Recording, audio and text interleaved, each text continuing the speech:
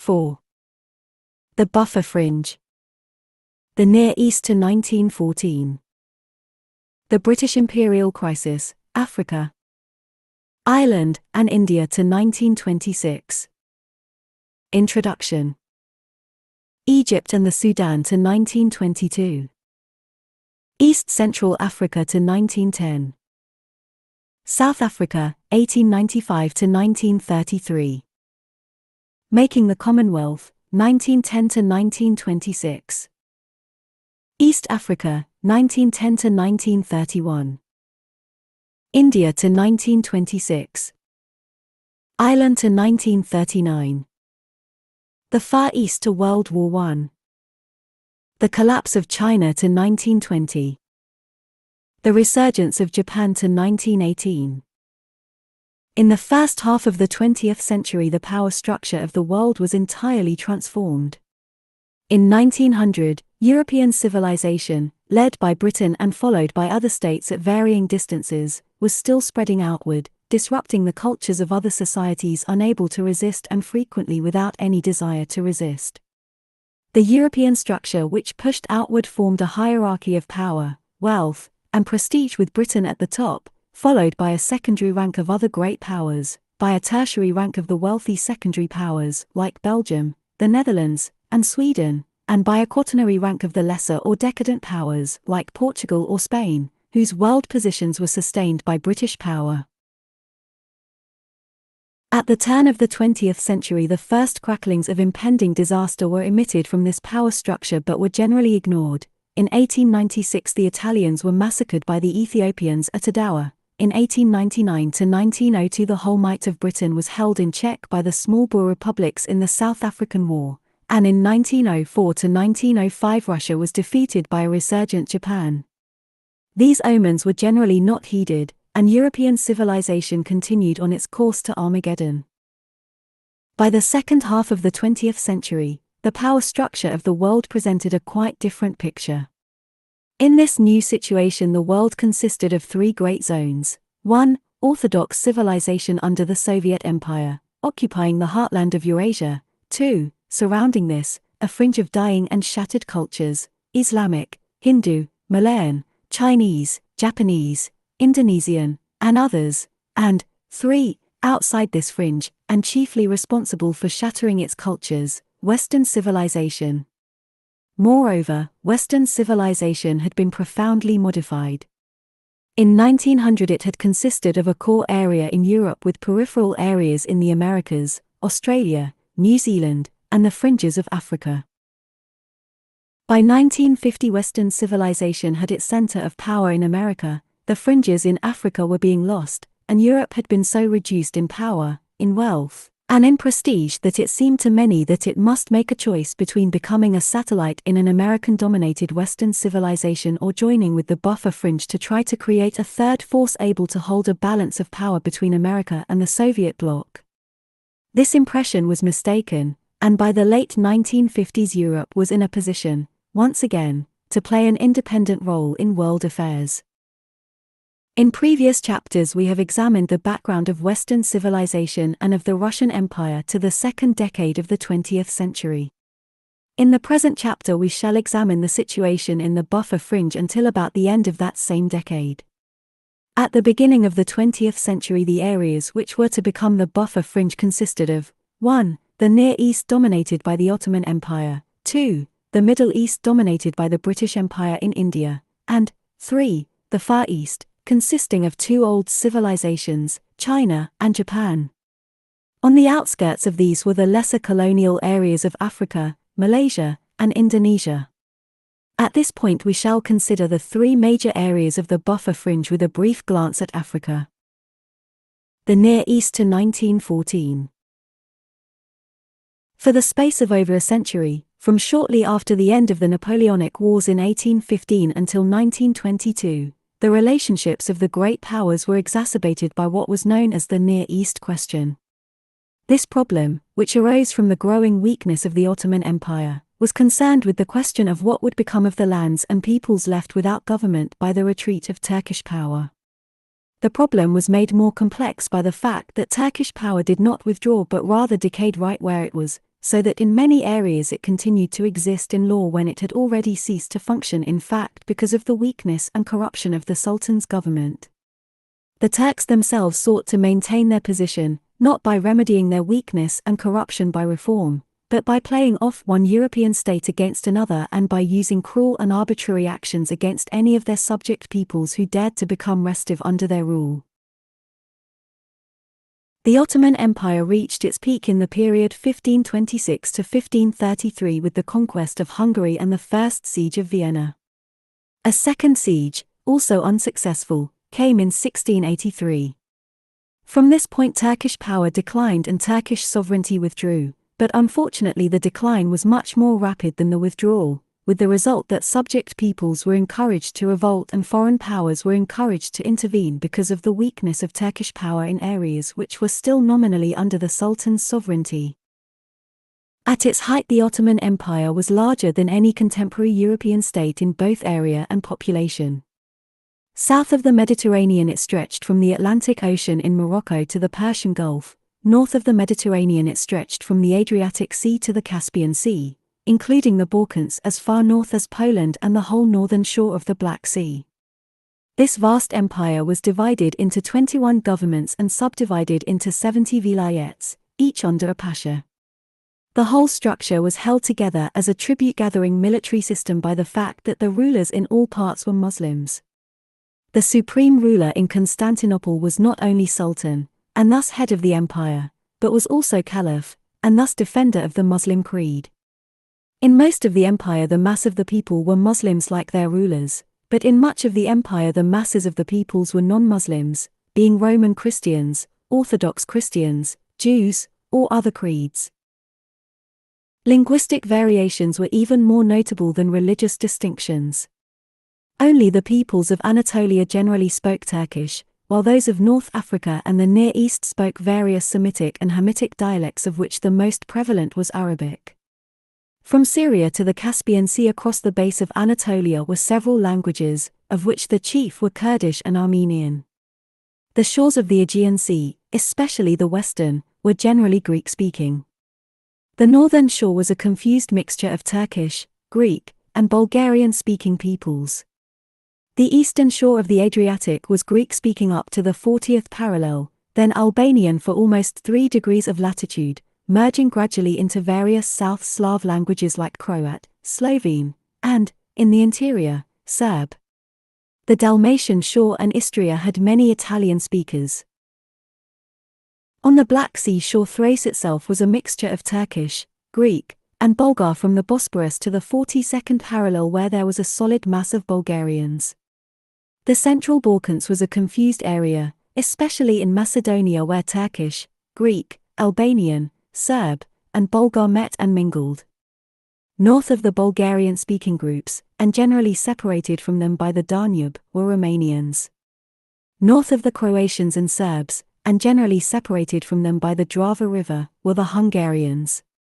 The district where the Hungarians and Romanians met, Transylvania, was confused, with great blocks of one language being separated from their fellows by blocks of the other, the confusion being compounded by the presence of considerable numbers of Germans and Gypsies.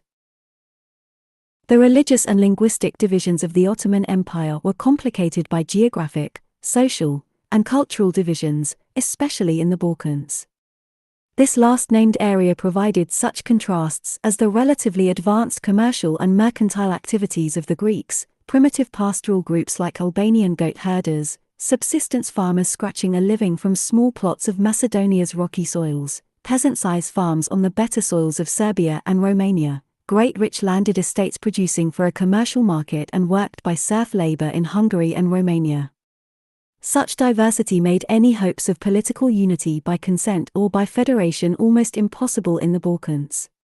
Indeed, it was almost impossible to draw any political lines which would coincide with geographic and linguistic or religious lines, because linguistic and religious distinctions frequently indicated class distinctions. Thus the upper and lower classes or the commercial and the agricultural groups even in the same district often had different languages or different religions. Such a pattern of diversity could be held together most easily by a simple display of military force. This was what the Turks provided. Militarism and fiscalism were the two keynotes of Turkish rule, and were quite sufficient to hold the empire together as long as both remained effective and the empire was free from outside interference. But in the course of the 18th century, Turkish administration became ineffective and outside interference became important. The Sultan, who was a completely absolute ruler, became very quickly a completely arbitrary ruler. This characteristic extended to all his activities. He filled his harem with any women who pleased his fancy, without any formal ceremony. Such numerous and temporary liaisons produced numerous children, of whom many were neglected or even forgotten. Accordingly, the succession to the throne never became established and was never based on primogeniture. As a consequence, the Sultan came to fear murder from almost any direction. To avoid this, he tended to surround himself with persons who could have no possible chance of succeeding him: women, children, Negroes, eunuchs, and Christians. All the sultans from 1451 onward were born of slave mothers, and only one sultan after this date even bothered to contract a formal marriage. Such a way of life isolated the sultan from his subjects completely. This isolation applied to the process of government as well as to the ruler's personal life. Most of the sultans paid little heed to government, leaving this to their grand viziers and the local pashas. The former had no tenure, being appointed or removed in accordance with the whims of harem intrigue. The pashas tended to become increasingly independent, since they collected local taxes and raised local military forces. The fact that the sultan was also caliph, and thus religious successor to Muhammad, and the religious belief that the government was under divine guidance and should be obeyed, however unjust and tyrannical, made all religious thinking on political or social questions take the form of justification of the status quo, and made any kind of reform almost impossible. Reform could come only from the sultan, but his ignorance and isolation from society made reform unlikely. In consequence, the whole system became increasingly weak and corrupt. The administration was chaotic, inefficient, and arbitrary. Almost nothing could be done without gifts and bribes to officials, and it was not always possible to know what official or series of officials were the correct ones to reward. The chaos and weakness which we have described were in full blossom by the 17th century, and grew worse during the next 200 years. As early as 1699 the Sultan lost Hungary, Transylvania, Croatia, and Slavonia to the Habsburgs, parts of the Western Balkans to Venice, and districts in the north to Poland. In the course of the 18th century, Russia acquired areas north of the Black Sea, notably the Crimea. During the 19th century, the Near East question became increasingly acute. Russia emerged from the Napoleonic Wars as a great power, able to increase its pressure on Turkey. This pressure resulted from three motivations. Russian imperialism sought to win an outlet to open waters in the south by dominating the Black Sea and by winning access to the Aegean through the acquisition of the Straits and Constantinople. Later, this effort was supplemented by economic and diplomatic pressure on Persia in order to reach the Persian Gulf. At the same time, Russia regarded itself as the protector of the Orthodox Christians in the Ottoman Empire, and as early as 1774 had obtained the Sultan's consent to this protective role. Moreover, as the most powerful Slav state, Russia had ambitions to be regarded as the protector of the slavs in the Sultan's domains. These Russian ambitions could never have been thwarted by the Sultan alone, but he did not need to stand alone. He generally found support from Britain and increasingly from France. Britain was obsessed with the need to defend India, which was a manpower pool and military staging area vital to the defense of the whole empire. From 1840 to 1907, it faced the nightmare possibility that Russia might attempt to cross Afghanistan to northwest India, or cross Persia to the Persian Gulf, or penetrate through the Dardanelles and the Aegean onto the British lifeline to India by way of the Mediterranean. The opening of the Suez Canal in 1869 increased the importance of this Mediterranean route to the east in British eyes. It was protected by British forces in Gibraltar, Malta, acquired 1800, Cyprus, 1878, and Egypt, 1882.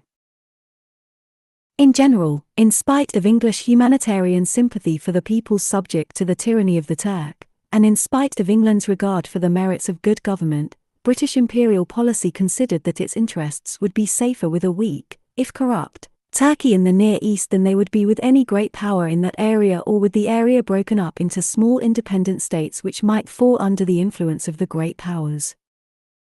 The French concern with the Near East was parallel to, but weaker than, that of Britain. They had cultural and trade relations with the Levant going back, in some cases, to the Crusades.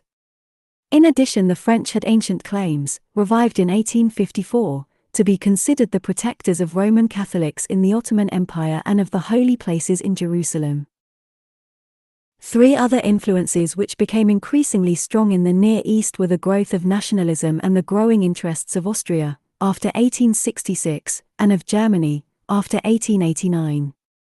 The first stirrings of Balkan nationalism can be seen in the revolt of the Serbs in 1804 to 1812. By seizing Bessarabia from Turkey in 1812, Russia won the right for local self-government for the Serbs. Unfortunately, these latter began almost immediately to fight one another, the chief split being between a Russophile group led by Milan Obrenović and a Serb nationalist group led by George Petrović, better known as Karađorđe. The Serb state, formally established in 1830, was bounded by the rivers Drina, Save, Danube, and Timok. With local autonomy under Turkish suzerainty, it continued to pay tribute to the Sultan and to support garrisons of Turkish troops. The vicious feud between Obrenović and Karađorđević continued after Serbia obtained complete independence in 1878. The Obrenović dynasty ruled in 1817 to 1842 and 1858 to 1903, while the Karađorđević group ruled in 1842 to 1858 and 1903 to 1945. The intrigues of these two against each other broadened into a constitutional conflict in which the Obrenović group supported the somewhat less liberal Constitution of 1869, while the Karađorđević group supported the somewhat more liberal Constitution of 1889. The former constitution was in effect in 1869 to 1889 and again in 1894 to 1903, while the latter was in effect in 1889 to 1894 and again in 1903 to 1921. In order to win popular support by an appeal to nationalist sentiments, both groups plotted against Turkey and later against Austria-Hungary. A second example of Balkan nationalism appeared in the Greek struggle for independence from the Sultan, 1821 to 1830. After Greeks and Muslims had massacred each other by the thousands, Greek independence was established with a constitutional monarchy under the guarantee of the three great powers. A Bavarian prince was placed on the throne and began to establish a centralized, bureaucratic, constitutional state which was quite unsuited for a country with such unconstitutional traditions, poor transportation and communications, a low level of literacy, and a high level of partisan localism. After 30 turbulent years, 1832 to 1862, Otto of Bavaria was deposed and replaced by a Danish prince and a completely democratic unicameral government which functioned only slightly better. The Danish dynasty continues to rule, although supplanted by a republic in 1924 to 1935 and by military dictatorships on sundry occasions, notably that of Johannes Metaxas, 1936 to 1941.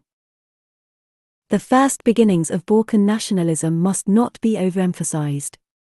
While the inhabitants of the area have always been unfriendly to outsiders and resentful of burdensome governments, these sentiments deserve to be regarded as provincialism or localism rather than nationalism. Such feelings are prevalent among all primitive peoples and must not be regarded as nationalism unless they are so wide as to embrace loyalty to all peoples of the same language and culture and are organized in such fashion that this loyalty is directed toward the state as the core of nationalist strivings. Understood in this way, nationalism became a very potent factor in the disruption of the Ottoman Empire only after 1878. Closely related to the beginnings of Balkan nationalism were the beginnings of pan-Slavism and the various pan-movements in reaction to this, such as pan-Islamism. These rose to a significant level only at the very end of the 19th century. Simply defined, pan-Slavism was a movement for cultural unity, and, perhaps in the long run, political unity among the Slavs. In practice, it came to mean the right of Russia to assume the role of protector of the Slav peoples outside Russia itself. At times it was difficult for some peoples, especially Russia's enemies, to distinguish between pan-Slavism and Russian imperialism.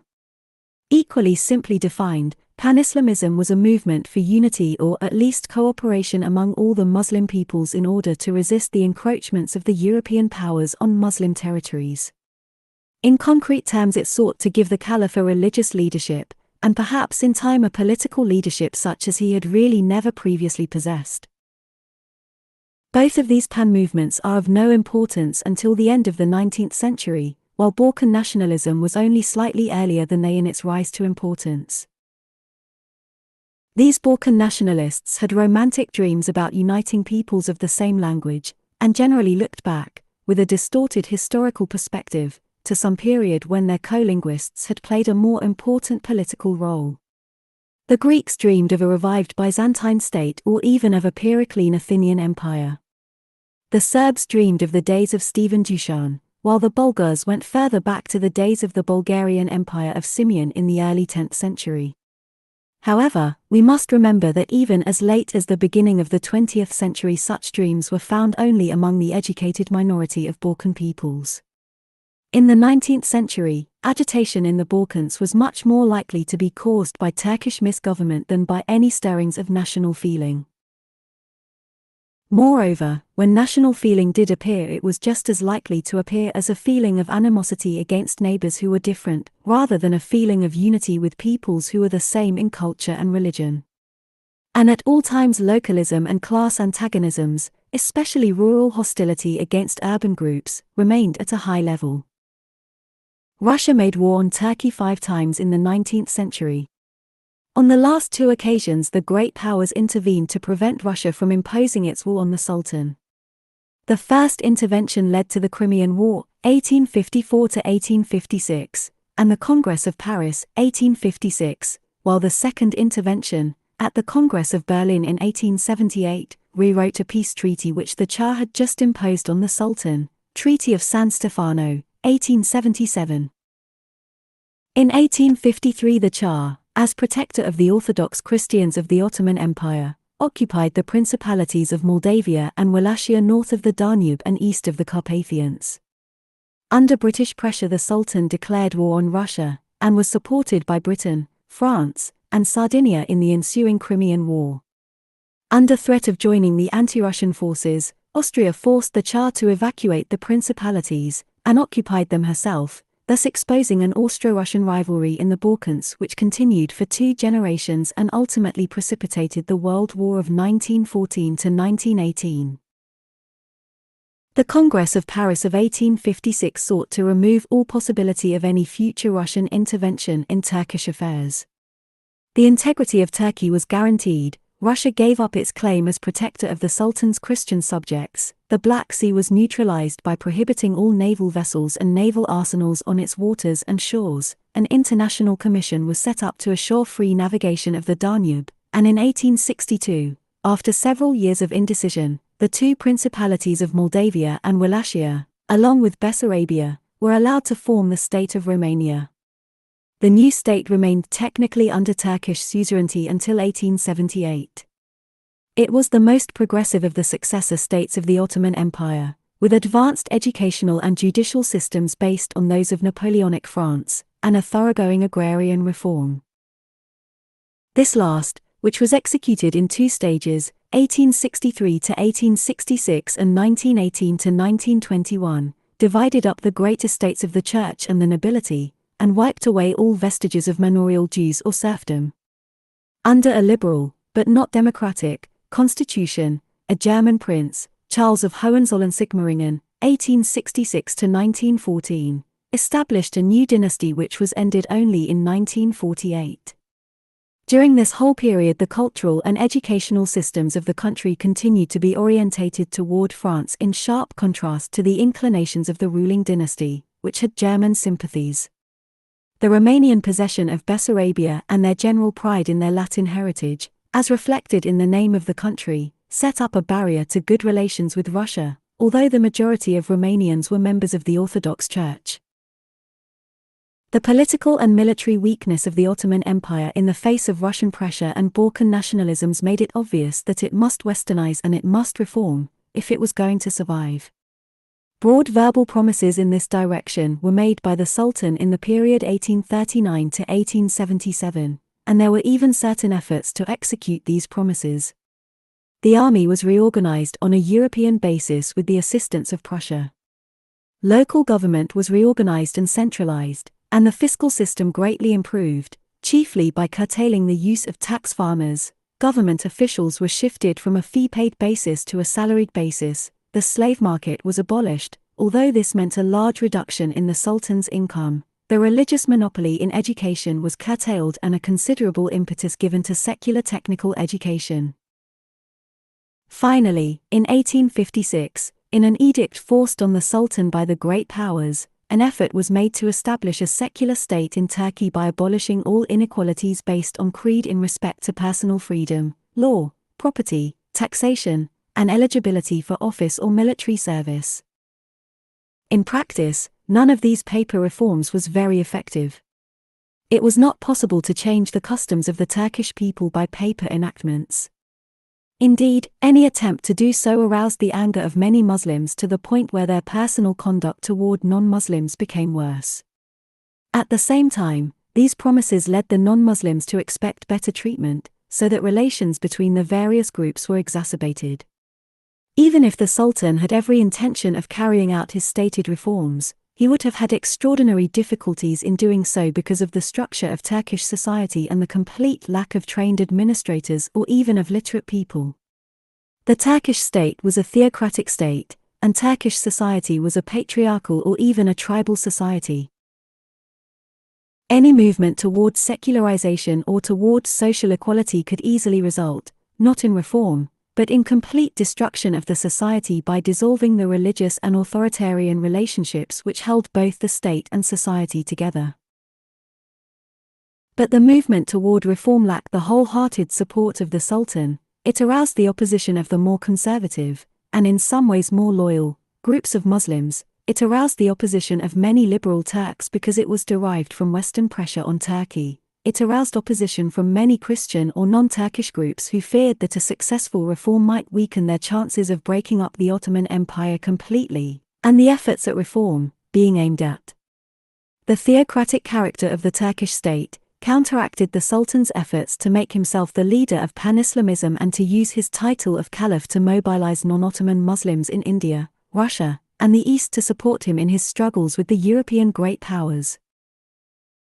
On the other hand, it was equally clear that Turkey could not meet any European state on a basis of military equality until it was westernized. At the same time, the cheap machinery-made industrial products of the Western powers began to pour into Turkey and to destroy the ability of the handicraft artisans of Turkey to make a living. This could not be prevented by tariff protection because the Sultan was bound by international agreements to keep his customs duties at a low level. At the same time, the appeal of Western ways of life began to be felt by some of the Sultan's subjects who knew them. These began to agitate for industrialism or for railroad construction, for wider opportunities in education, especially technical education, for reforms in the Turkish language, and for new, less formal, kinds of Turkish literature, for honest and impersonal methods of administration in justice and public finance, and for all those things which, by making the Western powers strong, made them a danger to Turkey. The Sultan made feeble efforts to reform in the period 1838 to 1875, but by the latter date he was completely disillusioned with these efforts, and shifted over to a policy of ruthless censorship and repression. This repression led, at last, to the so-called Young Turk Rebellion of 1908. The shift from feeble reform to merciless repression coincided with a renewal of the Russian attacks on Turkey. These attacks were incited by Turkish butchery of Bulgarian agitators in Macedonia and a successful Turkish war on Serbia. Appealing to the doctrine of panslavism, Russia came to the rescue of the Bulgars and Serbs, and quickly defeated the Turks, forcing them to accept the Treaty of San Stefano before any of the Western powers could intervene, 1877. Among other provisions, this treaty set up a large state of Bulgaria, including much of Macedonia, independent of Turkey and under Russian military occupation. This Treaty of San Stefano, especially the provision for a large Bulgarian state, which, it was feared, would be nothing more than a Russian tool, was completely unacceptable to England and Austria. Joining with France, Germany, and Italy, they forced Russia to come to a conference at Berlin where the treaty was completely rewritten, 1878. The independence of Serbia, Montenegro, and Romania was accepted, as were the Russian acquisitions of Kars and Batum, east of the Black Sea. Romania had to give Bessarabia to Russia, but received Dobruja from the Sultan. Bulgaria itself, the crucial issue of the conference, was divided into three parts.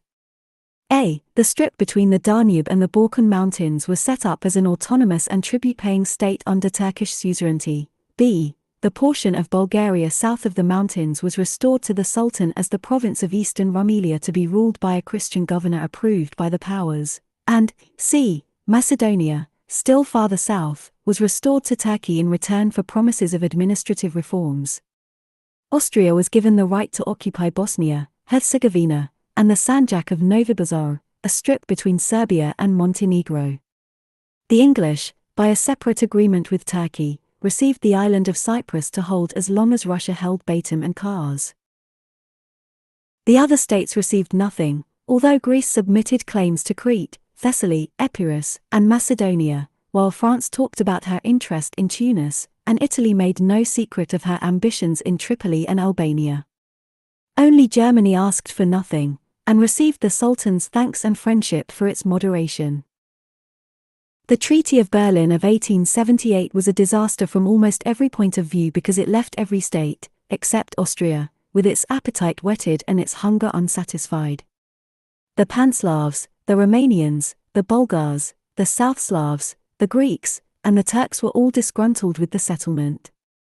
The agreement turned the Balkans into an open powder keg from which the spark was kept away only with great difficulty and only for 20 years.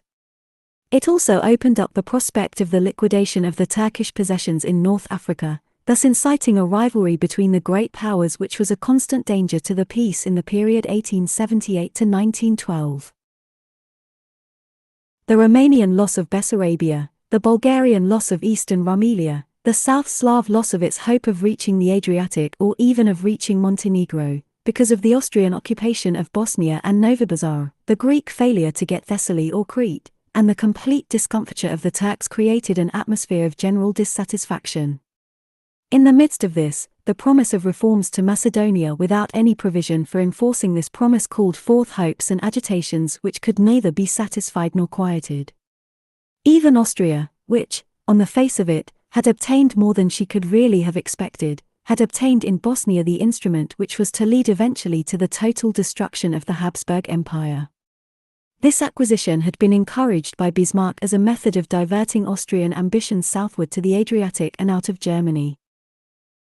But by placing Austria, in this way, in the position of being the chief obstacle in the path of the South Slav dreams of unity, Bismarck was also creating the occasion for the destruction of the Hohenzollern Empire.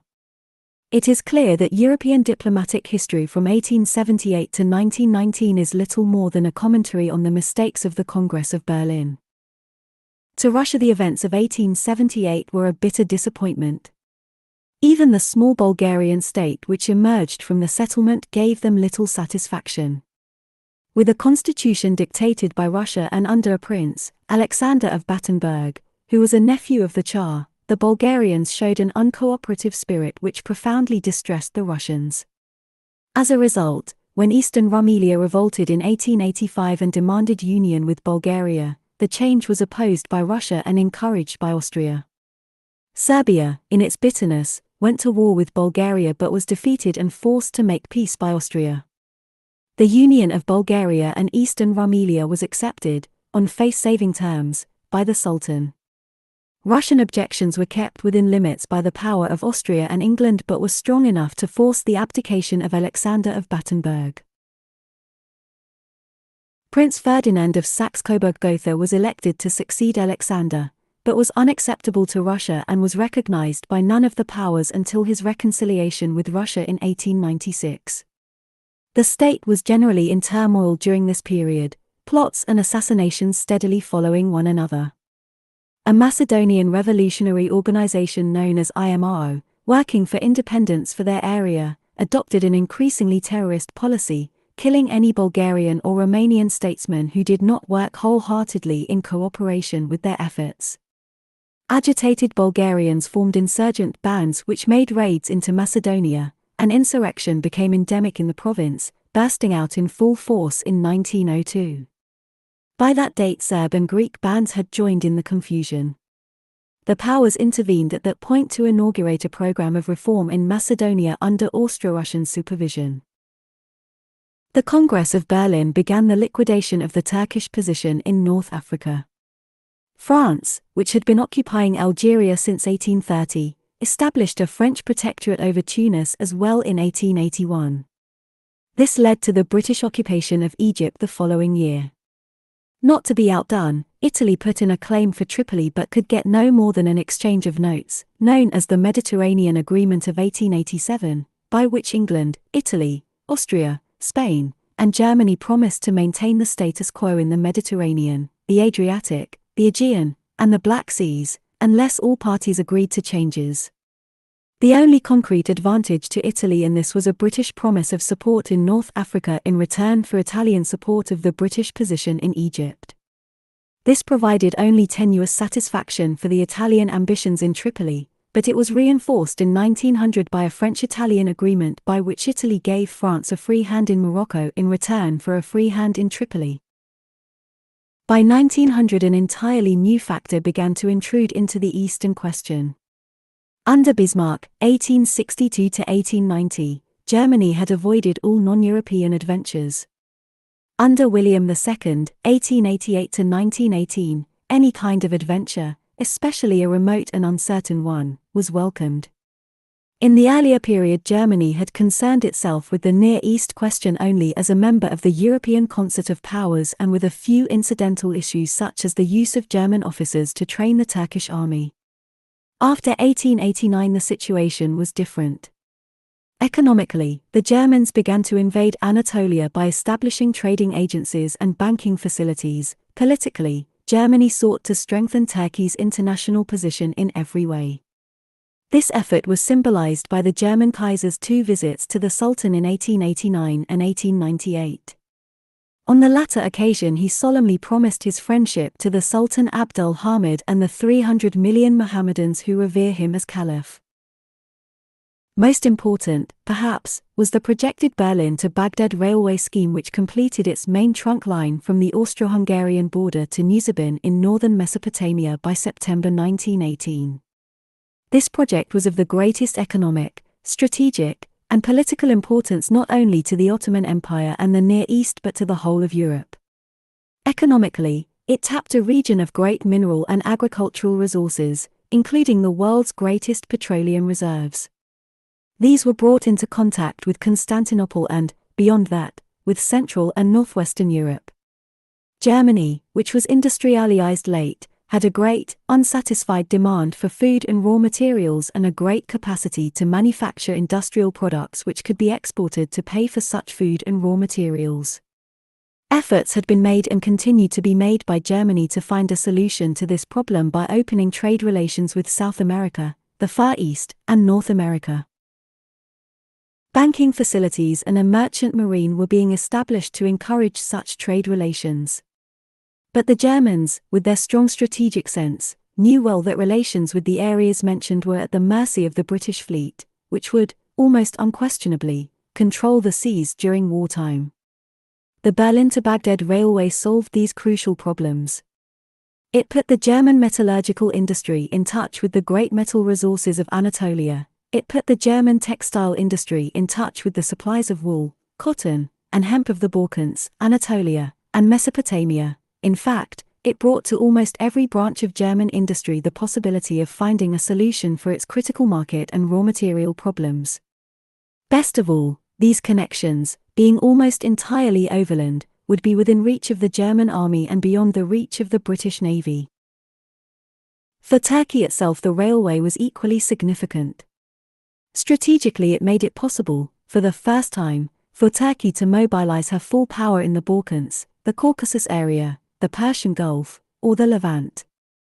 It greatly increased the economic prosperity of the whole country. It could be run, as it was after 1911, on Mesopotamian petroleum. It provided markets and thus incentives for increased production of agricultural and mineral products. It greatly reduced political discontent, public disorder, and banditry in the areas through which it ran. It greatly increased the revenues of the Ottoman treasury in spite of the government's engagement to pay subsidies to the railroad for each mile of track built and for a guaranteed income per mile each year. The great powers showed mild approval of the Baghdad Railway until about 1900. Then, for more than 10 years, Russia, Britain, and France showed violent disapproval, and did all they could to obstruct the project. After 1910, this disapproval was largely removed by a series of agreements by which the Ottoman Empire was divided into exclusive spheres of influence. During the period of disapproval, the great powers concerned issued such a barrage of propaganda against the plan that it is necessary, even today, to warn against its influence. They described the Baghdad Railway as the entering wedge of German imperialist aggression seeking to weaken and destroy the Ottoman Empire and the stakes of the other powers in the area. The evidence shows quite the contrary. Germany was the only great power which wanted the Ottoman Empire to be strong and intact. Britain wanted it to be weak and intact. France generally shared the British point of view, although the French, with a $500 million investment in the area, wanted Turkey to be prosperous as well. Russia wanted it to be weak and partitioned, a view which was shared by the Italians and, to some extent, by the Austrians. The Germans were not only favorably inclined toward Turkey, their conduct seems to have been completely fair in regard to the administration of the Baghdad Railway itself. At a time when American and other railways were practicing wholesale discrimination between customers in regard to rates and freight handling, the Germans had the same rates and same treatment for all, including Germans and non-Germans. They worked to make the railroad efficient and profitable, although their income from it was guaranteed by the Turkish government. In consequence, the Turkish payments to the railroad steadily declined, and the government was able to share in its profits to the extent of almost 3 million francs in 1914. Moreover, the Germans did not seek to monopolize control of the railroad, offering to share equally with France and England and eventually with other powers. France accepted this offer in 1899, but Britain continued to refuse, and placed every obstacle in the path of the project. When the Ottoman government in 1911 sought to raise their customs duties from 11% to 14% in order to finance the continued construction of the railway, Britain prevented this. In order to carry on the project, the Germans sold their railroad interests in the Balkans and gave up the Ottoman building subsidy of $275,000 a kilometer. In striking contrast to this attitude, the Russians forced the Turks to change the original route of the line from northern Anatolia to southern Anatolia by threatening to take immediate measures to collect all the arrears, amounting to over 57 million francs, due to the Shah from Turkey under the Treaty of 1878. The Russians regarded the projected railway as a strategic threat to their Armenian frontier. Ultimately, in 1900, they forced the Sultan to promise to grant no concessions to build railways in northern Anatolia or Armenia except with Russian approval. The French government, in spite of the French investments in Turkey of 2.5 billion francs, refused to allow Baghdad railway securities to be handled on the Paris Stock Exchange. To block the growth of German Catholic missionary activities in the Ottoman Empire, the French persuaded the Pope to issue an encyclical ordering all missionaries in that empire to communicate with the Vatican through the French consulates. The British opposition became intense only in April 1903. Early in that month, Prime Minister Arthur Balfour and Foreign Secretary Lord Lansdowne made an agreement for joint German, French, and British control of the railroad. Within 3 weeks, this agreement was repudiated by the government because of newspaper protests against it, although it would have reduced the Turks and Germans together to only 14 out of 30 votes on the board of directors of the railway.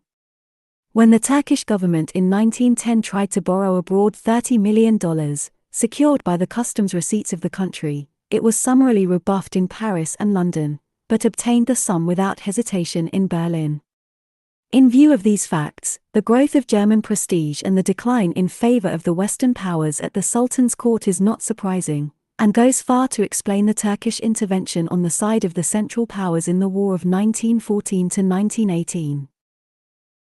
The Baghdad Railway played no real role in the outbreak of the War of 1914 because the Germans in the period 1910 to 1914 were able to reduce the Great Powers' objections to the scheme.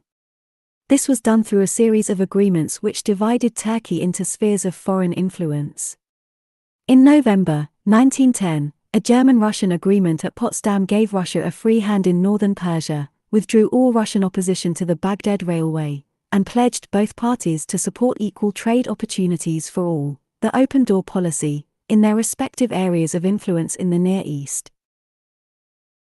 The French were given 2,000 miles of railway concessions in western and northern Anatolia and in Syria in 1910 to 1912 and signed a secret agreement with the Germans in February 1914, by which these regions were recognized as French spheres of influence, while the route of the Baghdad Railway was recognized as a German sphere of influence. Both powers promised to work to increase the Ottoman tax receipts. The French withdrew their opposition to the railway, and the French gave the Germans the 70 million franc investment which the French already had in the Baghdad Railway in return for an equal amount in the Turkish bond issue of 1911, which France had earlier rebuffed, plus a lucrative discount on a new Ottoman bond issue of 1914.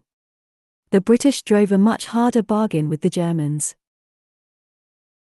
By an agreement of June 1914, Britain withdrew her opposition to the Baghdad Railway, allowed Turkey to raise her customs from 11% to 15%, and accepted a German sphere of interest along the railway route in return for promises: 1. That the railway would not be extended to the Persian Gulf but would stop at Basra on the Tigris River; 2. That British capitalists would be given a monopoly on the navigation of the Euphrates and Tigris rivers and exclusive control over irrigation projects based on these rivers; 3. That 2 British subjects would be given seats on the board of directors of the Baghdad Railway; 4. That Britain would have exclusive control over the commercial activities of Kuwait, the only good port on the upper Persian Gulf; 5. That a monopoly over the oil resources of the area from Mosul to Baghdad would be given to a new corporation in which British finances would have a half interest, Royal Dutch Shell Company a quarter interest, and the Germans a quarter interest; and 6. That both powers would support the open door policy in commercial activities in Asiatic Turkey.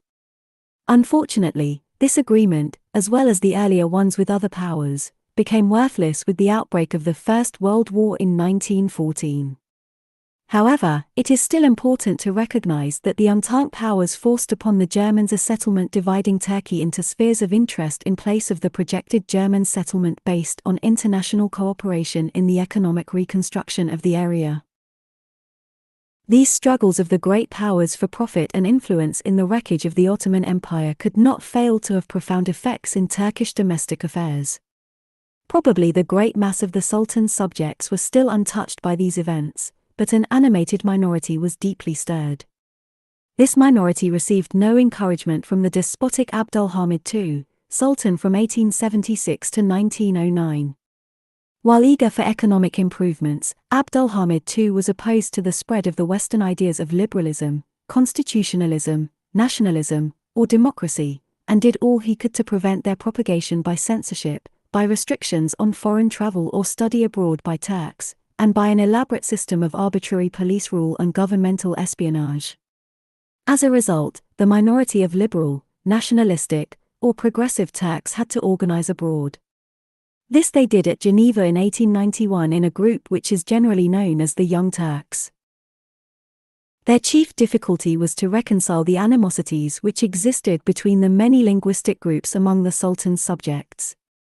This was done in a series of congresses held in Paris, notably in 1902 and in 1907. At the latter meeting were representatives of the Turks, Armenians, Bulgars, Jews, Arabs, and Albanians. In the meantime, this secret organization had penetrated the Sultan's army, which was seething with discontent. The plotters were so successful that they were able to revolt in July 1908, and force the Sultan to re-establish the Constitution of 1876. At once divisions appeared among the rebel leaders, notably between those who wished a centralized state and those who accepted the subject nationalities' demands for decentralization. Moreover, the Orthodox Muslims formed a league to resist secularization, and the army soon saw that its chief demands for better pay and improved living conditions were not going to be met. Abd al-Hamid took advantage of these divisions to organize a violent counter-revolution, April 1909. It was crushed, the Sultan was deposed, and the Young Turks began to impose their ideas of a dictatorial Turkish national state with ruthless severity. A wave of resistance arose from the non-Turkish groups and the Orthodox Muslims. No settlement of these disputes was achieved by the outbreak of the World War. Indeed, as we shall see in a later chapter, the Young Turk Revolution of 1908 precipitated a series of international crises, of which the outbreak of war in 1914 was the latest and most disastrous. The British Imperial Crisis. Africa, Ireland, and India to 1926. Introduction. The old statement that England acquired its empire in a fit of absent-mindedness is amusing but does not explain very much. It does, however, contain an element of truth. Much of the empire was acquired by private individuals and commercial firms, and was taken over by the British government much later. The motives which impelled the government to annex areas which its citizens had been exploiting were varied, both in time and in place, and were frequently much different from what an outsider might believe. Britain acquired the world's greatest empire because it possessed certain advantages which other countries lacked. We mention three of these advantages: 1. That it was an island, 2. That it was in the Atlantic, and 3. That its social traditions at home produced the will and the talents for imperial acquisition. As an island off the coast of Europe, Britain had security as long as it had control of the narrow seas. It had such control from the defeat of the Spanish Armada in 1588 until the creation of new weapons based on air power in the period after 1935. The rise of the German Air Force under Hitler, the invention of the long-range rocket projectiles, V2 weapon, in 1944, and the development of the atomic and hydrogen bombs in 1945 to 1955 destroyed England's security by reducing the defensive effectiveness of the English Channel. But in the period 1588 to 1942, in which Britain controlled the seas, the Channel gave England security and made its international position entirely different from that of any continental power. Because Britain had security, it had freedom of action. That means it had a choice whether to intervene or to stay out of the various disputes which arose on the continent of Europe or elsewhere in the world. Moreover, if it intervened, it could do so on a limited commitment, restricting its contribution of men, energy, money, and wealth to whatever amount it wished. If such a limited commitment were exhausted or lost, so long as the British fleet controlled the seas, Britain had security, and thus had freedom to choose if it would break off its intervention or increase its commitment. Moreover, England could make even a small commitment of its resources of decisive importance by using this commitment in support of the second strongest power on the continent against the strongest power, thus hampering the strongest power and making the second power temporarily the strongest, as long as it acted in accord with Britain's wishes. In this way, by following balance of power tactics, Britain was able to play a decisive role on the continent, keep the continent divided and embroiled in its own disputes, and do this with a limited commitment of Britain's own resources, leaving a considerable surplus of energy, manpower, and wealth available for acquiring an empire overseas. In addition, Britain's unique advantage in having security through a limited commitment of resources by control of the sea was one of the contributing factors which allowed Britain to develop its unique social structure, its parliamentary system, its wide range of civil liberties, and its great economic advance. The powers on the continent had none of these advantages. Since each could be invaded by its neighbors at any time, each had security, and thus freedom of action, only on rare and brief occasions. When the security of a continental power was threatened by a neighbor, it had no freedom of action, but had to defend itself with all its resources. Clearly, it would be impossible for France to say to itself, "We shall oppose German hegemony on the continent only to the extent of 50,000 men or of $10 million. Yet as late as 1939, Chamberlain informed France that England's commitment on the continent for this purpose would be no more than 2 divisions. Since the continental powers had neither security nor freedom of action, their position on the continent always was paramount over their ambitions for world empire, and these latter always had to be sacrificed for the sake of the former whenever a conflict arose. France was unable to hold on to its possessions in India or in North America in the 18th century because so much of its resources had to be used to bolster French security against Prussia or Austria. Napoleon sold Louisiana to the United States in 1803 because his primary concern had to be his position on the continent. Bismarck tried to discourage Germany from embarking on any overseas adventures in the period after 1871 because he saw that Germany must be a continental power or be nothing. Again, France in 1882 had to yield Egypt to Britain, and in 1898 had to yield the Sudan in the same way, because it saw that it could not engage in any colonial dispute with Britain while the German army stood across the Rhineland. This situation was so clear that all the lesser continental powers with overseas colonial possessions, such as Portugal, Belgium, or the Netherlands, had to collaborate with Britain, or, at the very least, be carefully neutral. So long as the ocean highway from these countries to their overseas empires was controlled by the British fleet, they could not afford to embark on a policy hostile to Britain, regardless of their personal feelings on the subject. It is no accident that Britain's most constant international backing in the 2 centuries following the Methuen Treaty of 1703 came from Portugal, and that Britain has felt free to negotiate with a third power, like Germany, regarding the disposition of the Portuguese colonies, as she did in 1898 and tried to do in 1937 to 1939. Britain's position on the Atlantic, combined with her naval control of the sea, gave her a great advantage when the new lands to the west of that ocean became one of the chief sources of commercial and naval wealth in the period after 1588. Lumber, tar, and ships were supplied from the American colonies to Britain in the period before the advent of iron, steam-driven ships, after 1860, and these ships helped to establish Britain's mercantile supremacy. At the same time, Britain's insular position deprived her monarchy of any need for a large professional, mercenary army such as the kings on the continent used as the chief bulwark of royal absolutism.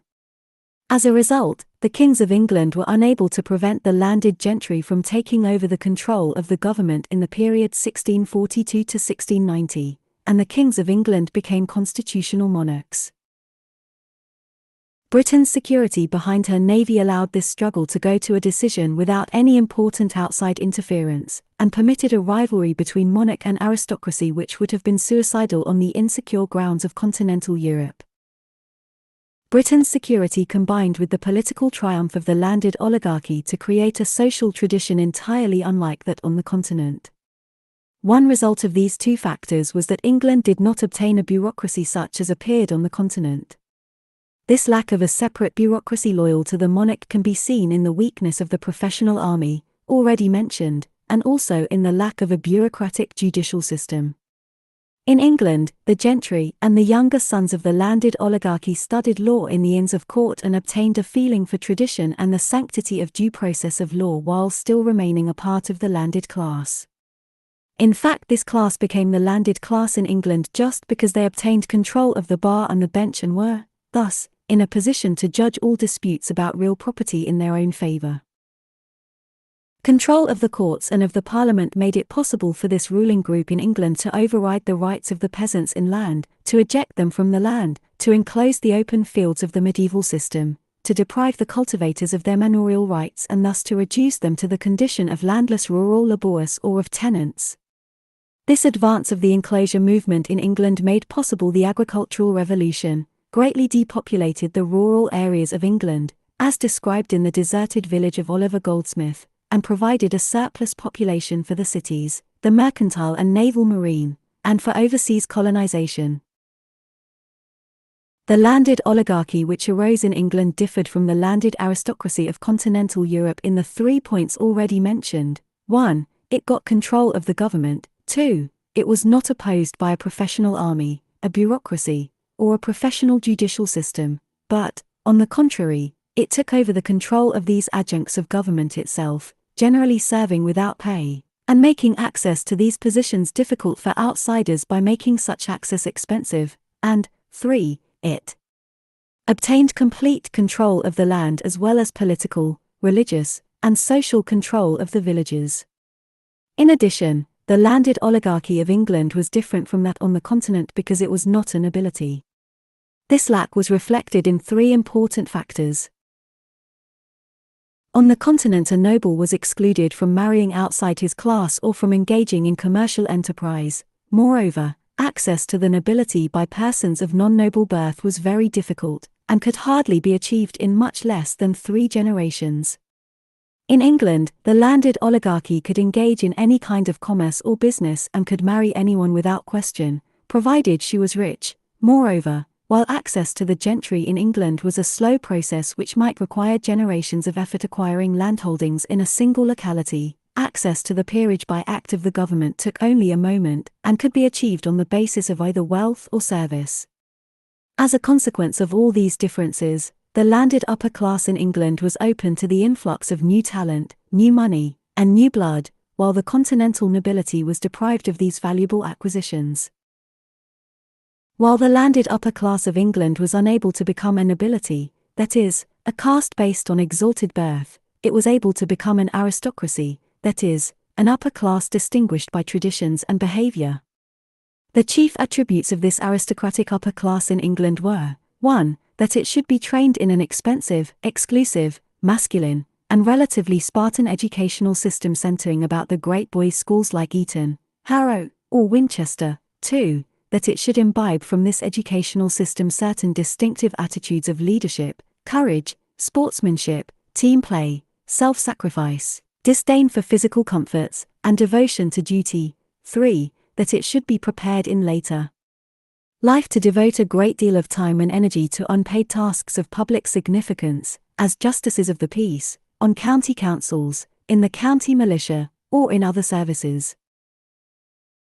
Since all the sons of the upper classes received the same training, while only the oldest, by primogeniture, was entitled to take over the income-yielding property of the family, all the younger sons had to go out into the world to seek their fortunes, and, as likely as not, would do their seeking overseas.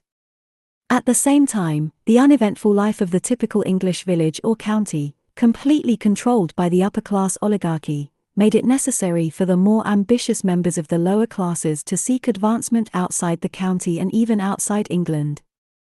From these 2 sources were recruited the men who acquired Britain's empire and the men who colonized it. The English have not always been unanimous in regarding the empire as a source of pride and benefit. In fact, the middle generation of the 19th century was filled with persons, such as Gladstone, who regarded the empire with profound suspicion. They felt that it was a source of great expense. They were convinced that it involved England in remote strategic problems which could easily lead to wars England had no need to fight. They could see no economic advantage in having an empire, since the existence of free trade, which this generation accepted, would allow commerce to flow no matter who held colonial areas. They were convinced that any colonial areas, no matter at what cost they might be acquired, would eventually separate from the mother country, voluntarily if they were given the rights of Englishmen, or by rebellion, as the American colonies had done, if they were deprived of such rights. In general, the Little Englanders, as they were called, were averse to colonial expansion on the grounds of cost. Although upholders of the Little England point of view, men like Gladstone or Sir William Harcourt continued in political prominence until 1895, this point of view was in steady retreat after 1870. In the Liberal Party, the Little Englanders were opposed by imperialists like Lord Rosebery even before 1895. After that date, a younger group of imperialists, like Asquith, Grey, and Haldane took over the party. In the Conservative Party, where the anti-imperialist idea had never been strong, moderate imperialists like Lord Salisbury were followed by more active imperialists like Joseph Chamberlain, or Lords Curzon, Selborne, and Milner. There were many factors which led to the growth of imperialism after 1870, and many obvious manifestations of that growth. The Royal Colonial Institute was founded in 1868 to fight the Little England idea, Disraeli as Prime Minister, 1874 to 1880, dramatized the profit and glamour of empire by such acts as the purchase of control of the Suez Canal and by granting Queen Victoria the title of Empress of India. After 1870 it became increasingly evident that, however expensive colonies might be to a government, they could be fantastically profitable to individuals and companies supported by such governments. Moreover, with the spread of democracy and the growing influence of the press and the expanding need for campaign contributions, individuals who made fantastic profits in overseas adventures could obtain favorable support from their governments by contributing some part of their profits to politicians' expenses. The efforts of King Leopold II of Belgium, using Henry Stanley, to obtain the Congo area as his own preserve in 1876 to 1880, started a contagious fever of colony grabbing in Africa which lasted for more than 30 years, the discovery of diamonds, in 1869, and of gold, in 1886, in South Africa, especially in the Boer Transvaal Republic, intensified this fever. The new imperialism after 1870 was quite different in tone from that which the Little Englanders had opposed earlier. The chief changes were that it was justified on grounds of moral duty and of social reform and not, as earlier, on grounds of missionary activity and material advantage. The man most responsible for this change was John Ruskin. Until 1870 there was no professorship of fine arts at Oxford, but in that year, thanks to the Slade bequest, John Ruskin was named to such a chair. He hit Oxford like an earthquake, not so much because he talked about fine arts, but because he talked also about the Empire and England's downtrodden masses, and above all because he talked about all three of these things as moral issues. Until the end of the 19th century the poverty-stricken masses in the cities of England lived in want, ignorance, and crime very much as they have been described by Charles Dickens. Ruskin spoke to the Oxford undergraduates as members of the privileged, ruling class. He told them that they were the possessors of a magnificent tradition of education, beauty, rule of law, freedom, decency, and self-discipline, but that this tradition could not be saved, and did not deserve to be saved, unless it could be extended to the lower classes in England itself and to the non-English masses throughout the world. If this precious tradition were not extended to these two great majorities, the minority of upper-class Englishmen would ultimately be submerged by these majorities and the tradition lost. To prevent this, the tradition must be extended to the masses and to the empire. Ruskin's message had a sensational impact. His inaugural lecture was copied out in longhand by one undergraduate, Cecil Rhodes, who kept it with him for 30 years. Rhodes, 1853 to 1902, feverishly exploited the diamond and gold fields of South Africa, rose to be Prime Minister of the Cape Colony, 1890 to 1896, contributed money to political parties, controlled parliamentary seats both in England and in South Africa, and sought to win a strip of British territory across Africa from the Cape of Good Hope to Egypt and to join these two extremes together with a telegraph line and ultimately with a Cape to Cairo railway. Rhodes inspired devoted support for his goals from others in South Africa and in England. With financial support from Lord Rothschild and Alfred Beat, he was able to monopolize the diamond mines of South Africa as De Beers Consolidated Mines and to build up a great gold mining enterprise as Consolidated Gold Fields. In the middle 1890s Rhodes had a personal income of at least £1 million sterling a year, then about $5 million, which was spent so freely for his mysterious purposes that he was usually overdrawn on his account. These purposes centered on his desire to federate the English-speaking peoples and to bring all the habitable portions of the world under their control. For this purpose Rhodes left part of his great fortune to found the Rhodes Scholarships at Oxford in order to spread the English ruling class tradition throughout the English-speaking world as Ruskin had wanted. Among Ruskin's most devoted disciples at Oxford were a group of intimate friends including Arnold Toynbee, Alfred, later Lord, Milner, Arthur Glazebrook, George, later Sir George, Parkin, Philip Littleton Gell, and Henry, later Sir Henry, Birchenough. These were so moved by Ruskin that they devoted the rest of their lives to carrying out his ideas. A similar group of Cambridge men including Reginald Balliol Brett, Lord Esher, Sir John B. Seeley, Albert, Lord Grey, and Edmund Garrett were also aroused by Ruskin's message and devoted their lives to extension of the British Empire and uplift of England's urban masses as two parts of one project which they called extension of the English-speaking idea. They were remarkably successful in these aims because England's most sensational journalist William T. Stead, 1849–1912, an ardent social reformer and imperialist, brought them into association with Rhodes. This association was formally established on February 5, 1891, when Rhodes and Stead organized a secret society of which Rhodes had been dreaming for 16 years. In this secret society Rhodes was to be leader, Stead, Brett, Lord Esher, and Milner were to form an executive committee. Arthur, Lord Balfour, Sir Harry Johnston, Lord Rothschild, Albert, Lord Grey, and others were listed as potential members of a circle of initiates, while there was to be an outer circle known as the Association of Helpers, later organized by Milner as the Round Table Organization. Brett was invited to join this organization the same day and Milner a couple of weeks later, on his return from Egypt. Both accepted with enthusiasm. Thus the central part of the secret society was established by March 1891. It continued to function as a formal group, although the outer circle was, apparently, not organized until 1909 to 1913. This group was able to get access to Rhodes's money after his death in 1902 and also to the funds of loyal Rhodes supporters like Alfred Beat, 1853 to 1906, and Sir Abe Bailey, 1864 to 1940. With this backing they sought to extend and execute the ideals that Rhodes had obtained from Ruskin and Stead. Milner was the chief Rhodes trustee and Parkin was organizing secretary of the Rhodes Trust after 1902, while Gell and Birchenough, as well as others with similar ideas, became officials of the British South Africa Company.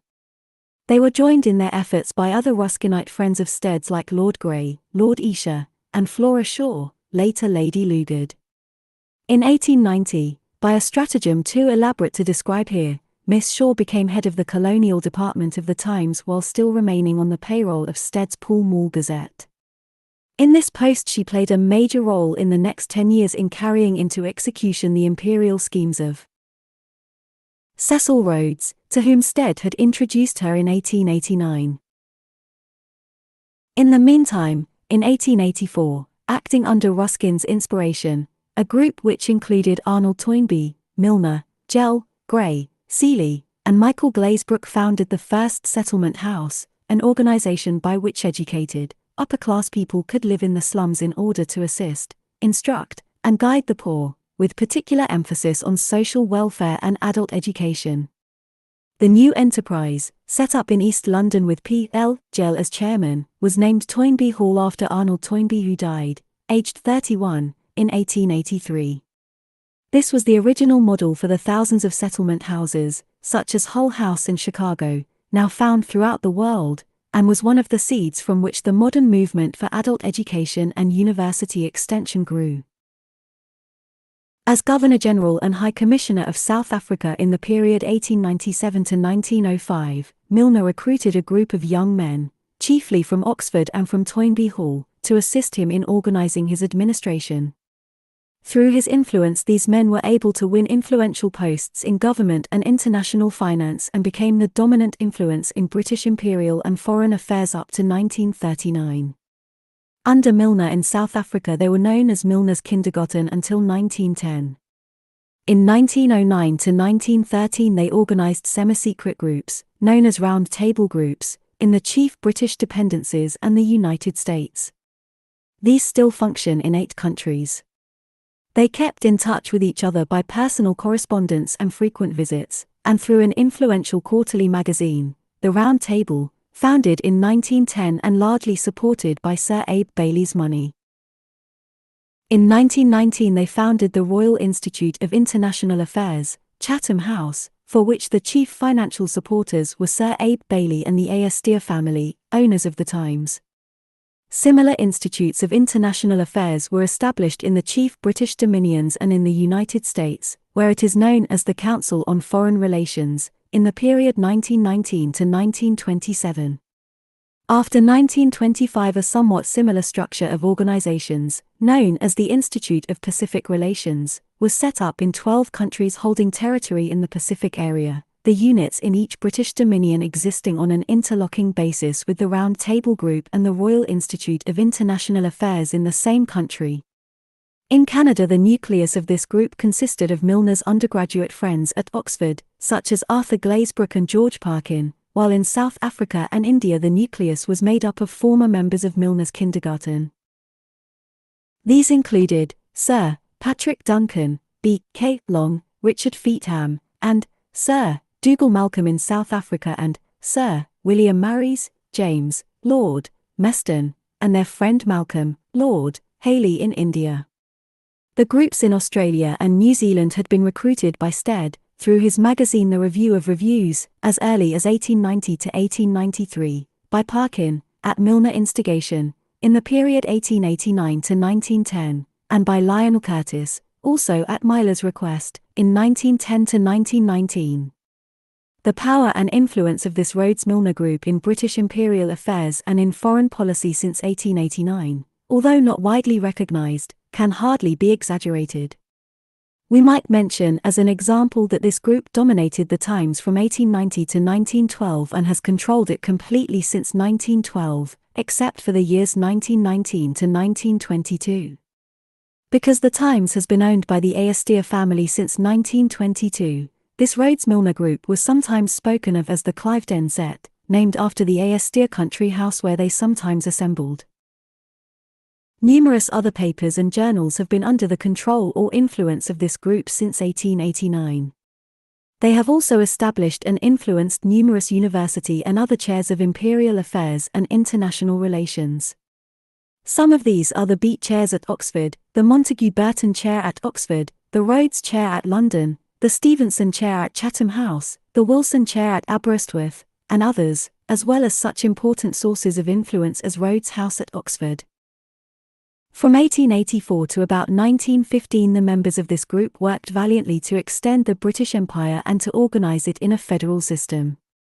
They were constantly harping on the lessons to be learned from the failure of the American Revolution and the success of the Canadian Federation of 1867, and hoped to federate the various parts of the empire as seemed feasible, then confederate the whole of it, with the United Kingdom, into a single organisation.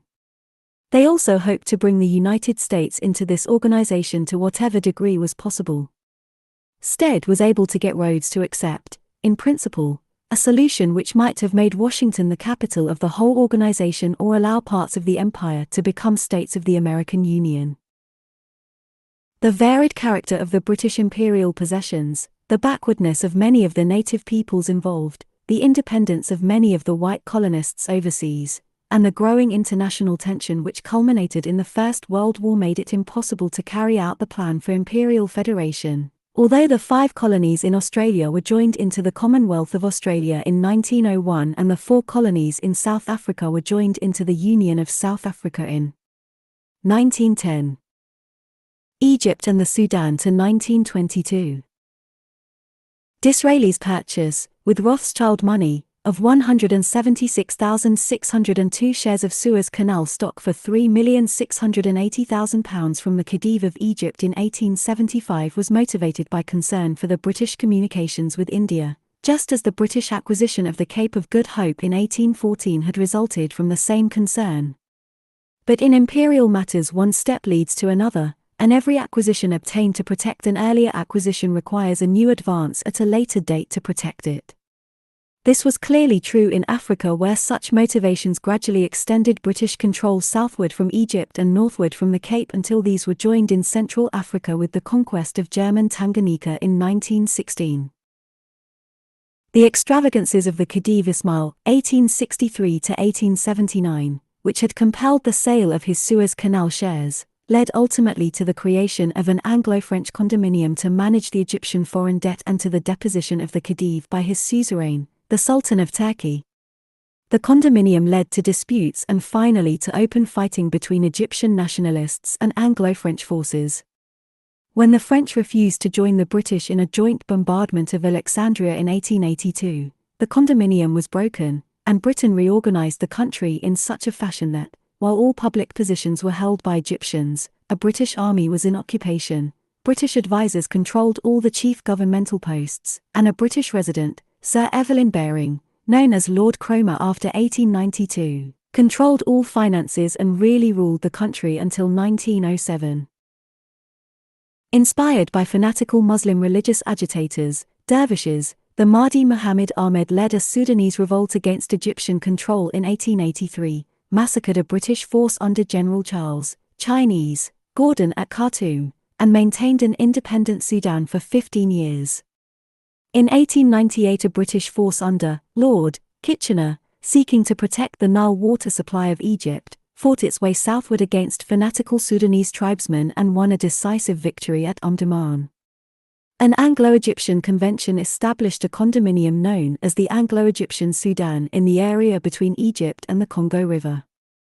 This area, which had lived in disorder for centuries, was gradually pacified, brought under the rule of law, irrigated by extensive hydraulic works, and brought under cultivation, producing, chiefly, long staple cotton. East Central Africa to 1910. South and east of the Sudan, the struggle for a British Africa was largely in the hands of Sir Harry Johnston, 1858 to 1927, and Frederick, later Lord Lugard, 1858 to 1945. These two, chiefly using private funds but frequently holding official positions, fought all over tropical Africa, ostensibly seeking to pacify it and to wipe out the Arab slave trade, but always possessing a burning desire to extend British rule. Frequently, these ambitions led to rivalries with supporters of French and German ambitions in the same regions. In 1884 Johnston obtained many concessions from native chiefs in the Kenya area, turning these over to the British East Africa Company in 1887. When this company went bankrupt in 1895, most of its rights were taken over by the British government. In the meantime, Johnston had moved south, into a chaos of Arab slavers' intrigues and native unrest in Nyasaland, 1888. Here his exploits were largely financed by Rhodes, 1889 to 1893, in order to prevent the Portuguese Mozambique Company from pushing westward toward the Portuguese West African colony of Angola to block the Cape to Cairo route. Lord Salisbury made Nyasaland a British protectorate after a deal with Rhodes in which the South African promised to pay £10,000 a year toward the cost of the new territory. About the same time Rhodes gave the Liberal Party a substantial financial contribution in return for a promise that they would not abandon Egypt. He had already, 1888, given £10,000 to the Irish Home Rule Party on condition that it seek Home Rule for Ireland while keeping Irish members in the British Parliament as a step toward Imperial Federation.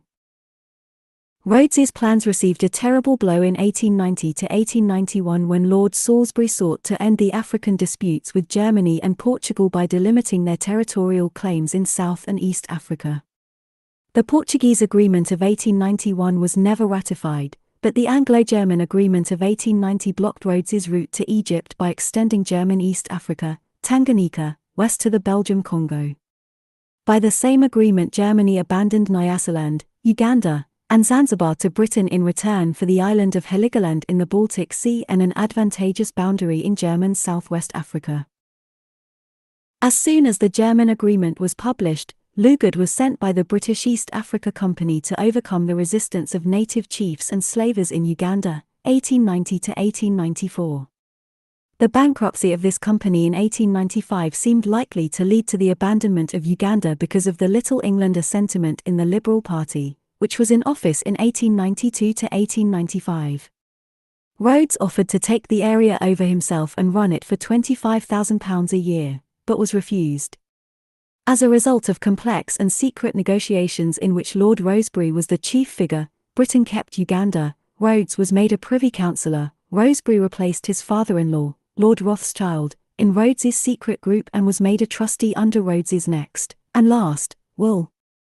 Rosebery tried to obtain a route for Rhodes's railway to the north across the Belgian Congo. Rosebery was informed of Rhodes's plans to finance an uprising of the English within the Transvaal, Boer, Republic and to send Dr. Jameson on a raid into that country to restore order, and, finally, Rhodes found the money to finance Kitchener's railway from Egypt to Uganda, using the South African gauge and engines given by Rhodes. The economic strength which allowed Rhodes to do these things rested in his diamond and gold mines, the latter in the Transvaal, and thus not in British territory. North of Cape Colony, across the Orange River, was a Boer republic, the Orange Free State. Beyond this, and separated by the Vaal River, was another Boer republic, the Transvaal. Beyond this, across the Limpopo River and continuing northward to the Zambezi River, was the savage native kingdom of the Matabeles. With great personal daring, unscrupulous opportunism, and extravagant expenditure of money, Rhodes obtained an opening to the north, passing west of the Boer republics, by getting British control in Griqualand West, 1880, Bechuanaland, and the Bechuanaland Protectorate, 1885. In 1888 Rhodes obtained a vague but extensive mining concession from the Matabeles chief, Lobengula, and gave it to the British South Africa Company organised for the purpose, 1889. Rhodes obtained a charter so worded that the company had very extensive powers in an area without any northern limits beyond Bechuanaland Protectorate. 4 years later the Matabeles were attacked and destroyed by Dr. Jameson, and their lands taken by the company. The company, however, was not a commercial success, and paid no dividends for 35 years, 1889 to 1924, and only 12.5 shillings in 4 to 6 years. This compares with 793.5% dividends paid by Rhodes's Consolidated Gold Fields in the 5 years 1889 to 1894 and the 125% dividend it paid in 1896. Most of the South Africa Company's money was used on public improvements like roads and schools, and no rich mines were found in its territory, known as Rhodesia, compared to those farther south in the Transvaal. In spite of the terms of the Rhodes rules, Rhodes himself was not a racist. Nor was he a political Democrat. He worked as easily and as closely with Jews, black natives, or Boers as he did with English. But he had a passionate belief in the value of a liberal education, and was attached to a restricted suffrage and even to a non-secret ballot. In South Africa he was a staunch friend of the Dutch and of the blacks, found his chief political support among the Boers, until at least 1895, and wanted restrictions on natives put on an educational rather than on a colour basis. These ideas have generally been held by his group since and have played an important role in British imperial history. His greatest weakness rested on the fact that his passionate attachment to his goals made him overly tolerant in regard to methods. He did not hesitate to use either bribery or force to attain his ends if he judged they would be effective. This weakness led to his greatest errors, the Jameson Raid of 1895 and the Boer War of 1899 to 1902, errors which were disastrous for the future of the empire he loved. South Africa, 1895 to 1933. By 1895 the Transvaal Republic presented an acute problem. All political control was in the hands of a rural, backward, Bible-reading, racist minority of Boers, while all economic wealth was in the hands of a violent, aggressive majority of foreigners, Uitlanders, most of whom lived in the new city of Johannesburg. The Uitlanders, who were twice as numerous as the Boers and owned 2/3 of the land and 9/10 of the wealth of the country, were prevented from participating in political life or from becoming citizens, except after 14 years' residence, and were irritated by a series of minor pinpricks and extortions, such as tax differentials, a dynamite monopoly, and transportation restrictions, and by rumors that the Transvaal president, Paul Kruger, was intriguing to obtain some kind of German intervention and protection. At this point in 1895, Rhodes made his plans to overthrow Kruger's government by an uprising in Johannesburg, financed by himself and beat, and led by his brother Frank Rhodes, Abe Bailey, and other supporters, followed by an invasion of the Transvaal by a force led by Jameson from Bechuanaland and Rhodesia. Flora Shaw used the Times to prepare public opinion in England, while Albert Grey and others negotiated with Colonial Secretary Joseph Chamberlain for the official support that was necessary. Unfortunately, when the revolt fizzled out in Johannesburg, Jameson raided anyway in an effort to revive it, and was easily captured by the Boers. The public officials involved denounced the plot, loudly proclaimed their surprise at the event, and were able to whitewash most of the participants in the subsequent parliamentary inquiry. A telegram from the German Kaiser to President Kruger of the Transvaal, congratulating him on his success in preserving the independence of his country without the need to call for aid from his friends, was built up by the Times into an example of brazen German interference in British affairs, and almost eclipsed Jameson's aggression. Rhodes was stopped only temporarily, but he had lost the support of many of the Boers. For almost 2 years he and his friends stayed quiet, waiting for the storm to blow over. Then they began to act again. Propaganda, most of it true, about the plight of Uitlanders in the Transvaal Republic flooded England and South Africa from Flora Shaw, W. T. Stead, Edmund Garrett, and others. Milner was made High Commissioner of South Africa, 1897. Brett worked his way into the confidence of the monarchy to become its chief political advisor during a period of more than 25 years. He wrote almost daily letters of advice to King Edward during his reign, 1901 to 1910. By a process whose details are still obscure, a brilliant, young graduate of Cambridge, Jan Smuts, who had been a vigorous supporter of Rhodes and acted as his agent in Kimberley as late as 1895 and who was one of the most important members of the Rhodes-Milner Group in the period 1908 to 1950, went to the Transvaal and, by violent anti-British agitation, became State Secretary of that country, although a British subject, and chief political advisor to President Kruger. Milner made provocative troop movements on the Boer frontiers in spite of the vigorous protests of his commanding general in South Africa, who had to be removed, and, finally, war was precipitated when Smuts drew up an ultimatum insisting that the British troop movement cease, and when this was rejected by Milner. The Boer War, 1899 to 1902, was one of the most important events in British imperial history. The ability of 40,000 Boer farmers to hold off 10 times as many British for 3 years, inflicting a series of defeats on them over that period, destroyed faith in British power.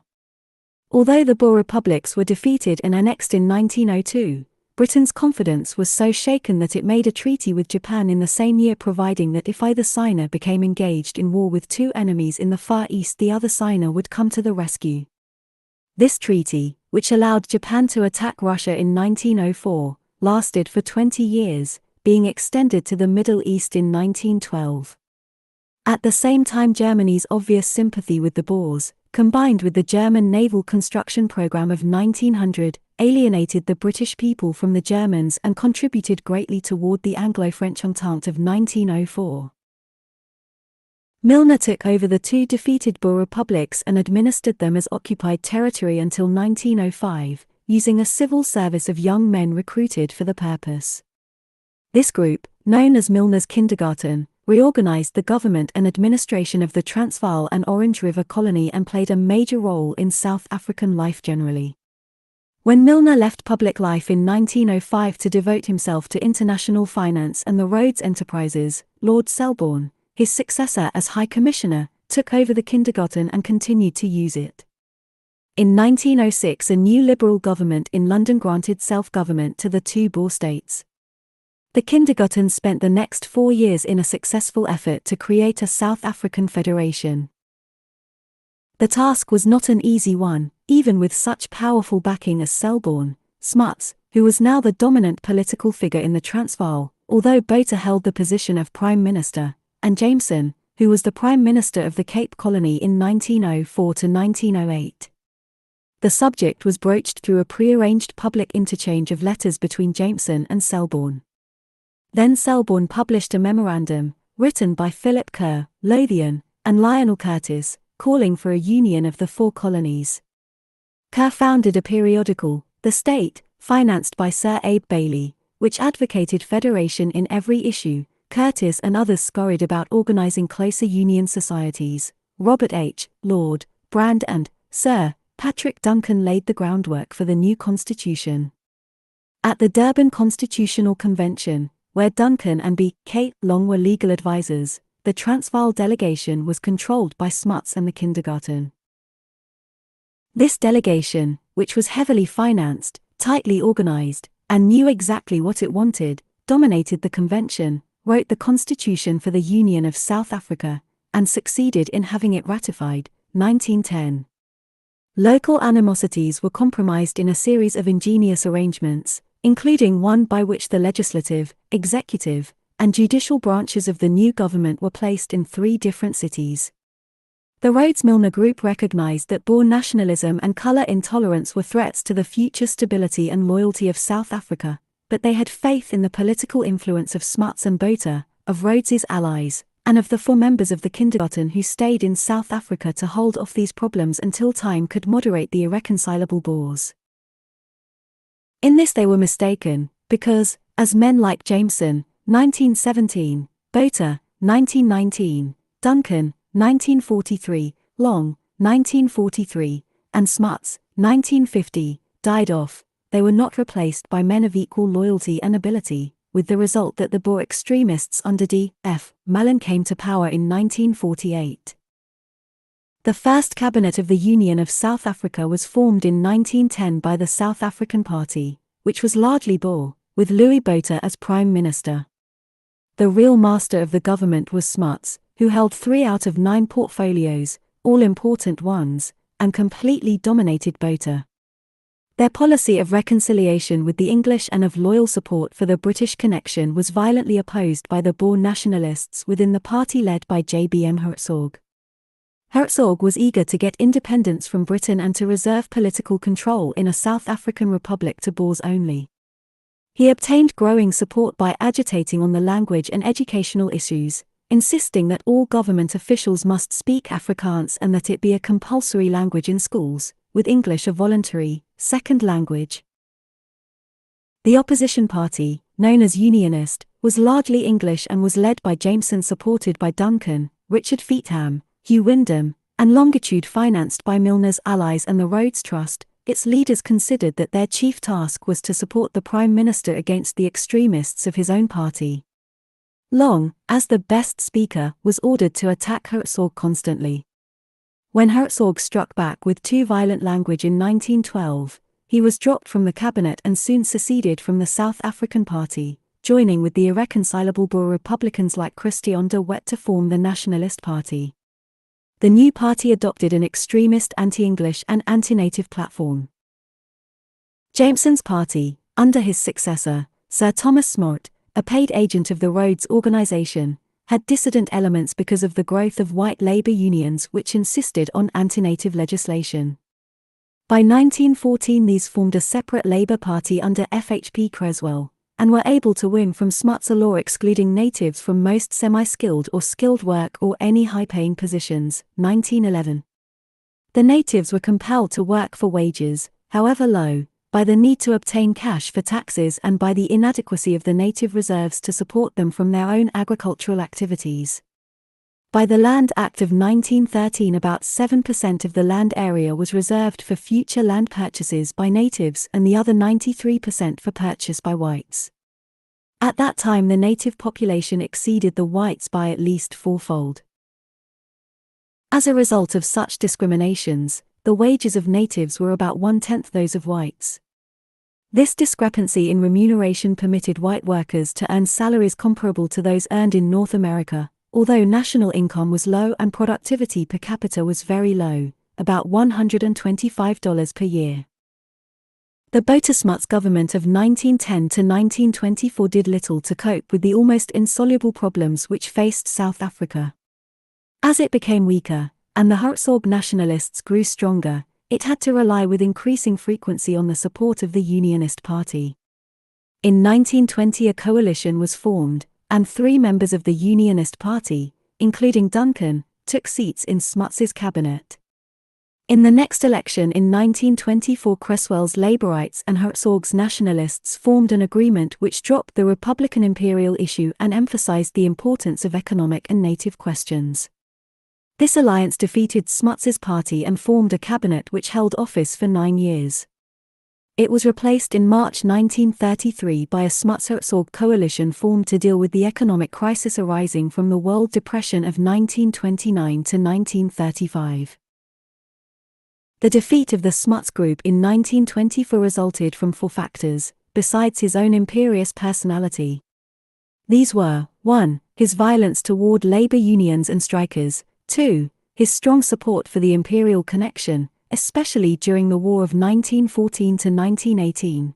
3. His refusal to show any enthusiasm for an anti-native program. And 4. The economic hardships of the post-war depression and the droughts of 1919 to 1923. A miners' strike in 1913 was followed by a general strike in 1914.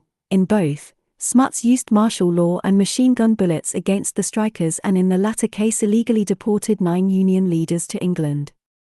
This problem had hardly subsided before the government entered the war against Germany and actively participated in the conquest of German Africa as well as in the fighting in France.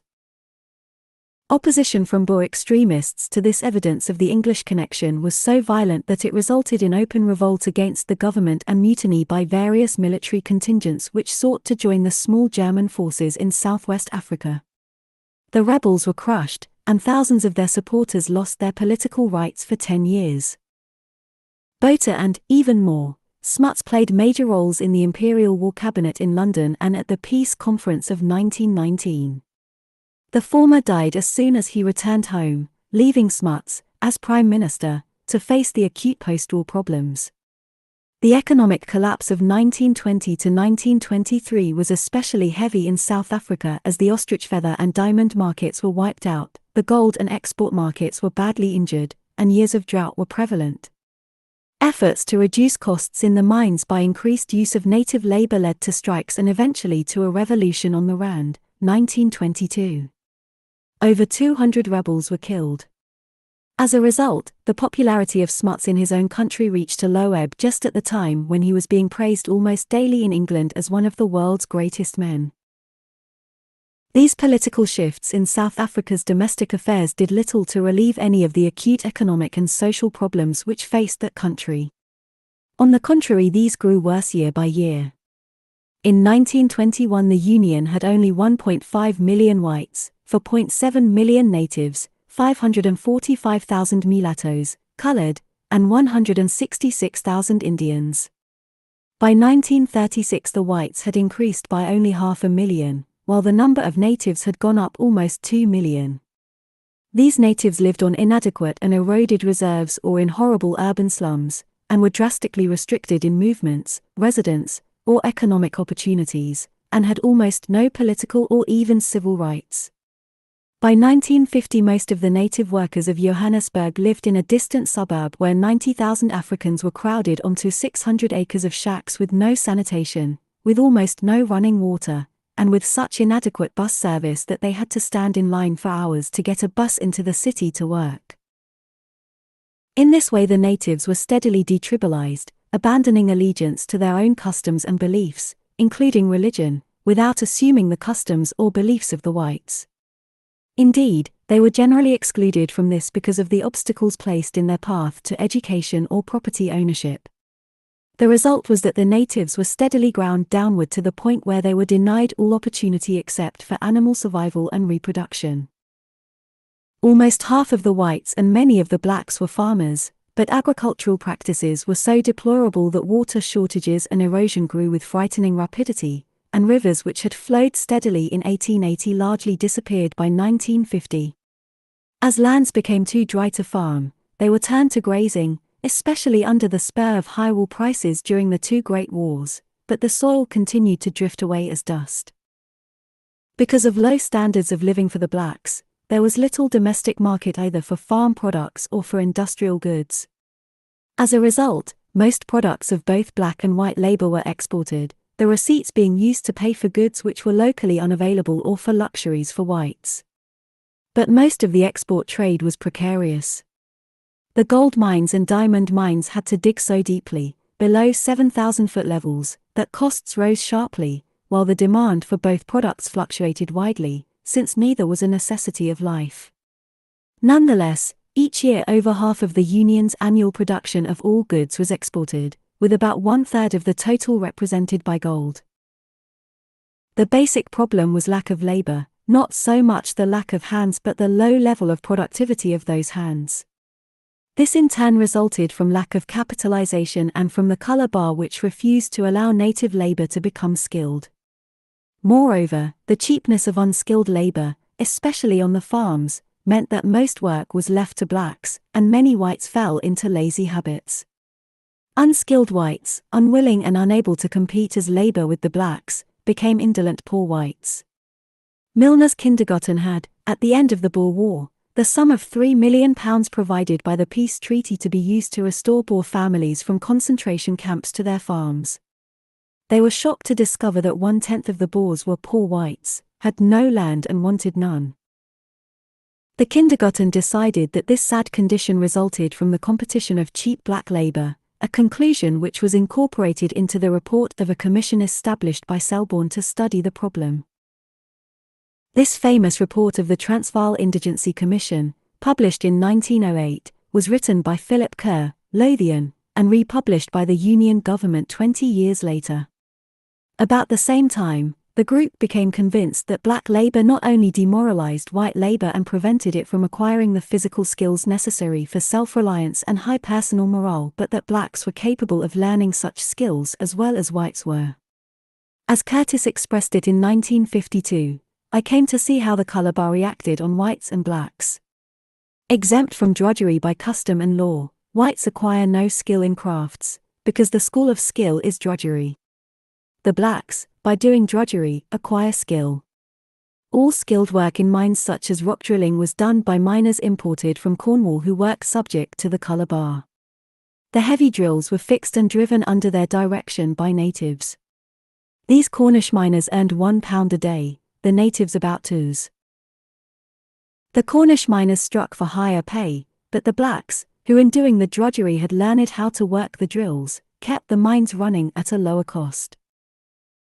Accordingly, the Milner Round Table Group worked out a scheme to reserve the tropical portions of consequence would be that black laborists south of the Zambezi would rapidly emigrate from South Africa and leave South African whites to do their own drudgery, which would be the salvation of the whites. Although this project has not been achieved, it provides the key to Britain's native and Central African policies from 1917 onward. For example, in 1937 to 1939 Britain made many vain efforts to negotiate a settlement of Germany's colonial claims under which Germany would renounce forever its claims on Tanganyika and be allowed to participate as a member of an international administration of all tropical Africa, including the Belgian Congo and Portuguese Angola as well as British and French territory, as a single unit in which native rights would be paramount. The British tradition of fair conduct toward natives and non-whites generally was found most frequently among the best educated of the English upper class and among those lower class groups, such as missionaries, where religious influences were strongest. This tradition was greatly strengthened by the actions of the Rhodes-Milner Group, especially after 1920. Rhodes aroused considerable ill-feeling among the whites of South Africa when he announced that his program included equal rights for all civilized men south of the Zambezi, and went on to indicate that civilized men included ambitious, literate Negroes. When Milner took over the Boer states in 1901, he tried to follow the same policy. The Peace Treaty of 1902 promised that the native franchise would not be forced on the defeated Boers, but Milner tried to organize the governments of municipalities, beginning with Johannesburg, so that natives could vote. This was blocked by the kindergarten, led by Curtis, who was in charge of municipal reorganization in 1901 to 1906, because they considered reconciliation with the Boers as a preliminary to a South African union to be more urgent. Similarly, Smuts, as the chief political figure in South Africa after 1910, had to play down native rights in order to win Boer and English Labour support for the rest of his program. The Rhodes-Milner Group, however, was in a better position to carry out its plans in the non-self-governing portions of Africa outside the Union. In South Africa, the three native protectorates of Swaziland, Bechuanaland, and Basutoland were retained by the imperial authorities as areas where native rights were paramount and where tribal forms of living could be maintained at least partially. However, certain tribal customs, such as those which required a youth to prove his manhood by undergoing inhuman suffering or engaging in warfare or cattle stealing before he could marry or become a full-fledged member of the tribe, had to be curtailed. They were replaced in the 20th century by the custom of taking work in the mines of South Africa as contract laborists for a period of years. Such labor was as onerous and killing as tribal warfare had been earlier because deaths from disease and accident were very high. But, by undergoing this test for about 5 years, the survivors obtained sufficient savings to allow them to return to their tribes and buy sufficient cattle and wives to support them as full members of the tribe for the rest of their days. Unfortunately, this procedure did not result in good agricultural practices but rather in overgrazing, growing drought and erosion, and great population pressure in the native reserves. It also left the mines without any assured labor supply so that it became necessary to recruit contract labor farther and farther north.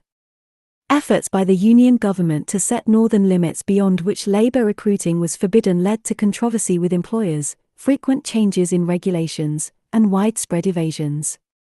As a consequence of an agreement made by Milner with Portuguese authorities, about a quarter of the natives working in South African mines came from Portuguese East Africa even as late as 1936. Making the Commonwealth, 1910 to 1926. As soon as South Africa was united in 1910, the kindergarten returned to London to try to federate the whole empire by the same methods.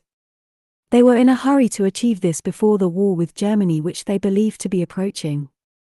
With Abe Bailey money they founded the Round Table under Kerr's, Lothian's, editorship, met informal conclaves presided over by Milner to decide the fate of the empire, and recruited new members to their group, chiefly from New College, of which Milner was a fellow. The new recruits included a historian, F.S. Oliver, Sir Alfred Zimmern, Sir Reginald Cupland, Lord Lovat, and Waldorf, Lord Ayrstear. Curtis and others were sent around the world to organize round table groups in the chief British dependencies. For several years, 1910 to 1916, the round table groups worked desperately trying to find an acceptable formula for federating the empire.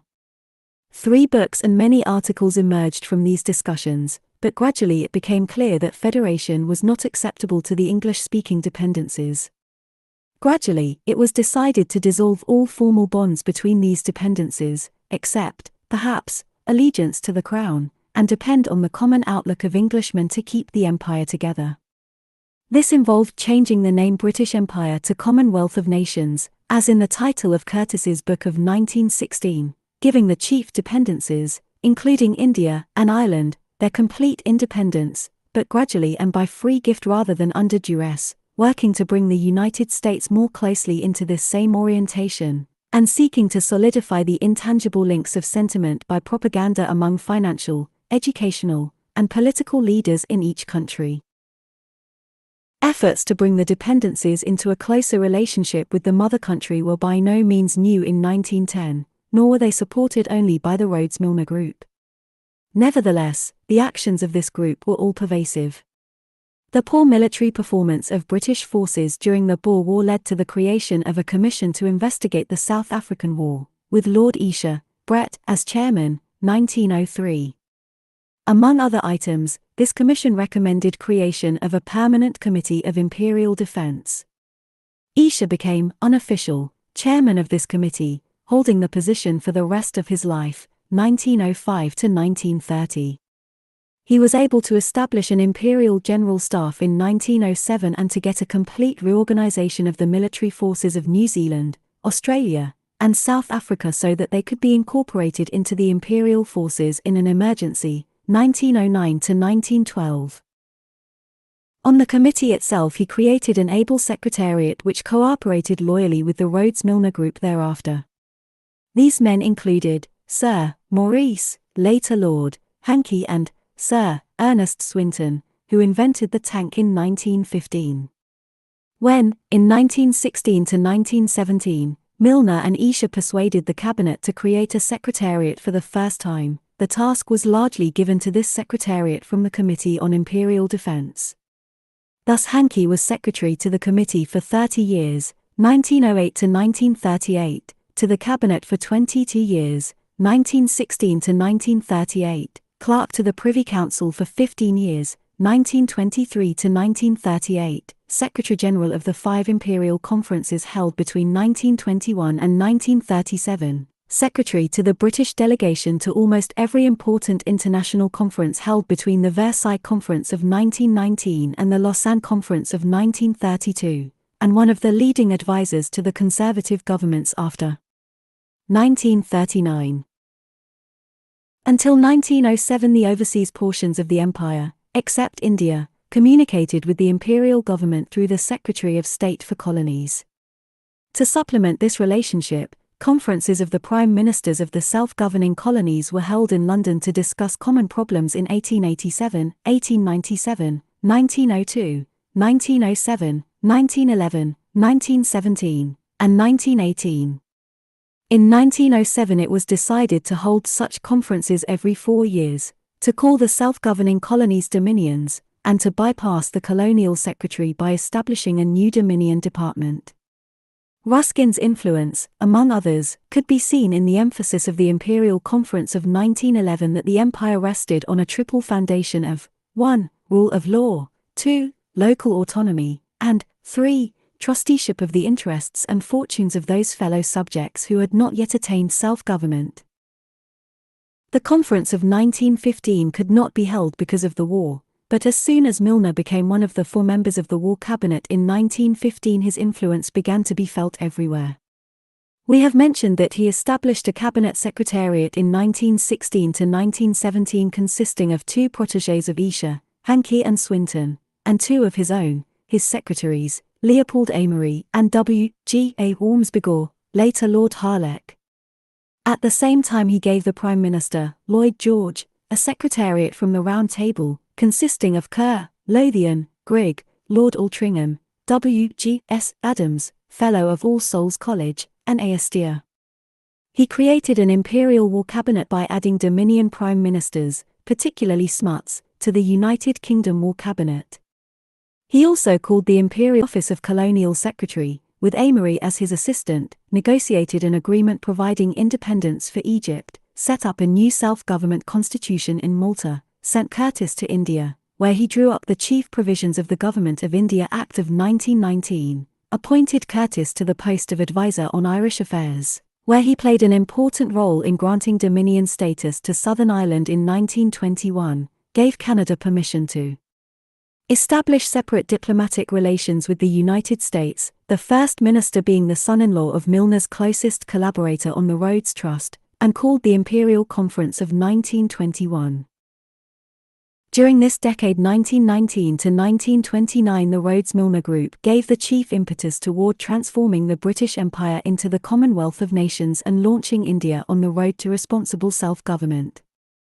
The creation of the Round Table groups by Milner's kindergarten in 1909 to 1913 opened a new day in both these fields, although the whole group was so secretive that, even today, many close students of the subject are not aware of its significance.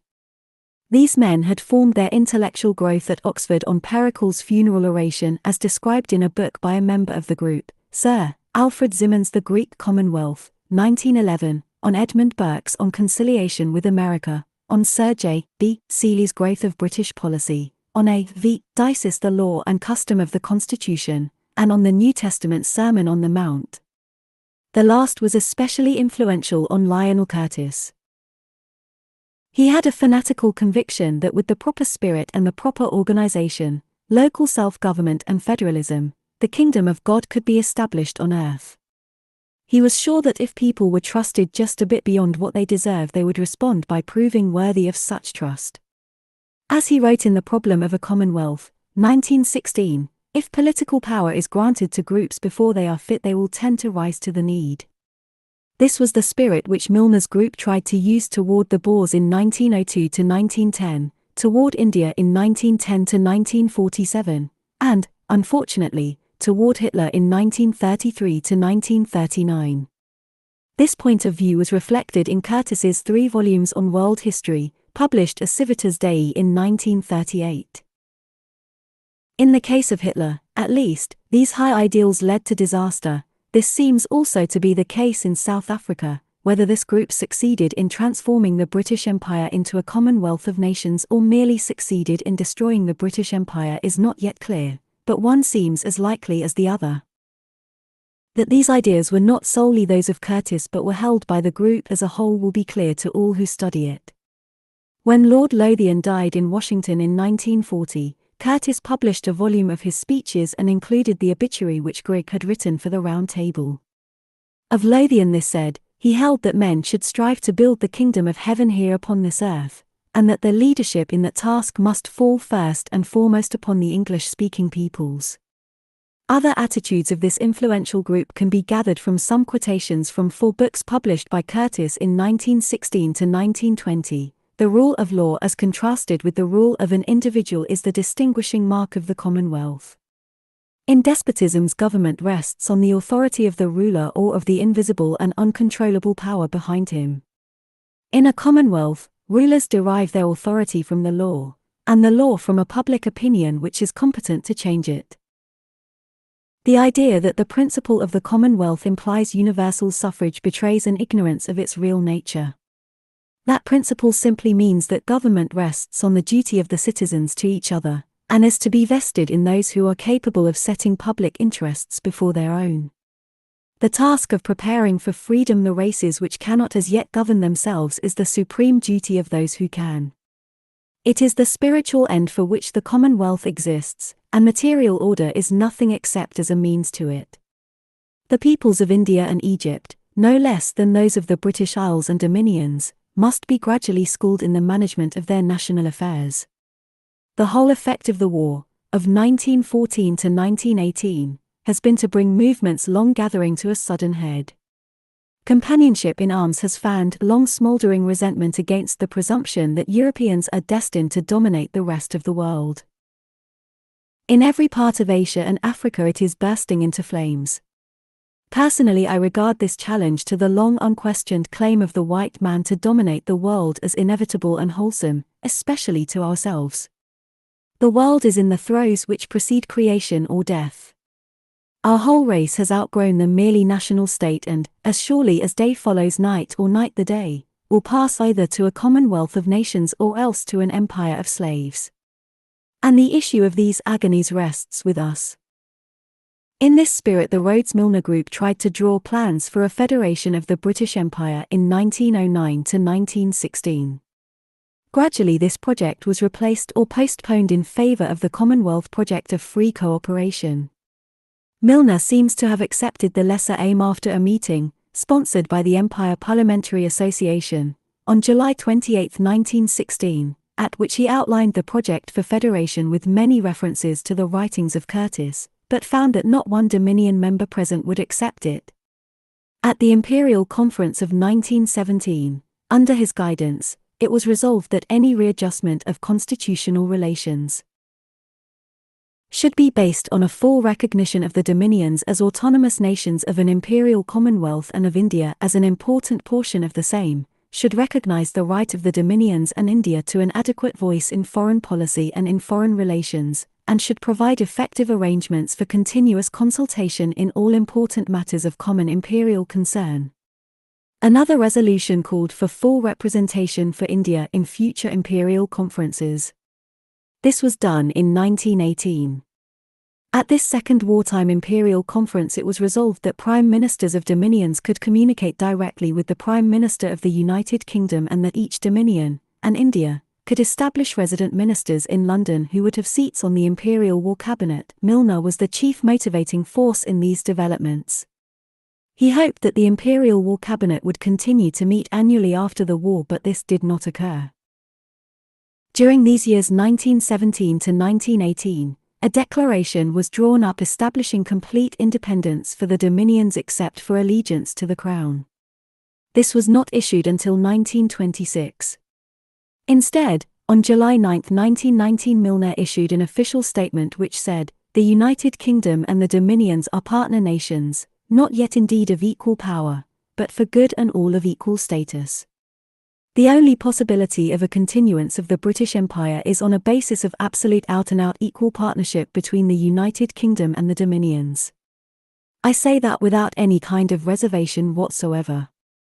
This point of view was restated in the so-called Balfour Declaration of 1926 and was enacted into law as the Statute of Westminster in 1931. B.K. Long of the South African Round Table Group, who was colonial editor of the Times in 1913 to 1921 and editor of Rhodes's paper, The Cape Times, in South Africa in 1922 to 1935, tells us that the provisions of the Declaration of 1926 were agreed on in 1917 during the Imperial Conference convoked by Milner. They were formulated by John W. Defoe, editor of the Winnipeg Free Press for 43 years and the most influential journalist in Canada for much of that period. Defoe persuaded the Canadian Prime Minister, Sir Robert Borden, to accept his ideas and then brought in Long and Dawson, editor of the Times. Dawson negotiated the agreement with Milner, Smuts, and others. Although Australia and New Zealand were far from satisfied, the influence of Canada and of South Africa carried the agreement. 9 years later it was issued under Balfour's name at a conference convoked by Amory.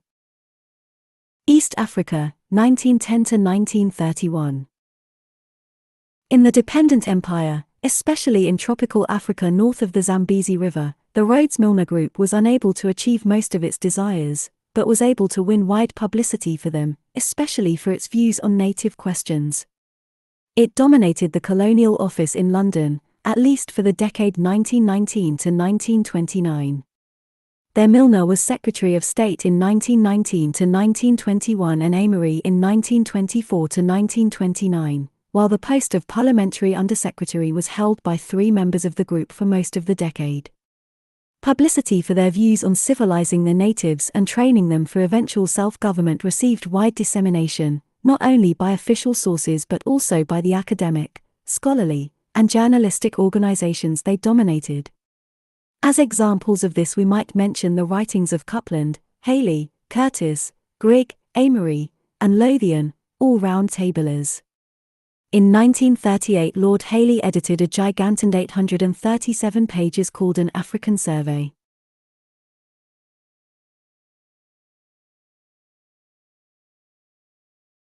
This work was first suggested by Smuts at Rhodes House, Oxford, in 1929, had a foreword by Lothian, and an editorial board of Lothian, Haley, Coupland, Curtis, and others.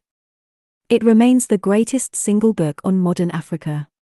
These people, and others, through the Times, the Round Table, the Observer, Chatham House, and other conduits, became the chief source of ideas on colonial problems in the English-speaking world. Nevertheless, they were unable to achieve their program. In the course of the 1920s the Round Table program for East Africa was paralyzed by a debate on the priority which should be given to the 3 aspects of the group's project for a Negro dominion north of the Zambezi. The 3 parts were, 1. Native rights, 2. Closer union, and 3. International trusteeship. Generally, the group gave priority to closer union, federation of Kenya with Uganda and Tanganyika, but the ambiguity of their ideas on native rights made it possible for Dr. Joseph H. Oldham, spokesman for the organized nonconformist missionary groups, to organize a successful opposition movement to Federation of East Africa. In this effort Oldham found a powerful ally in Lord Lugard, and considerable support from other informed persons, including Marjorie Purim. The Round Tablers, who had no first-hand knowledge of native life or even of tropical Africa, were devoted supporters of the English way of life, and could see no greater benefit conferred on natives than to help them to move in that direction. This, however, inevitably destroy the tribal organization of life, as well as the native systems of land tenure, which were generally based on tribal holding of land. The white settlers were eager to see these things disappear, since they generally wished to bring the native labor force and African lands into the commercial market. Oldham and Lugard opposed this, since they felt it would lead to white ownership of large tracts of land on which detribalized and demoralized natives would subsist as wage slaves. Moreover, to Lugard, economy in colonial administration required that natives be governed under his system of indirect rule through tribal chiefs. Closer union became a controversial target in this dispute because it involved a gradual increase in local self-government which would lead to a greater degree of white settler rule. The opposition to closer union in East Africa was successful in holding up this project in spite of the Round Table domination of the Colonial Office, chiefly because of Prime Minister Baldwin's refusal to move quickly. This delayed change until the Labour government took over in 1929. In this the pro-native, nonconformist, especially Quaker, influence was stronger. The trusteeship issue came into this controversy because Britain was bound, as a mandate power, to maintain native rights in Tanganyika to the satisfaction of the Mandates Commission of the League of Nations. This placed a major obstacle in the path of Round Table efforts to join Tanganyika with Kenya and Uganda into a Negro Dominion, which would be under quite a different kind of trusteeship of the African colonial powers. Farther south, in the Rhodesias and Nyasaland, the Round Table obsession with federation did not meet this obstacle, and that area was eventually federated, over native protests, in 1953, but this creation, the Central African Federation, broke up again in 1964. Strangely enough, the League of Nations mandate system, which became such an obstacle to the Round Table plans, was largely a creation of the Round Table itself. The Milner Group used the defeat of Germany in 1918 as an opportunity to impose an international obligation on certain powers to treat the natives fairly in the regions taken from Germany. This opportunity was of great significance because just at that time the earlier impetus in this direction arising from missionaries was beginning to weaken as a consequence of the general weakening of religious feeling in European culture. The chief problem in East Africa arose from the position of the white settlers of Kenya. Although this colony rests directly on the equator, its interior highlands, 4,000 to 10,000 feet up, were well adapted to white settlement and to European agricultural methods.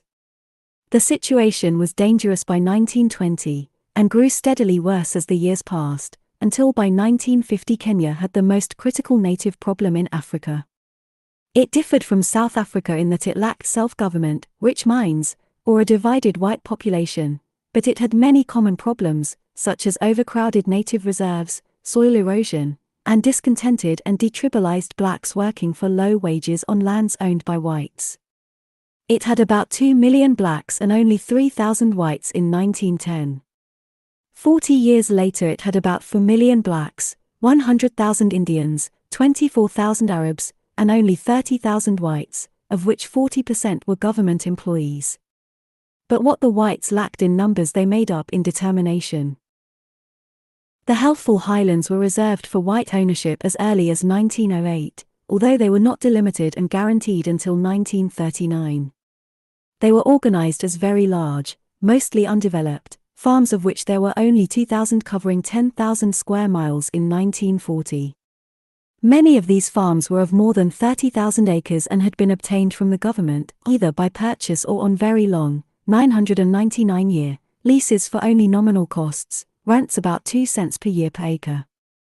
The native reserves amounted to about 50,000 square miles of generally poorer land, or 5 times as much land for the blacks, although they had at least 150 times as many people. The Indians, chiefly in commerce and crafts, were so industrious that they gradually came to own most of the commercial areas both in the towns and in the native reserves. The two great subjects of controversy in Kenya were concerned with the supply of labor and the problem of self-government, although less agitated problems, like agricultural technology, sanitation, and education were of vital significance. The whites tried to increase the pressure on natives to work on white farms rather than to seek to make a living on their own lands within the reserves, by forcing them to pay taxes in cash, by curtailing the size or quality of the reserves, by restricting improvements in native agricultural techniques, and by personal and political pressure and compulsion. The effort to use political compulsion reached a peak in 1919 and was stopped by Milner, although his group, like Rhodes in South Africa, was eager to make natives more industrious and more ambitious by any kinds of social, educational, or economic pressures. The settlers encouraged natives to live off the reserves in various ways, for example, by permitting them to settle as squatters on white estates in return for at least 180 days of work a year at the usual low wage rates. To help both black and white farmers, not only in Kenya but throughout the world, Milner created, as a research organization, an Imperial College of Tropical Agriculture at Trinidad in 1919. As a consequence of various pressures which we have mentioned, notably the need to pay taxes which averaged, perhaps, 1 month's wages a year and, in the aggregate, took from the natives a larger sum than that realized from the sale of native products. The percentage of adult males working off the reservations increased from about 35% in 1925 to over 80% in 1940. This had very deleterious effects on tribal life, family life, native morality, and family discipline, although it seems to have had beneficial effects on native health and general education. The real crux of controversy before the Mau Mau uprising of 1948 to 1955 was the problem of self-government. Pointing to South Africa, the settlers in Kenya demanded self-rule which would allow them to enforce restrictions on non-whites. A local colonial government was organized under the Colonial Office in 1906. As was usual in such cases, it consisted of an appointive governor assisted by an appointed executive council and advised by a legislative council. The latter had, also as usual, a majority of officials and a minority of unofficial outsiders. Only in 1922 did the unofficial portion become elective, and only in 1949 did it become a majority of the whole body. The efforts to establish an elective element in the Legislative Council in 1919 to 1923 resulted in violent controversy. The draft drawn by the council itself provided for only European members elected by a European electorate. Milner added 2 Indian members elected by a separate Indian electorate. In the resulting controversy, the settlers sought to obtain their original plan, while London sought a single electoral roll restricted in size by educational and property qualifications but without mention of race. To resist this, the settlers organized a vigilance committee and planned to seize the colony, abduct the governor, and form a republic federated in some way with South Africa. From this controversy came eventually a compromise, the famous Kenya White Paper of 1923, and the appointment of Sir Edward Grigg as governor for the period of 1925 to 1931. The compromise gave Kenya a legislative council containing representatives of the imperial government, the white settlers, the Indians, the Arabs, and a white missionary to represent the blacks. Except for the settlers and Indians, most of these were nominated rather than elected, but by 1949, as the membership was enlarged, election was extended, and only the official and Negro members, 4 out of 41, were nominated. The Kenya White Paper of 1923 arose from a specific problem in a single colony, but remained the formal statement of imperial policy in tropical Africa. It said, primarily Kenya is an African territory, and His Majesty's government think it necessary definitely to record their considered opinion that the interests of the African natives must be paramount, and that if and when those interests and the interests of the immigrant races should conflict, the former should prevail. In the administration of Kenya, His Majesty's government regard themselves as exercising a trust on behalf of the African population, and they are unable to delegate or share this trust, the object of which may be defined as the protection and advancement of the native races.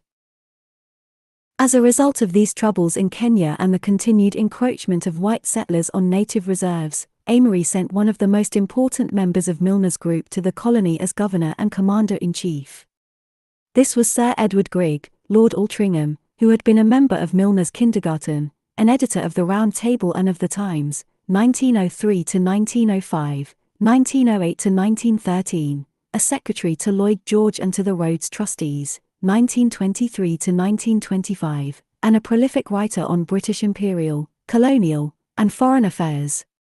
In Kenya he tried to protect native reserves while still forcing natives to develop habits of industry by steady work, to shift white attention from political to technical problems such as agriculture, and to work toward a consolidation of tropical Africa into a single territorial unit. He forced through the colonial legislature in 1930 the Native Land Trust Ordinance which guaranteed native reserves. But these reserves remained inadequate and were increasingly damaged by bad agricultural practices. Only in 1925 did any sustained effort to improve such practices by natives begin. About the same time efforts were made to extend the use of native courts, native advisory councils, and to train natives for an administrative service. All of these met slow, varied, and, on the whole, indifferent success, chiefly because of natives' reluctance to cooperate and the natives' growing suspicion of white men's motives even when these whites were most eager to help. The chief cause of this growing suspicion, which in some cases reached a psychotic level, would seem to be the natives' insatiable hunger for religion and his conviction that the whites were hypocrites who taught a religion that they did not obey, were traitors to Christ's teachings, and were using these to control the natives and to betray their interests, under cover of religious ideas which the whites themselves did not observe in practice. India to 1926. In the decade 1910 to 1920, the two greatest problems to be faced in creating a commonwealth of nations were India and Ireland. There can be no doubt that India provided a puzzle infinitely more complex, as it was more remote and less clearly envisioned, than Ireland. When the British East India Company became the dominant power in India about the middle of the 18th century, the Mughal Empire was in the last stages of disintegration. Provincial rulers had only nominal titles, sufficient to bring them immense treasure in taxes and rents, but they generally lacked either the will or the strength to maintain order. The more vigorous tried to expand their domains at the expense of the more feeble, oppressing the peace-loving peasantry in the process, while all legal power was challenged by roaming upstart bands and plundering tribes. Of these willful tribes, the most important were the Marathas. These systematically devastated much of south-central India in the last half of the 18th century, forcing each village to buy temporary immunity from destruction, but steadily reducing the capacity of the countryside to meet their demands because of the trail of death and economic disorganization they left in their wake. By 1800 only one-fifth of the land in some areas was cultivated. Although the East India Company was a commercial firm, primarily interested in profits, and thus reluctant to assume a political role in this chaotic countryside, it had to intervene again and again to restore order, replacing one nominal ruler by another and even taking over the government of those areas where it was more immediately concerned. In addition, the cupidity of many of its employees led them to intervene as political powers in order to divert to their own pockets some of the fabulous wealth which they saw flowing by. For these two reasons the areas under company rule, although not contiguous, expanded steadily until by 1858 they covered 3/5 of the country. Outside the British areas were over 500 princely domains, some no larger than a single village but others as extensive as some states of Europe. At this point, in 1857 to 1858, a sudden, violent insurrection of native forces, known as the Great Mutiny, resulted in the end of the Mughal Empire and of the East India Company, the British government taking over their political activities. From this flowed a number of important consequences. Annexation of native principalities ceased, leaving 562 outside British India, but under British protection and subject to British intervention to ensure good government. Within British India itself, good government became increasingly dominant and commercial profit decreasingly so for the whole period 1858 to 1947. British political prestige rose to new heights from 1858 to 1890 and then began to dwindle, falling precipitously in 1919 to 1922. The task of good government in India was not an easy one. In this great subcontinent with a population amounting to almost one-fifth of the human race were to be found an almost unbelievable diversity of cultures, religions, languages, and attitude. Even in 1950 modern locomotives linked together great cities with advanced industrial production by passing through jungles inhabited by tigers, elephants, and primitive pagan tribes. The population, which increased from 284 million in 1901 to 389 million in 1941 and reached 530 million in 1961, spoke more than a dozen major languages divided into hundreds of dialects, and were members of dozens of antithetical religious beliefs. There were, in 1941, 255 million Hindus, 92 million Muslims, 6.3 million Christians, 5.7 million Sikhs, 1.5 million Jains, and almost 26 million pagan animists of various kinds. In addition, the Hindus, and even some of the non-Hindus were divided into 4 major hereditary castes subdivided into thousands of subcastes, plus a lowest group of outcasts, untouchables, amounting to at least 30 million persons in 1900 and twice this number in 1950. These thousands of groups were endogamous, practiced hereditary economic activities, frequently had distinctive marks or garb, and were usually forbidden to marry, eat or drink with, or even to associate with, persons of different caste. Untouchables were generally forbidden to come in contact, even indirectly, with members of other groups and were, accordingly, forbidden to enter many temples or public buildings, to draw water from the public wells, even to allow their shadows to fall on any person of a different group, and were subject to other restrictions, all designed to avoid a personal pollution which could be removed only by religious rituals of varying degrees of elaborateness. Most subcastes were occupational groups covering all kinds of activities, so that there were hereditary groups of carrion collectors, thieves, highway robbers, or murderers, thugs, as well as farmers, fishermen, storekeepers, drug mixers, or copper smelters. For most peoples of India, caste was the most important fact of life, submerging their individuality into a group from which they could never escape, and regulating all their activities from birth to death. As a result, India, even as late as 1900, was a society in which status was dominant, each individual having a place in a group which, in turn, had a place in society.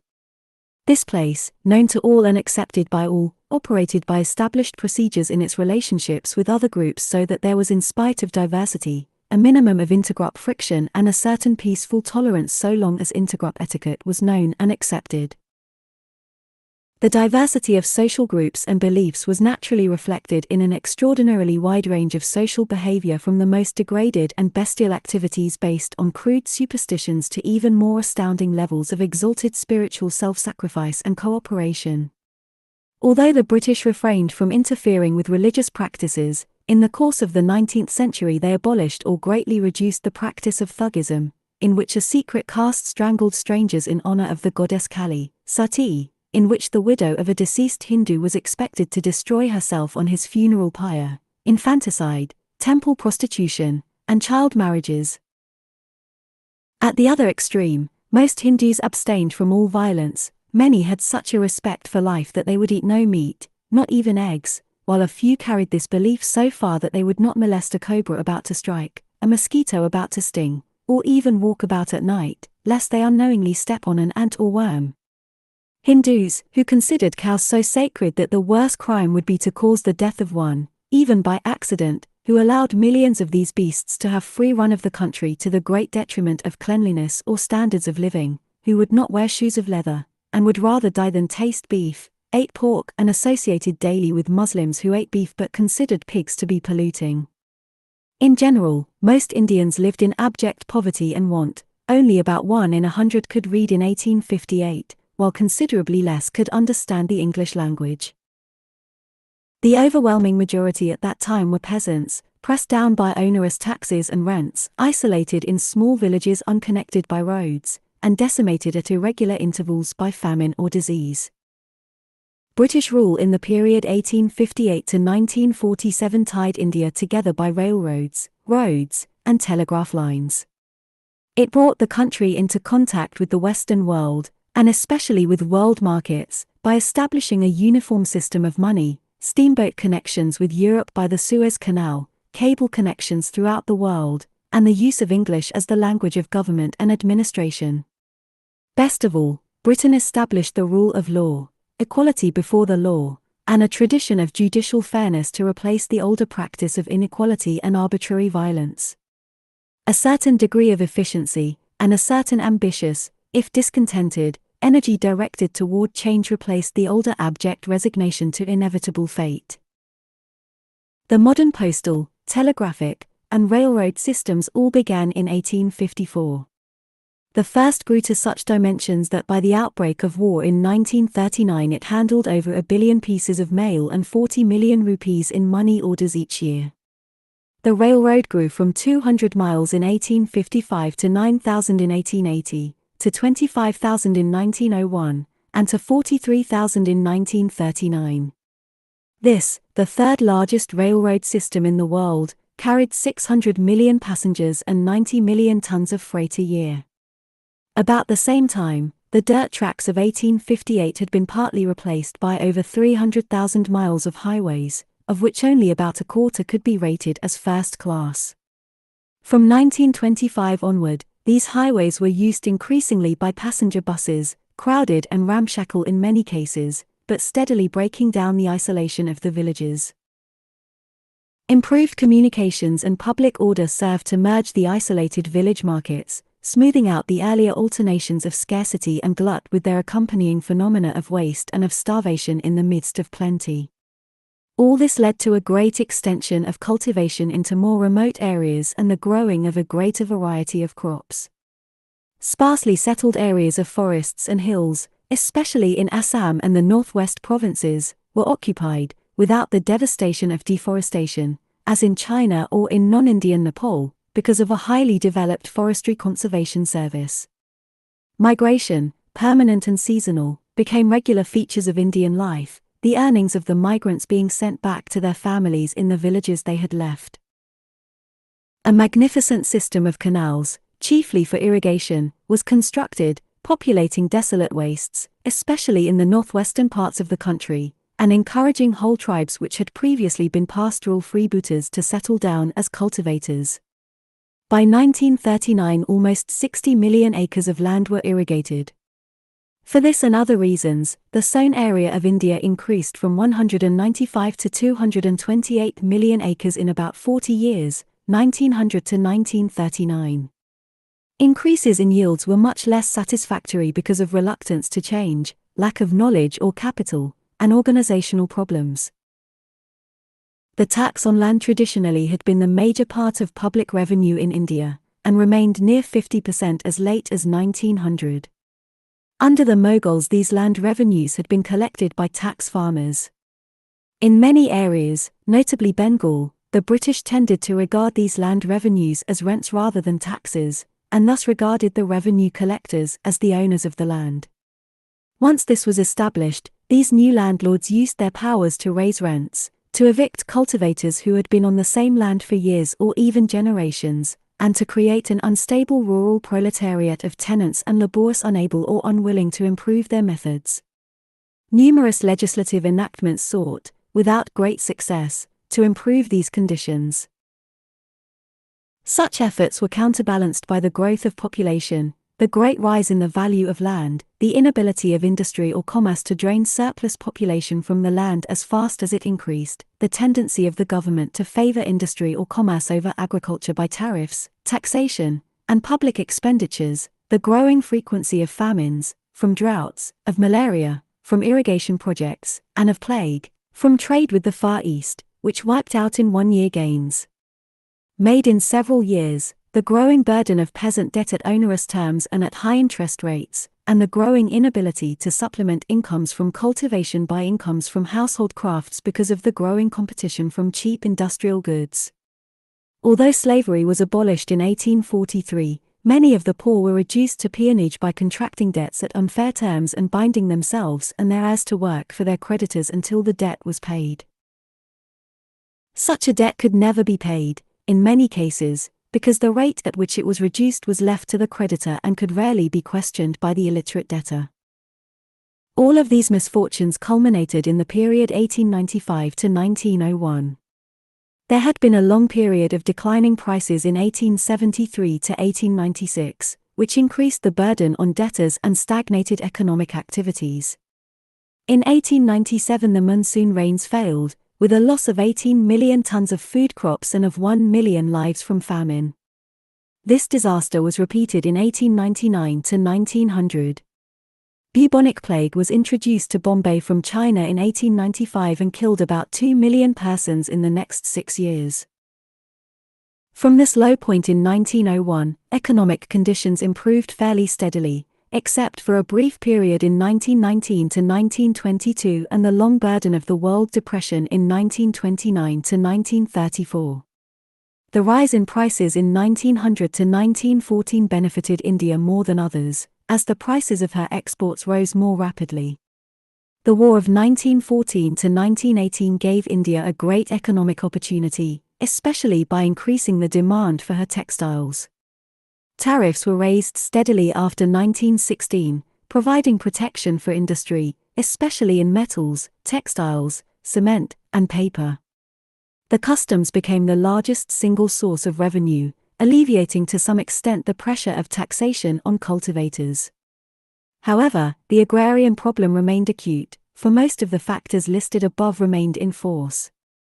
In 1931 it was estimated that, in the United Provinces, 30% of the cultivators could not make a living from their holdings even in good years, while 52% could make a living in good years but not in bad ones. There was great economic advance in mining, industry, commerce, and finance in the period after 1900. Coal output went up from 6 to 21 million tons in 1900 to 1924, and petroleum output, chiefly from Burma, went up from 37 to 294 million gallons. Production in the protected industries also improved in the same period until, by 1932, India could produce 3/4 of her cotton cloth, 3/4 of her steel, and most of her cement, matches, and sugar. In one product, jute, India became the chief source for the world's supply, and this became the leading export after 1925. A notable feature of the growth of manufacturing in India after 1900 lies in the fact that Hindu capital largely replaced British capital, chiefly for political reasons. In spite of India's poverty, there was a considerable volume of saving, arising chiefly from the inequitable distribution of income to the landlord class and to the moneylenders, if these two groups can be separated in this way. Naturally, these groups preferred to invest their incomes back in the activities whence they had been derived, but after 1919, nationalist agitation and especially Gandhi's influence inclined many Hindus to make contributions to their country's strength by investing in industry. The growth of industry should not be exaggerated, and its influences were considerably less than one might believe at first glance. There was little growth of an urban proletariat or of a permanent class of factory workers, although this did exist. Increases in output came largely from power production rather than from increases in the labor force.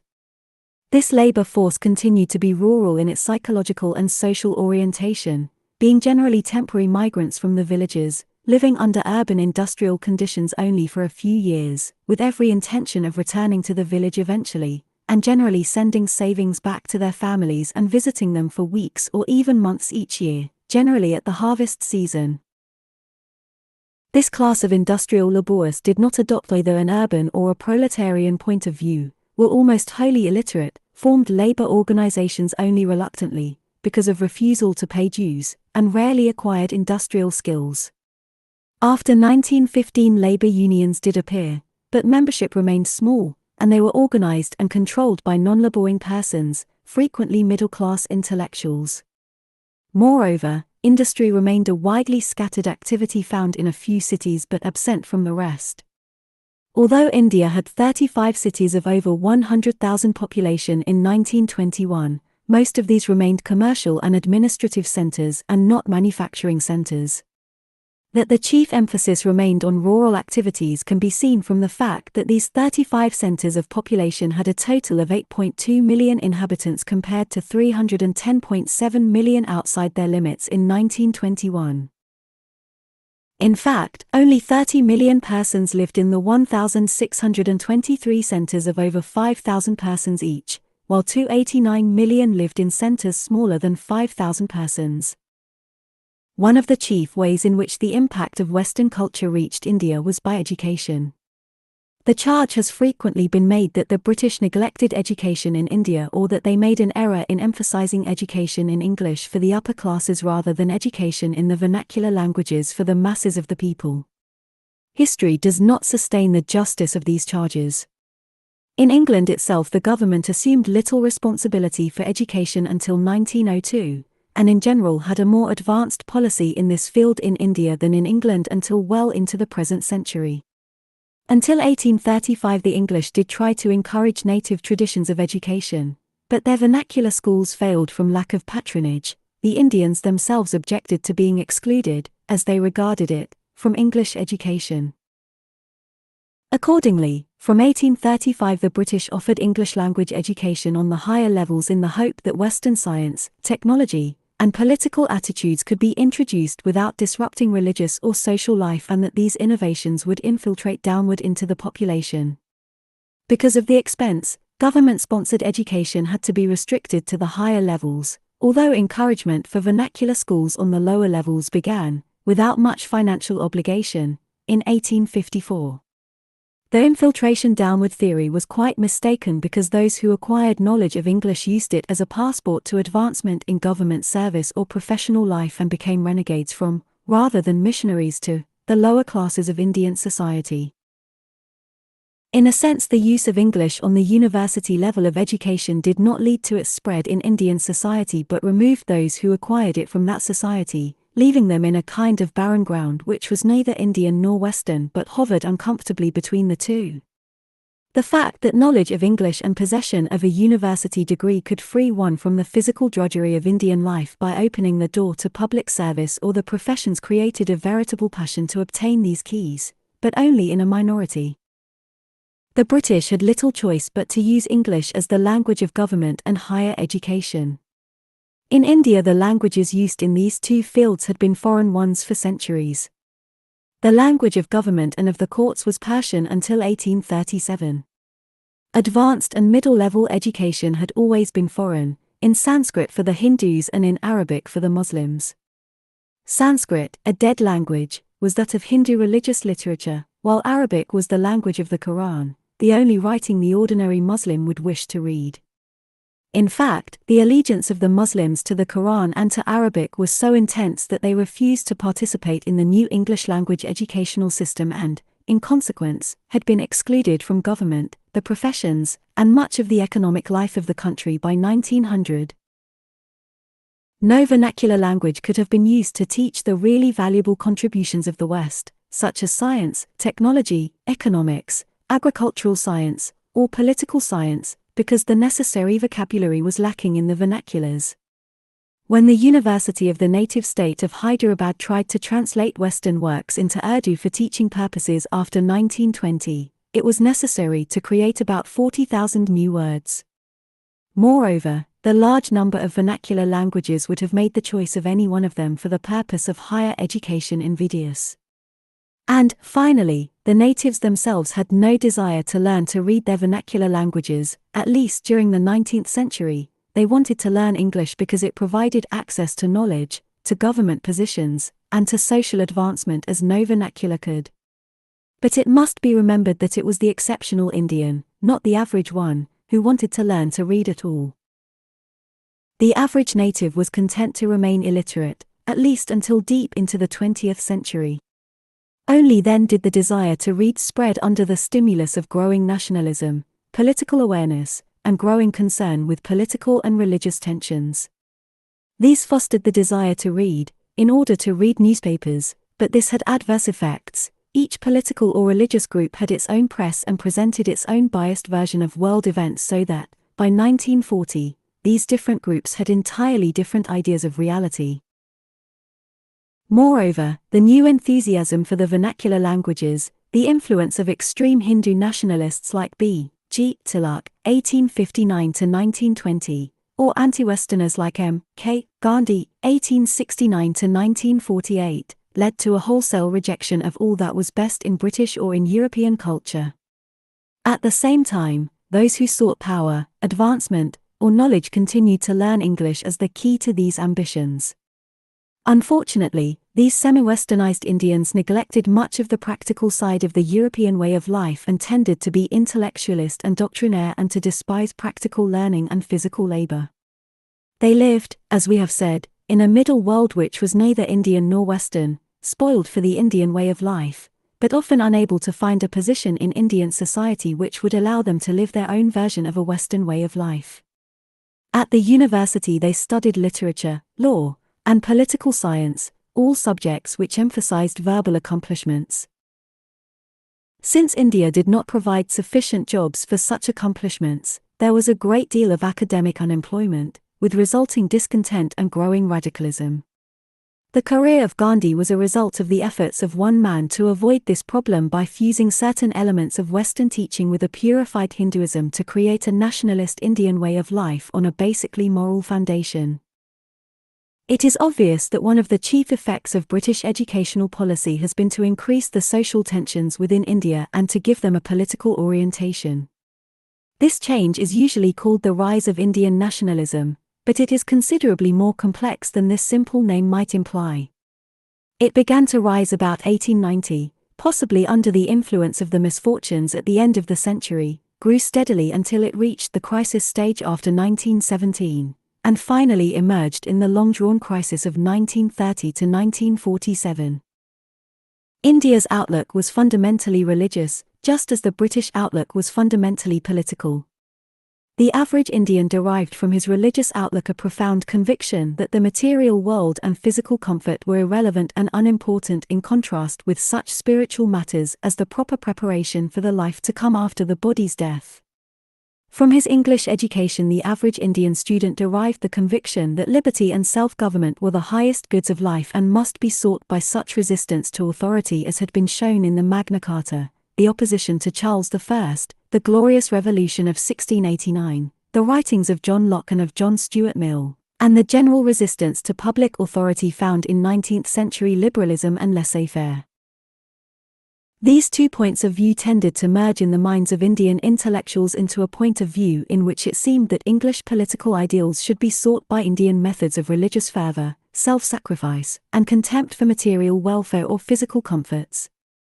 As a result, political and social tensions were exacerbated between British and Indians, between Westernizers and nationalists, between Hindus and Muslims, between Brahmins and lower castes, and between caste members and outcasts. In the early part of the 19th century there had been a revival of interest in Indian languages and literatures. This revival soon revealed that many Hindu ideas and practices had no real support in the earliest evidence. Since these later innovations included some of the most objectionable features of Hindu life, such as sati, child marriage, female inferiority, image worship, and extreme polytheism, a movement began that sought to free Hinduism from these extraneous elements and to restore it to its earlier purity by emphasizing ethics, monotheism, and an abstract idea of deity. This tendency was reinforced by the influence of Christianity and of Islam, so that the revived Hinduism was really a synthesis of these three religions. As a consequence of these influences, the old, and basic, Hindu idea of karma was played down. This idea maintained that each individual soul reappeared again and again, throughout eternity, in a different physical form and in a different social status, each difference being a reward or punishment for the soul's conduct at its previous appearance. There was no real hope for escape from this cycle, except by a gradual improvement through a long series of successive appearances to the ultimate goal of complete obliteration of personality, nirvana, by ultimate mergence in the soul of the universe, Brahma. This release, moksha, from the endless cycle of existence could be achieved only by the suppression of all desire, of all individuality, and of all will to live. The belief in karma was the key to Hindu ideology and to Hindu society, explaining not only the emphasis on fate and resignation to fate, the idea that man was a part of nature and brother to the beasts, the submergence of individuality and the lack of personal ambition, but also specific social institutions such as caste or even sati. How could castes be ended if these are God-given gradations for the rewards or punishments earned in an earlier existence? How could sati be ended if a wife is a wife through all eternity, and must pass from one life to another when her husband does? The influence of Christianity and of Islam, of Western ideas and of British education, in changing Hindu society was largely a consequence of their ability to reduce the average Hindu's faith in karma. One of the earliest figures in this growing synthesis of Hinduism, Christianity, and Islam was Ram Mohan Roy, 1772–1833, founder of the Brahma Samaj Society in 1828. Another was Keshab Chandra Sen, 1841–1884, who hoped to unite Asia and Europe into a common culture on the basis of a synthesis of the common elements of these three religions. There were many reformers of this type. Their most notable feature was that they were universalist rather than nationalist and were westernizers in their basic inclinations. About 1870 a change began to appear, perhaps from the influence of Ramakrishna, 1834–1886, and his disciple Swami Vivekananda, 1862–1902, founder of Vedanta. This new tendency emphasized India's spiritual power as a higher value than the material power of the West. It advocated simplicity, asceticism, self-sacrifice, cooperation, and India's mission to spread these virtues to the world. One of the disciples of this movement was Gopal Krishna Gokhale, 1866–1915, founder of the Servants of India Society, 1905. This was a small band of devoted persons who took vows of poverty and obedience, to regard all Indians as brothers irrespective of caste or creed, and to engage in no personal quarrels. The members scattered among the most diverse groups of India to teach, to weld India into a single spiritual unit, and to seek social reform. In time, these movements became increasingly nationalistic and anti-Western, tending to defend orthodox Hinduism rather than to purify it and to oppose Westerners rather than to copy them.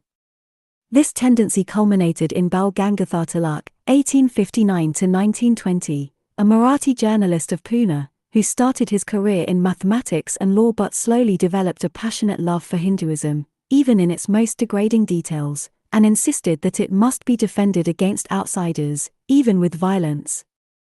He was not opposed to reforms which appeared as spontaneous developments of Indian sentiment, but he was violently opposed to any attempt to legislate reform from above or to bring in foreign influences from European or Christian sources. He first became a political figure in 1891 when he vigorously opposed a government bill which would have curtailed child marriage by fixing the age of consent for girls at 12 years. By 1897 he was using his paper to incite to murder and riots against government officials. A British official who foresaw this movement toward violent nationalism as early as 1878 sought to divert it into more legal and more constructive channels by establishing the Indian National Congress in 1885. The official in question, Alan Octavian Hume, 1829–1912, had the secret support of the Viceroy, Lord Dufferin. They hoped to assemble each year an unofficial Congress of Indian leaders to discuss Indian political matters in the hope that this experience would provide training in the working of representative institutions and parliamentary government. For 20 years the Congress agitated for extension of Indian participation in the administration, and for the extension of representation and eventually of parliamentary government within the British system. It is notable that this movement renounced violent methods, did not seek separation from Britain, and aspired to form a government based on the British pattern. Support for the movement grew very slowly at first, even among Hindus, and there was open opposition, led by Sir Syed Ahmed Khan, among the Muslims. As the movement gathered momentum, after 1890, many British officials began to oppose it. At the same time, under pressure from Tilak, the Congress itself advanced its demands and began to use economic pressure to obtain these. As a result, after 1900, fewer Muslims joined the Congress. There were 156 Muslims out of 702 delegates in 1890, but only 17 out of 756 in 1905. All these forces came to a head in 1904 to 1907 when the Congress, for the first time, demanded self-government within the Empire for India and approved the use of economic pressures, boycott, against Britain. The Japanese victory over Russia in 1905, which was regarded as an Asiatic triumph over Europe, the Russian Revolt of 1905, the growing power of Tilak over Gokhale in the Indian National Congress, and public agitation over Lord Curzon's efforts to push through an administrative division of the huge province of Bengal, population 78 million, brought matters to a head. There was open agitation by Hindu extremists to spill English blood to satisfy the goddess of destruction, Kali. In the Indian National Congress of 1907, the followers of Tilak stormed the platform and disrupted the meeting. Much impressed with the revolutionary violence in Russia against the Tsar and in Ireland against the English, this group advocated the use of terrorism rather than of petitions in India. The Viceroy, Lord Hardinger, was wounded by a bomb in 1912. For many years, racial intolerance against Indians by English residents in India had been growing, and was increasingly manifested in studied insults and even physical assaults. In 1906 a Muslim League was formed in opposition to the Hindu extremists and in support of the British position, but in 1913 it also demanded self-government. Tilak's group boycotted the Indian National Congress for 9 years, 1907 to 1916, and Tilak himself was in prison for sedition for 6 years, 1908 to 1914. The constitutional development of India did not stand still during this tumult. In 1861, appointive councils with advisory powers had been created, both at the centre to assist the viceroy and in the provinces. These had non-official as well as official members, and the provincial ones had certain legislative powers, but all these activities were under strict executive control and veto.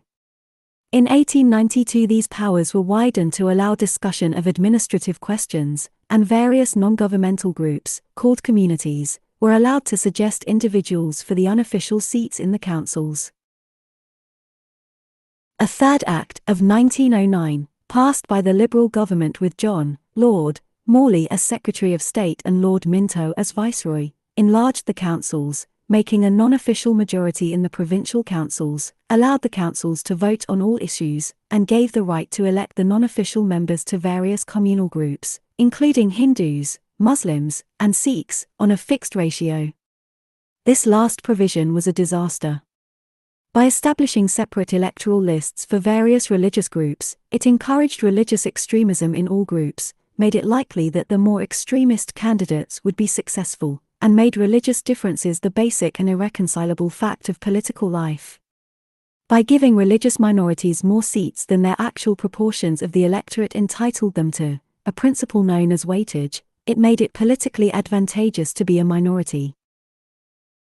By emphasizing minority rights, in which they did believe, over majority rule, in which they did not believe, the British made religion a permanently disruptive force in political life, and encouraged the resulting acerbated extremism to work out its rivalries outside the constitutional framework and the scope of legal action in riots rather than at the polls or in political assemblies.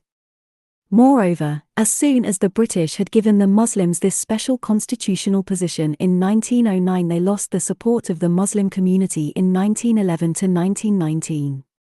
This loss of Muslim support was the result of several factors. Curzon's division of Bengal, which the Muslims had supported, since it gave them East Bengal as a separate area with a Muslim majority, was countermanded in 1911 without any notice to the Muslims. British foreign policy after 1911 was increasingly anti-Turkish, and thus opposed to the Caliph, the religious leader of the Muslims.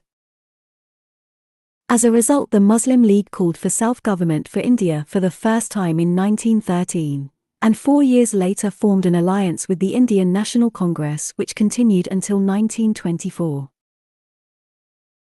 In 1909, while Philip Kerr, Lothian, Lionel Curtis, and Sir William Maries were in Canada laying the foundations for the Round Table Organisation there, Maries persuaded Curtis that self-government, however far distant, was the only intelligible goal of British policy in India. The existence of political unrest in India, so far from being a reason for pessimism, was the surest sign that the British, with all their manifest failings, had not shirked their primary duty of extending Western education to India and so preparing Indians to govern themselves. 4 years later, the Round Table Group in London decided to investigate how this could be done. It formed a study group of 8 members, under Curtis, adding to the group 3 officials from the India Office. This group decided, in 1915, to issue a public declaration favouring the progressive realisation of responsible government in India. A declaration to this effect was drawn up by Lord Milner and was issued on August 20, 1917, by Secretary of State for India Edwin S. Montagu. It said that the policy of His Majesty's government, with which the government of India are in complete accord, is that of the increasing association of Indians in every branch of the administration and the gradual development of self-governing institutions with a view to the progressive realization of responsible government in India as an integral part of the British Empire. This declaration was revolutionary because, for the first time, it specifically enunciated British hopes for India's future and because it used, for the first time, the words responsible government. The British had spoken vaguely for over a century about self-government for India. They had spoken increasingly about representative government, but they had consistently avoided the expression responsible government. This latter term meant parliamentary government, which most English conservatives regarded as quite unsuited for Indian conditions, since it required, they believed, an educated electorate and a homogeneous social system, both of which were lacking in India. The Conservatives had talked for years about ultimate self-government for India on some indigenous Indian model, but had done nothing to find such a model.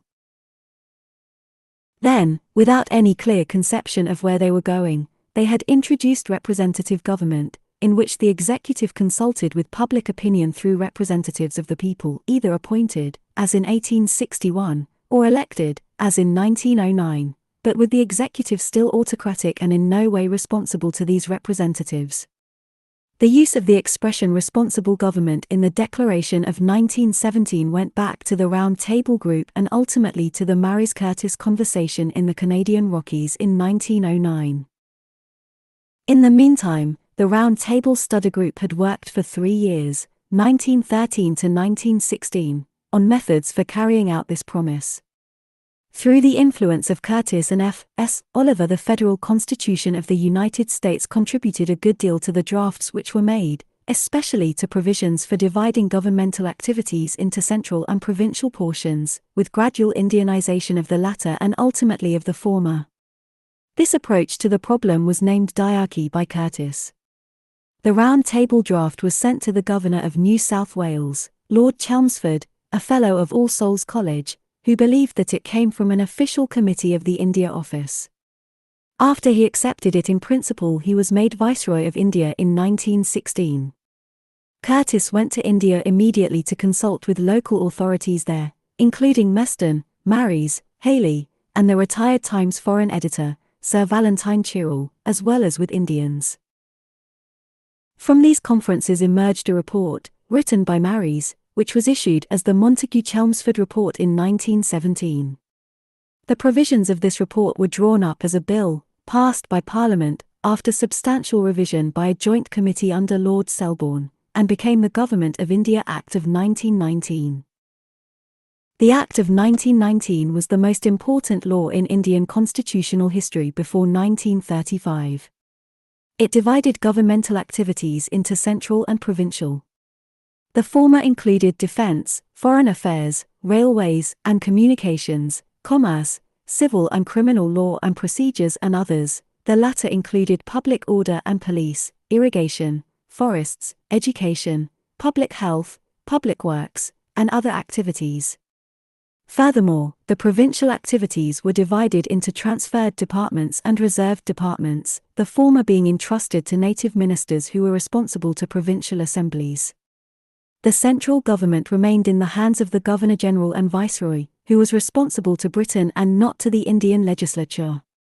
His cabinet, Executive Council, usually had 3 Indian members after 1921. The legislature was bicameral, consisting of a Council of State and a Legislative Assembly. In both, some members were appointed officials, but the majority were elected on a very restricted suffrage. There were, on the electoral lists, no more than 900,000 voters for the lower chamber and only 16,000 for the upper chamber. The provincial unicameral legislatures had a wider, but still limited, franchise, with about 1 million on the list of voters in Bengal, half as many in Bombay. Moreover, certain seats, on the principle of weightage, were reserved to Muslims elected by a separate Muslim electoral list. Both legislatures had the power to enact laws, subject to rather extensive powers of veto and of decree in the hands of the Governor-General and the appointed provincial governors. Only the transferred departments of the provincial governments were responsible to elective assemblies, the reserved activities on the provincial level and all activities in the central administration being responsible to the appointed governors and Governor-General and ultimately to Britain. It was hoped that the Act of 1919 would provide opportunities in parliamentary procedures, responsible government, and administration to Indians so that self-government could be extended by successive steps later, but these hopes were destroyed in the disasters of 1919 to 1922. The violence of British reactionaries collided with the non-violent refusal to cooperate of Mahatma Gandhi, crushing out the hopes of the Round Table reformers between them. Mohandas Karamchand Gandhi, 1869–1948, known as Mahatma, or Great Soul, was the son and grandson of prime ministers of a minute princely state in western India. Of the Vaisya caste, third of the 4, He grew up in a very religious and ascetic atmosphere of Hinduism. Married at 13 and a father at 15, Gandhi was sent to England to study law by his older brother when he was 17. Such a voyage was forbidden by the rules of his caste, and he was expelled from it for going. Before he left, he gave a vow to his family not to touch wine, women, or meat. After 3 years in England, he passed the bar at Inner Temple. Most of his time in Europe was passed in dilettante fads, experimenting with vegetarian diets and self-administered medicines, or in religious or ethical discussions with English faddists and Indiophiles. He was much troubled by religious scruples and feelings of guilt. Back in India in 1891, he was a failure as a lawyer because of his inarticulate lack of assurance and his real lack of interest in the law. In 1893, a Muslim firm sent him to Natal, South Africa, on a case. There Gandhi found his vocation. The population of Natal in 1896 consisted of 50,000 Europeans, mostly English, 400,000 African natives, and 51,000 Indians, chiefly outcasts. The last group had been imported from India, chiefly as indentured workers on 3- or 5-year contracts, to work the humid lowland plantations where the Negroes refused to work. Most of the Indians stayed, after their contracts were fulfilled, and were so industrious and intelligent that they began to rise very rapidly in an economic sense, especially in the retail trades. The whites, who were often indolent, resented such competition from dark-skinned persons and were generally indignant at Indian economic success. As Lionel Curtis told Gandhi in the Transvaal in 1903, "It is not the vices of Indians that Europeans in this country fear but their virtues." When Gandhi first arrived in Natal in 1893, he found that that country, like most of South Africa, was rent with colour hatred and group animosities. All political rights were in the hands of whites, while the non-whites were subjected to various kinds of social and economic discriminations and segregations. When Gandhi first appeared in court, the judge ordered him to remove his turban, worn with European clothes. Gandhi refused, and left. Later, travelling on business in a first-class railway carriage to the Transvaal, he was ejected from the train at the insistence of a white passenger. He spent a bitterly cold night on the railway platform rather than move to a second- or third-class compartment when he had been sold a first-class ticket. For the rest of his life he travelled only third class. In the Transvaal he was unable to get a room in a hotel because of his colour. These episodes gave him his new vocation, to establish that Indians were citizens of the British Empire and therefore entitled to equality under its laws. He was determined to use only peaceful methods of passive mass non-cooperation to achieve his goal. His chief weapon would be love and submissiveness, even to those who treated him most brutally. His refusal to fear death or to avoid pain and his efforts to return love to those who tried to inflict injuries upon him made a powerful weapon, especially if it were practiced on a mass basis. Gandhi's methods were really derived from his own Hindu tradition, but certain elements in this tradition had been reinforced by reading Ruskin, Thoreau, Tolstoy, and the Sermon on the Mount. When he was brutally beaten by whites in Natal in 1897, he refused to prosecute, saying that it was not their fault that they had been taught evil ideas. These methods gave the Indians of South Africa a temporary respite from the burden of intolerance under Gandhi's leadership in the period 1893 to 1914. When the Transvaal proposed an ordinance compelling all Indians to register, be fingerprinted, and carry identity cards at all times, Gandhi organized a mass, peaceful refusal to register. Hundreds went to jail. Smuts worked out a compromise with Gandhi. If the Indians would register voluntarily, the Transvaal would repeal the ordinance. After Gandhi had persuaded his compatriots to register, Smuts failed to carry out his part of the agreement, and the Indians solemnly burned their registration cards at a mass meeting.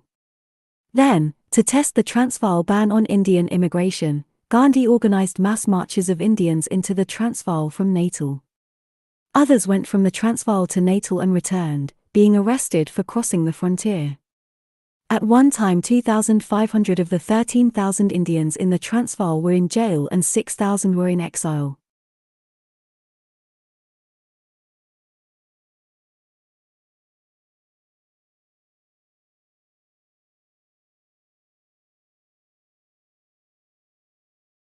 The struggle was intensified after the creation of the Union of South Africa in 1910 because the Transvaal restrictions on Indians, which forbade them to own land, to live outside segregated districts, or to vote, were not repealed, and a Supreme Court decision of 1913 declared all non-Christian marriages to be legally invalid. This last decision deprived most non-white wives and children of all legal protection of their family rights.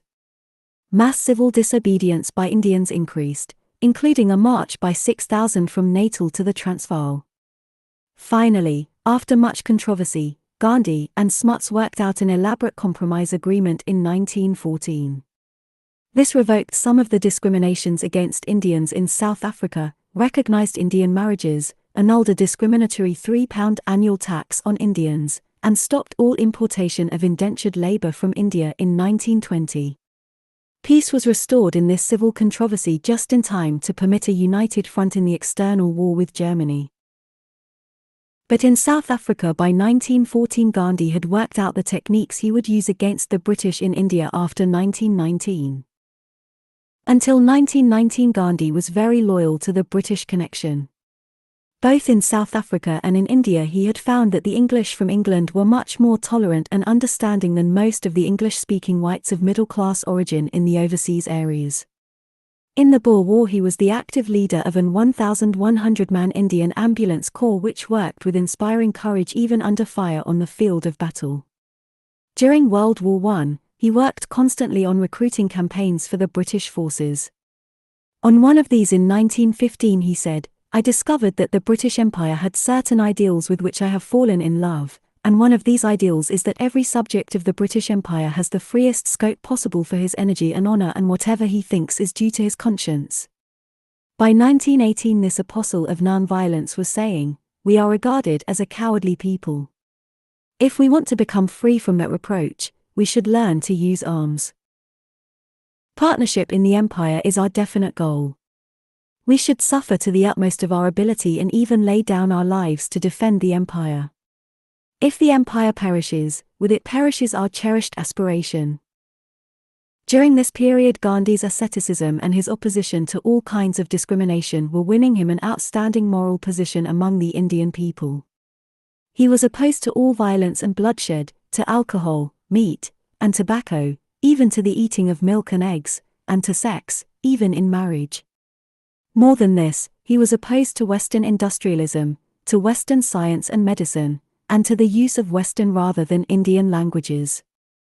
He demanded that his followers make fixed quotas of homespun cotton each day, wore a minimum of homespun clothing himself, spun on a small wheel throughout all his daily activities, and took the small hand spinning wheel as the symbol of his movement, all this in order to signify the honorable nature of handwork, the need for Indian economic self-sufficiency, and his opposition to Western industrialism. He worked for equality for the untouchables, calling them God's children, Harajans, associating with them whenever he could, taking them into his own home, even adopting one as his own daughter.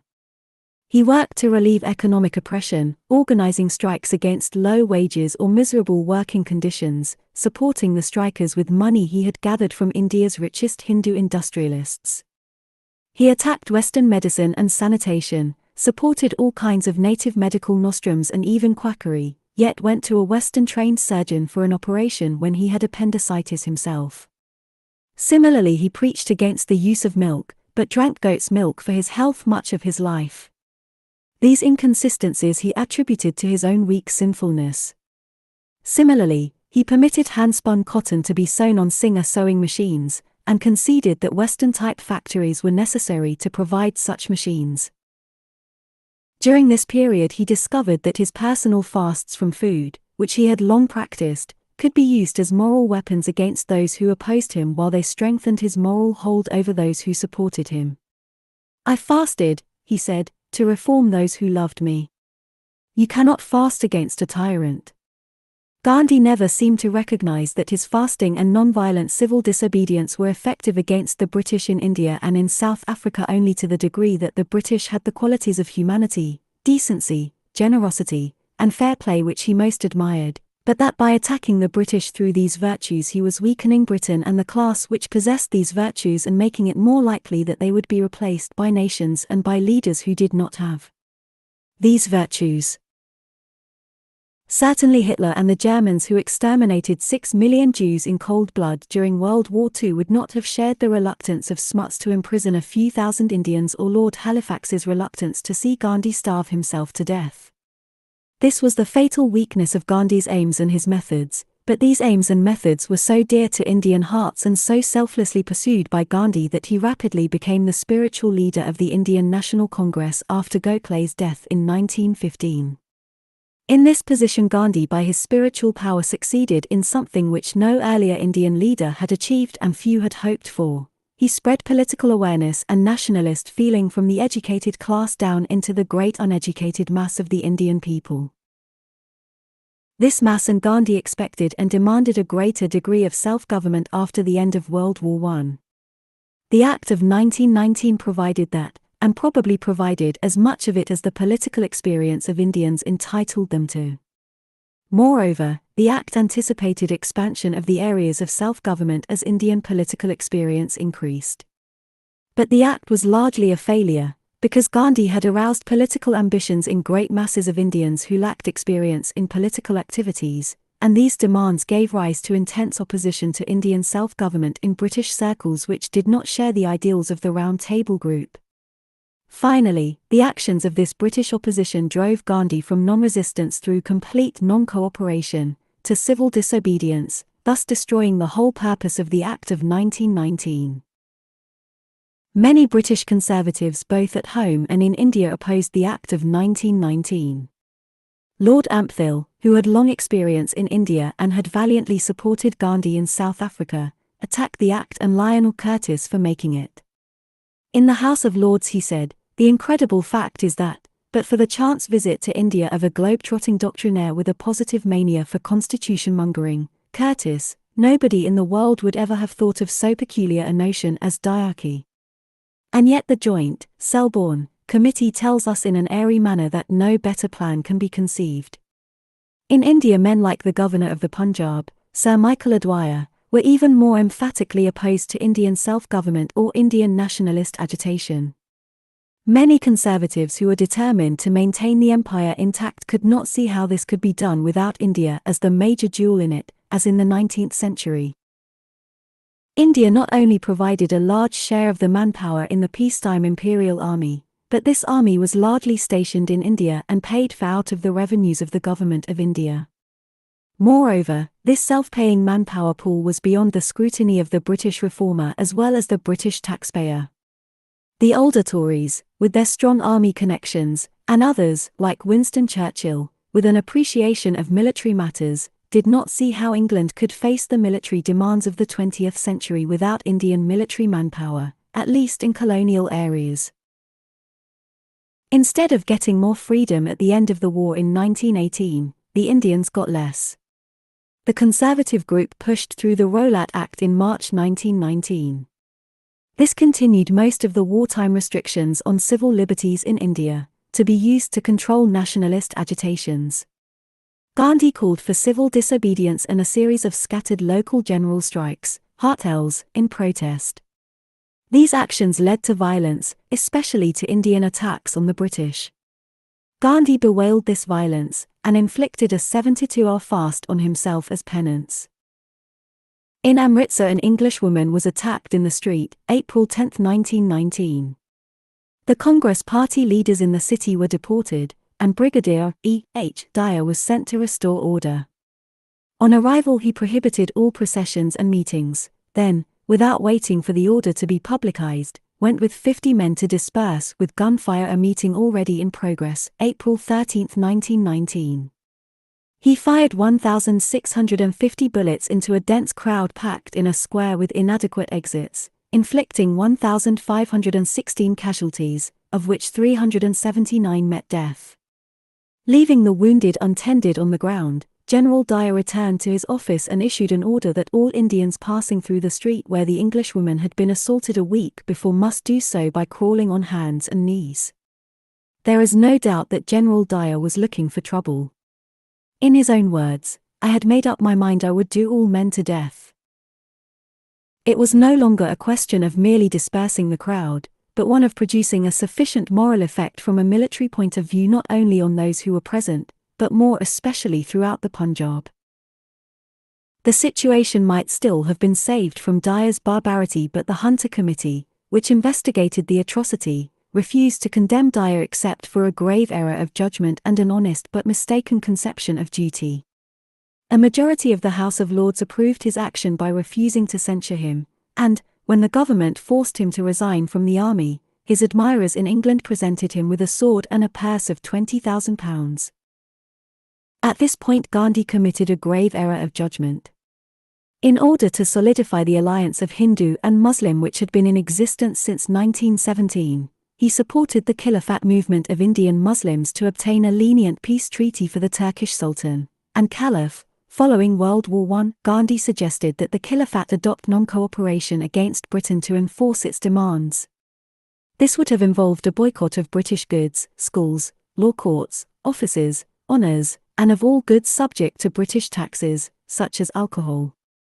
This was an error of judgment because the Sultan was soon overthrown by his own people organised in a Turkish nationalist movement and seeking a secularised Turkish state, in spite of all Britain was already doing, both in public and in private, to support him. Thus, the Khilafat movement was seeking to force Britain to do something it already wanted to do and was not able to do.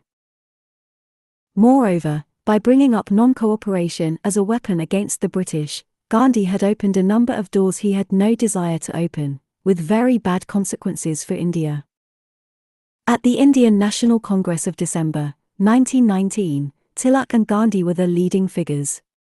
Both were willing to accept the Montagu-Chelmsford reforms, Tilak because he believed this would be the best way to prove that they were not adequate.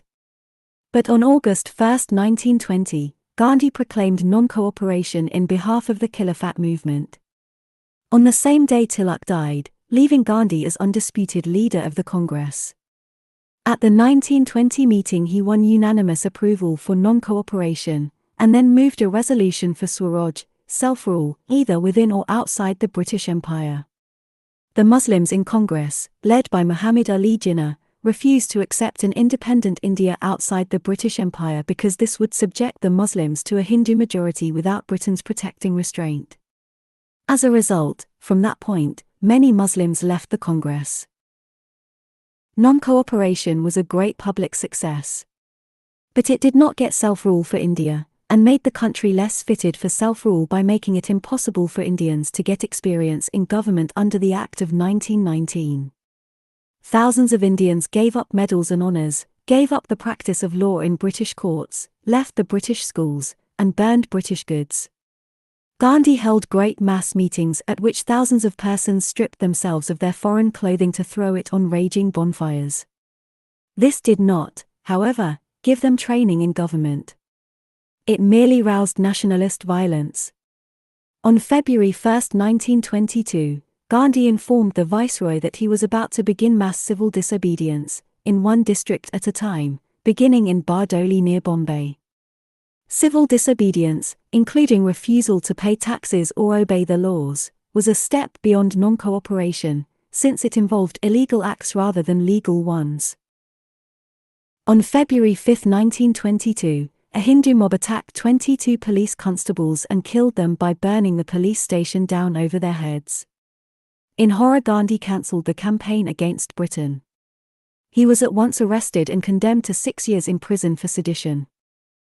Very great damage had been done by the events of 1919 to 1922. Britain and India were alienated to the point where they no longer trusted one another. The Congress Party itself had been split, the moderates forming a new group called the Indian Liberal Federation. The Muslims had also left the Congress Party to a large extent and gone to strengthen the Muslim League. From this point onward, Muslim-Hindu riots were annual occurrences in India. And finally the boycott had crippled the Montagu-Chelmsford reforms, almost two-thirds of the eligible voters refusing to vote in the council's elections of November 1920. Ireland to 1939. While the Indian crisis was at its height in 1919 to 1922, an even more violent crisis was raging in Ireland. Throughout the 19th century, Ireland had been agitated by grievances of long standing. The three major problems were agrarian, religious, and political. The Cromwellian conquest of Ireland in the 17th century had transferred much Irish land, as plunder of war, to absentee English landlords. In consequence, high rents, insecure tenure, lack of improvements, and legalized economic exploitation, supported by English judges and English soldiers, gave rise to violent agrarian unrest and rural atrocities against English lives and properties. Beginning with Gladstone's Land Act of 1870, the agrarian problems were slowly alleviated and, by 1914, were well in hand. The religious problem arose from the fact that Ireland was overwhelmingly Roman Catholic, and resented being ruled by persons of a different religion. Moreover, until the Irish Episcopal Church was disestablished in 1869, Irish Catholics had to support a structure of Anglican clergy and bishops, most of whom had few or no parishioners in Ireland and resided in England, supported by incomes from Ireland. Finally, the Act of Union of 1801 had made Ireland a part of the United Kingdom, with representatives in the Parliament at Westminster. By 1871, those representatives who were opposed to union with England formed the Irish Home Rule Party. It sought to obtain separation by obstructing the functions of Parliament and disrupting its proceedings. At times, this group exercised considerable influence in Parliament by holding a balance of power between Liberals and Conservatives. The Gladstone Liberals were willing to give Ireland Home Rule, with no representatives at Westminster. The Conservatives, with the support of a majority of Englishmen, were opposed to Home Rule. The Rhodes-Milner Group wanted self-government for the Irish in their home affairs, with Irish representatives retained at Westminster for foreign and imperial matters. The Liberal government of 1906 to 1916 tried to enact a Home Rule Bill with continued Irish representation in the House of Commons, but was repeatedly blocked by the opposition of the House of Lords. The bill did not become law until September 1914. The chief opposition arose from the fact that Protestant Ulster, Northern Ireland, would be submerged in an overwhelmingly Catholic Ireland. The Ulster opposition, led by Sir Edward, later Lord Carson, organised a private army, armed it with guns smuggled from Germany, and prepared to seize control of Belfast at a signal from London. Carson was on his way to the telegraph station to send this signal in 1914 when he received a message from the Prime Minister that war was about to break out with Germany. Accordingly, the Ulster Revolt was cancelled and the Home Rule Act was suspended until 6 months after the peace with Germany. As a consequence, the revolt with German arms in Ireland was made by the Irish nationalists in 1916, instead of by their Ulster opponents in 1914. This so-called Easter Revolt of 1916 was crushed and its leaders executed, but discontent continued to simmer in Ireland, with violence only slightly below the surface. In the parliamentary election of 1918, Ireland elected 6 nationalists, who wanted Home Rule for all Ireland, 73 Sinn Féin, who wanted an Irish Republic free from England, and 23 Unionists, who wanted to remain part of Britain. Instead of going to Westminster, the Sinn Féin organised their own parliament in Dublin. Efforts to arrest its members led to open civil war. This was a struggle of assassination, treachery, and reprisal, fought out in back alleys and on moonlit fields. 60,000 British troops could not maintain order. Thousands of lives were lost, with brutal inhumanity on both sides, and property damage rose to £50 million in value. Lionel Curtis, who helped edit the Round Table in 1919 to 1921, advocated in the March 1920 issue that Northern Ireland and Southern Ireland be separated and each given Home Rule as autonomous parts of Great Britain. This was enacted into law 8 months later as the Government of Ireland Act of 1920, but was rejected by the Irish Republicans led by Eamon de Valera. The Civil War continued. The Round Table Group worked valiantly to stop the extremists on both sides, but with only moderate success. Amory's brother-in-law, Hammer, Lord Greenwood, was appointed Chief Secretary for Ireland, the last incumbent of that post, while Curtis was appointed advisor on Irish affairs to the Colonial Office, which was headed by Milner and Amory. The Times and the Round Table condemned British repression in Ireland, the latter saying, "If the British Commonwealth can only be preserved by such means, it would become a negation of the principle for which it has stood.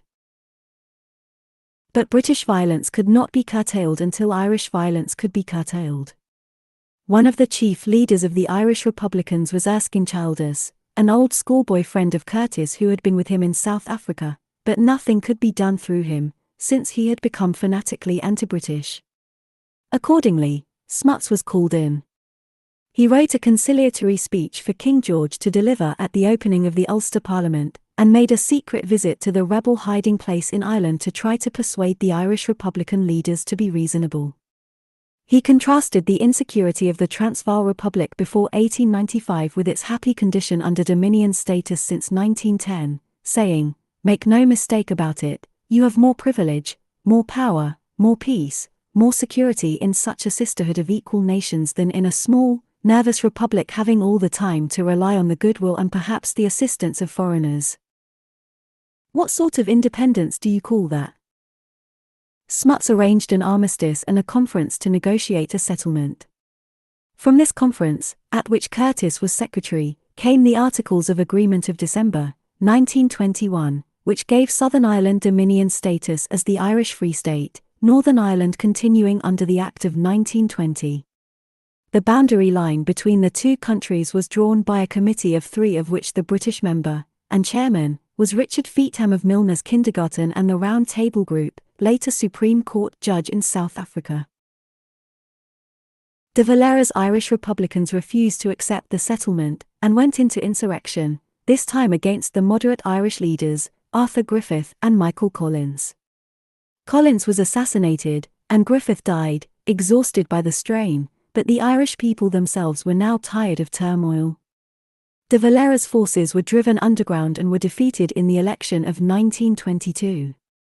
When De Valera's party, the Fianna Fáil, did win an election in 1932 and he became President of Ireland, he abolished the oath of loyalty to the King and the office of Governor-General, ended annual payments on seized English lands and appeals to the Privy Council, engaged in a bitter tariff war with Britain, and continued to demand the annexation of Ulster. One of the last links with Britain was ended in 1938 when the British naval bases in Era were turned over to the Irish, to the great benefit of German submarines in 1939 to 1945. The Far East to World War I. The collapse of China to 1920. The destruction of traditional Chinese culture under the impact of Western civilization was considerably later than the similar destruction of Indian culture by Europeans. This delay arose from the fact that European pressure on India was applied fairly steadily from the early 16th century, while in the Far East, in Japan even more completely than in China, this pressure was relaxed from the early 17th century for almost 200 years, to 1794 in the case of China and to 1854 in the case of Japan. As a result, we can see the process by which European culture was able to destroy the traditional native cultures of Asia more clearly in China than almost anywhere else. The traditional culture of China, as elsewhere in Asia, consisted of a military and bureaucratic hierarchy superimposed on a great mass of hardworking peasantry. It is customary, in studying this subject, to divide this hierarchy into three levels. Politically, these three levels consisted of the imperial authority at the top, an enormous hierarchy of imperial and provincial officials in the middle, and the myriad of semi-patriarchal, semi-democratic local villages at the bottom. Socially, this hierarchy was similarly divided into the ruling class, the gentry, and the peasants. And economically, there was a parallel division, the uppermost group deriving its incomes as tribute and taxes from its possession of military and political power, while the middle group derived its incomes from economic sources, as interest on loans, rents from lands, and the profits of commercial enterprise, as well as from the salaries, graft, and other emoluments arising from his middle group's control of the bureaucracy. At the bottom, the peasantry, which was the only really productive group in the society, derived its incomes from the sweat of its collective brows, and had to survive on what was left to it after a substantial fraction of its product had gone to the two higher groups in the form of rents, taxes, interest, customary bribes, cord squeeze, and excessive profits on such purchased necessities of life as salt, iron, or opium. Although the peasants were clearly an exploited group in the traditional society of China, this exploitation was impersonal and traditional and thus more easily borne than if it had been personal or arbitrary. In the course of time, a workable system of customary relationships had come into existence among the three levels of society. Each group knew its established relationships with the others, and used those relationships to avoid any sudden or excessive pressures which might disrupt the established patterns of the society. The political and military force of the imperial regime rarely impinged directly on the peasantry, since the bureaucracy intervened between them as a protecting buffer. This buffer followed a pattern of deliberate amorphous inefficiency so that the military and political force from above had been diffused, dispersed, and blunted by the time it reached down to the peasant villages. The bureaucracy followed this pattern because it recognized that the peasantry was the source of its incomes, and it had no desire to create such discontent as would jeopardize the productive process or the payments of rents, taxes, and interest on which it lived. Furthermore, the inefficiency of the system was both customary and deliberate, since it allowed a large portion of the wealth which was being drained from the peasantry to be diverted and diffused among the middle class of gentry before the remnants of it reached the imperial group at the top.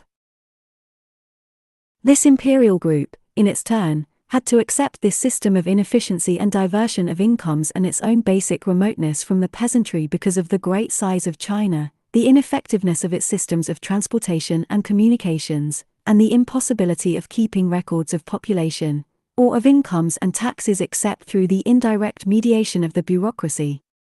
The semi-autonomous position of the bureaucracy depended, to a considerable extent, on the fact that the Chinese system of writing was so cumbersome, so inefficient, and so difficult to learn that the central government could not possibly have kept any records or have administered tax collection, public order, or justice except through a bureaucracy of trained experts. This bureaucracy was recruited from the gentry because the complex systems of writing, of law, and of administrative traditions could be mastered only by a group possessing leisure based on unearned incomes. To be sure, in time, the training for this bureaucracy and for the examinations admitting to it became quite unrealistic, consisting largely of memoizing of ancient literary texts for examination purposes rather than for any cultural or administrative ends. This was not so bad as it sounds, for many of the memoized texts contained a good deal of ancient wisdom with an ethical or practical slant, and the possession of this store of knowledge engendered in its possessors a respect for moderation and for tradition which was just what the system required. No one regretted that the system of education and of examinations leading to the bureaucracy did not engender a thirst for efficiency, because efficiency was not a quality which anyone desired.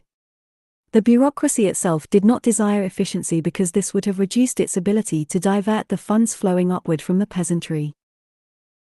The peasantry surely did not want any increase in efficiency, which would have led to an increase in pressure on it and would have made it less easy to blunt or to avoid the impact of imperial power. The imperial power itself had little desire for any increased efficiency in its bureaucracy, since this might have led to increased independence on the part of the bureaucracy. So long as the imperial superstructure of Chinese society obtained its share of the wealth flowing upward from the peasantry, it was satisfied. The share of this wealth which the imperial group obtained was very large, in absolute figures, although proportionately it was only a small part of the total amount which left the peasant class, the larger part being diverted by the gentry and bureaucracy on its upward flow. The exploitative nature of this three-class social system was alleviated, as we have seen, by inefficiency, by traditional moderation and accepted ethical ideas, by a sense of social interdependence, and by the power of traditional law and custom which protected the ordinary peasant from arbitrary treatment or the direct impact of force. Most important of all, perhaps, the system was alleviated by the existence of careers open to talent. China never became organized into hereditary groups or castes, being in this respect like England and quite unlike India.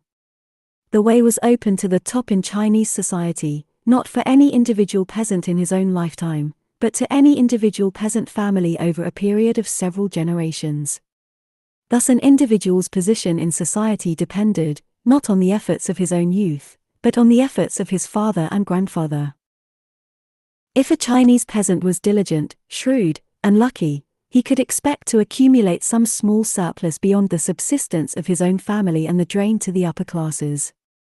This surplus could be invested in activities such as iron making, opium selling, lumber or fuel selling, pig trading, and such.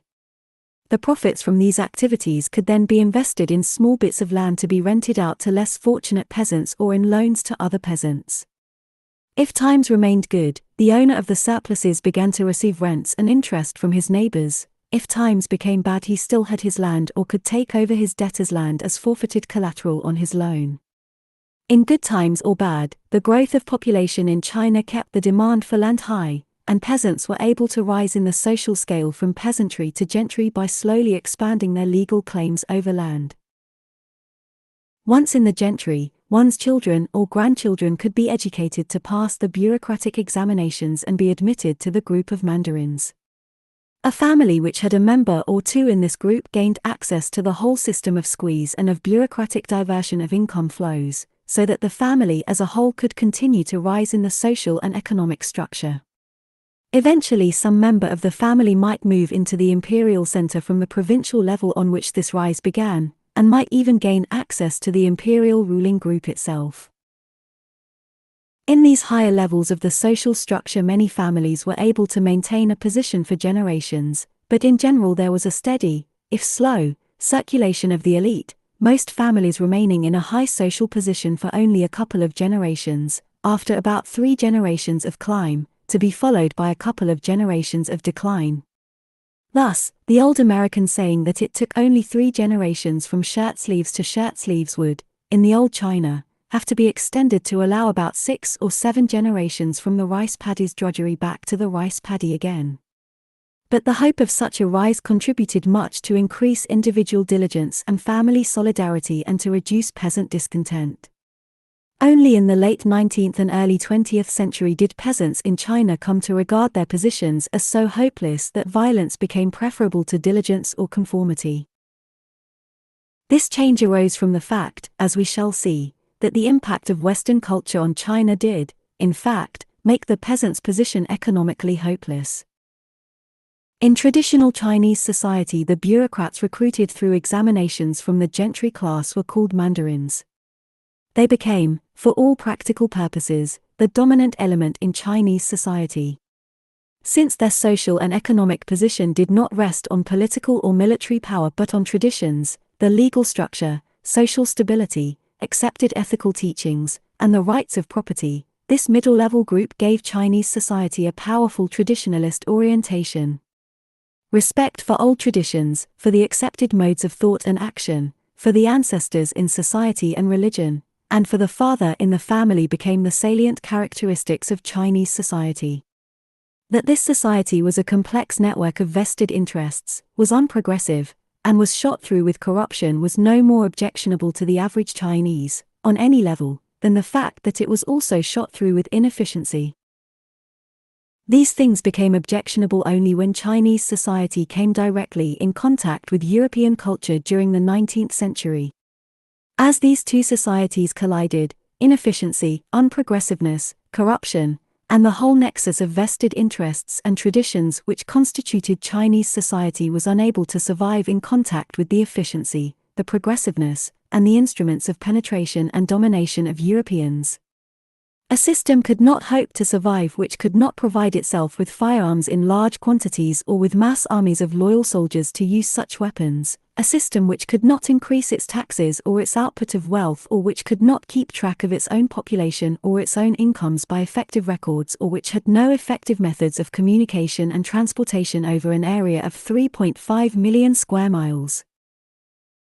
The society of the West which began to impinge on China about 1800 was powerful, efficient, and progressive. It had no respect for the corruption, the traditions, the property rights, the family solidarity, or the ethical moderation of traditional Chinese society. As the weapons of the West, along with its efficient methods of sanitation, of writing, of transportation and communications, of individual self-interest, and of corrosive intellectual rationalism came into contact with Chinese society, they began to dissolve it. On the one hand, Chinese society was too weak to defend itself against the West. When it tried to do so, as in the Opium Wars and other struggles of 1841 to 1861, or in the Boxer Uprising of 1900, such Chinese resistance to European penetration was crushed by the armaments of the Western powers, and all kinds of concessions to these powers were imposed on China. Until 1841, Canton was the only port allowed for foreign imports, and opium was illegal. As a consequence of Chinese destruction of illegal Indian opium and the commercial exactions of Cantonese authorities, Britain imposed on China the treaties of Nanjing, 1842, and of Tientsin, 1858. These forced China to cede Hong Kong to Britain and to open 16 ports to foreign trade, to impose a uniform import tariff of no more than 5%, to pay an indemnity of about $100 million, to permit foreign legations in Peking, to allow a British official to act as head of the Chinese Customs Service, and to legalize the import of opium. Other agreements were imposed by which China lost various fringe areas such as Burma, to Britain, Indochina, to France, Formosa and the Pescadores, to Japan, and Macau, to Portugal, while other areas were taken on leases of various durations, from 25 to 99 years. In this way Germany took Kiaochao, Russia took southern Liaotung, including Port Arthur, France took Quanchaoan, and Britain took Kowloon and Weihaiwei. In this same period various powers imposed on China a system of extraterritorial courts under which foreigners, in judicial cases, could not be tried in Chinese courts or under Chinese law. The political impact of Western civilization on China, great as it was overshadowed by the economic impact. We have already indicated that China was a largely agrarian country. Years of cultivation and the slow growth of population had given rise to a relentless pressure on the soil and to a destructive exploitation of its vegetative resources. Most of the country was deforested, resulting in shortage of fuel, rapid runoff of precipitation, constant danger of floods, and large-scale erosion of the soil. Cultivation had been extended to remote valleys and up the slopes of hills by population pressures, with a great increase in the same destructive consequences, in spite of the fact that many slopes were rebuilt in terraces. The fact that the southern portion of the country depended on rice cultivation created many problems, since this crop, of relatively low nutritive value, required great expenditure of labor, transplanting and weeding, under conditions which were destructive of good health. Long periods of wading in rice paddies exposed most peasants to various kinds of joint diseases, and to waterborne infections such as malaria or parasitical flukes.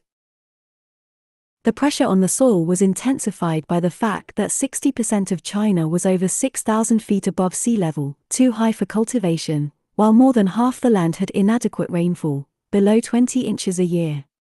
Moreover, the rainfall was provided by the erratic monsoon winds which frequently brought floods and occasionally failed completely, causing wholesale famine. In the United States 140 million people were supported by the labor of 6.5 million farmers on 365 million acres of cultivated land in 1945. China, about the same time, had almost 500 million persons supported by the labor of 65 million farmers on only 217 million acres of cultivated land. In China the average farm was only a little over 4 acres, compared to 157 in the United States, but was divided into 5 or 6 separate fields and had, on the average, 6.2 persons living on it, compared to 4.2 persons on the immensely larger American farm. As a result, in China there was only about half an acre of land for each person living on the land, compared to the American figure of 15.7 acres per person.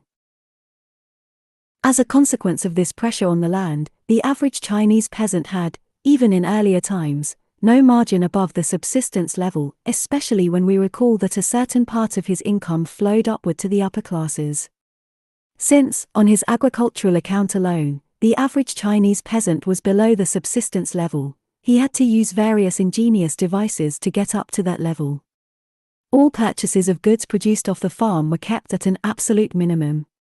Every wisp of grass, fallen leaf, or crop residue was collected to serve as fuel. All human waste products, including those of the cities, were carefully collected and restored to the soil as fertilizer. For this reason, farmlands around cities, because of the greater supply of such wastes, were more productive than more remote farms which were dependent on local supplies of such human wastes. Collection and sale of such wastes became an important link in the agricultural economics of China. Since the human digestive system extracts only part of the nutritive elements in food, the remaining elements were frequently extracted by feeding such wastes to swine, thus passing them through the pig's digestive system before these wastes returned to the soil to provide nourishment for new crops and, thus, for new food. Every peasant farm had at least one pig which was purchased young, lived in the farm latrine until it was full grown, and then was sold into the city to provide a cash margin for such necessary purchases as salt, sugar, oils, or iron products. In a somewhat similar way, the rice paddy was able to contribute to the farmer's supply of proteins by acting as a fish pond and an aquarium for minute freshwater shrimp. In China, as in Europe, the aims of agricultural efficiency were quite different from the aims of agricultural efficiency in new countries, such as the United States, Canada, Argentina, or Australia. In these newer countries there was a shortage of labor and a surplus of land, while in Europe and Asia there was a shortage of land and a surplus of labor. Accordingly, the aim of agricultural efficiency in newer lands was high output of crops per unit of labor. It was for this reason that American agriculture put such emphasis on labor-saving agricultural machinery and soil-exhausting agricultural practices, while Asiatic agriculture put immense amounts of hand labor on small amounts of land in order to save the soil and to win the maximum crop from the limited amount of land. In America, the farmer could afford to spend large sums for farm machinery because the labor such machinery replaced would have been expensive anyway, and because the cost of that machinery was spread over such a large acreage that its cost per acre was relatively moderate. In Asia there was no capital for such expenditures on machinery because there was no margin of surplus above subsistence in the hands of the peasantry, and because the average farm was so small that the cost of machinery per acre, either to buy or even to operate, would have been prohibitive. The only surplus in Asia was of labor, and every effort was made, by putting more and more labor on the land, to make the limited amount of land more productive. One result of this investment of labor in land in China can be seen in the fact that about half of the Chinese farm acreage was irrigated while about a quarter of it was terraced.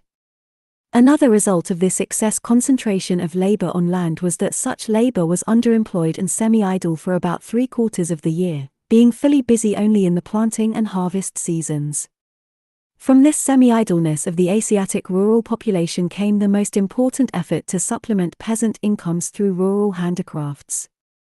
Before we turn to this crucial point, we should glance at the relative success of China's efforts to achieve high unit yields in agriculture. In the United States, about 1940, each acre of wheat required 1.2 man-days of work each year. In China, an acre of wheat took 26 man-days of labor. The rewards of such expenditures of labor were quite different. In China, the output of grain for each man-year of labor was 3,080 pounds. In the United States, the output was 44,000 pounds per man-year of labor. This low productivity of agricultural labor in China would have been perfectly acceptable if China had, instead, achieved high output per acre. Unfortunately, even in this alternative aim, China was only moderately successful, more successful than the United States, it is true, but far less successful than European countries which aimed at the same type of agricultural efficiency, high yields per acre, as China did. This can be seen from the following figures. Output per acre. In rice, in wheat. United States 47 bushels, United States 14 bushels. China 67 bushels, China 16 bushels. Italy 93 bushels, England 32 bushels. These figures indicate the relative failure of Chinese, and other Asiatic, agriculture even in terms of its own aims. This relative failure was not caused by lack of effort, but by such factors as 1. Farms too small for efficient operation, 2. Excessive population pressure which forced farming onto less productive soil and which drew more nutritive elements out of the soil than could be replaced, even by wholesale use of human wastes as fertilizer, 3. Lack of such scientific agricultural techniques as seed selection or crop rotation, and 4. The erratic character of a monsoon climate on a deforested and semi-eroded land. Because of the relatively low productivity of Chinese, and all Asiatic, agriculture, the whole population was close to the margin of subsistence and, at irregular intervals, was forced below that margin into widespread famine. In China, the situation was alleviated to some extent by three forces. In the first place, the irregular famines which we have mentioned, and somewhat more frequent onslaughts of plague disease, kept the population within manageable bounds. These two irregular occurrences reduced the population by millions, in both China and India, when they occurred. Even in ordinary years the death rate was high, about 30 per thousand in China compared to 25 in India, 12.3 in England, or 8.7 in Australia. Infant mortality, in the first year of life, was about 159 per thousand in China compared to 240 in India, about 70 in Western Europe, and about 32 in New Zealand. At birth an infant could be expected to live less than 27 years in India, less than 35 years in China, about 60 years in England or the United States, and about 66 years in New Zealand. All figures are about 1930. In spite of this expectation of death in China, the population was maintained at a high level by a birth rate of about 38 per thousand of the population compared to 34 in India, 18 in the United States or Australia, and 15 in England. The skyrocketing effect which the use of modern sanitary or medical practices might have upon China's population figures can be gathered from the fact that about 3/4 of Chinese deaths are from causes which are preventable, usually easily preventable, in the West.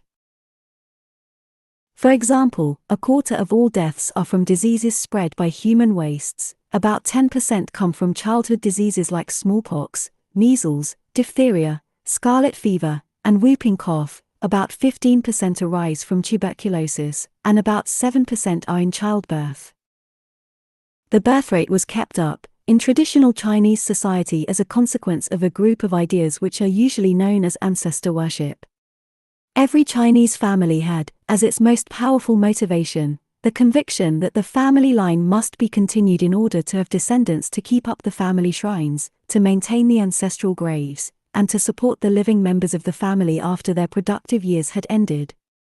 The expense of such shrines, graves, and old persons was a considerable burden on the average Chinese family and a cumulative burden as well, since the diligence of earlier generations frequently left a family with shrines and graves so elaborate that upkeep alone was a heavy expense to later generations. At the same time the urge to have sons kept the birth rate up and led to such undesirable social practices, in traditional Chinese society, as infanticide, abandonment, or sale of female offspring. Another consequence of these ideas was that more well-to-do families in China tended to have more children than poor families. This was the exact opposite of the situation in Western civilization, where a rise in the economic scale resulted in the acquisition of a middle-class outlook which included restriction of the family's offspring. The pressure of China's population on the level of subsistence was relieved to some extent by wholesale Chinese emigration in the period after 1800. This outward movement was toward the less settled areas of Manchuria, Mongolia, and southwestern China, overseas to America and Europe, and, above all, to the tropical areas of southeastern Asia, especially to Malaya and Indonesia.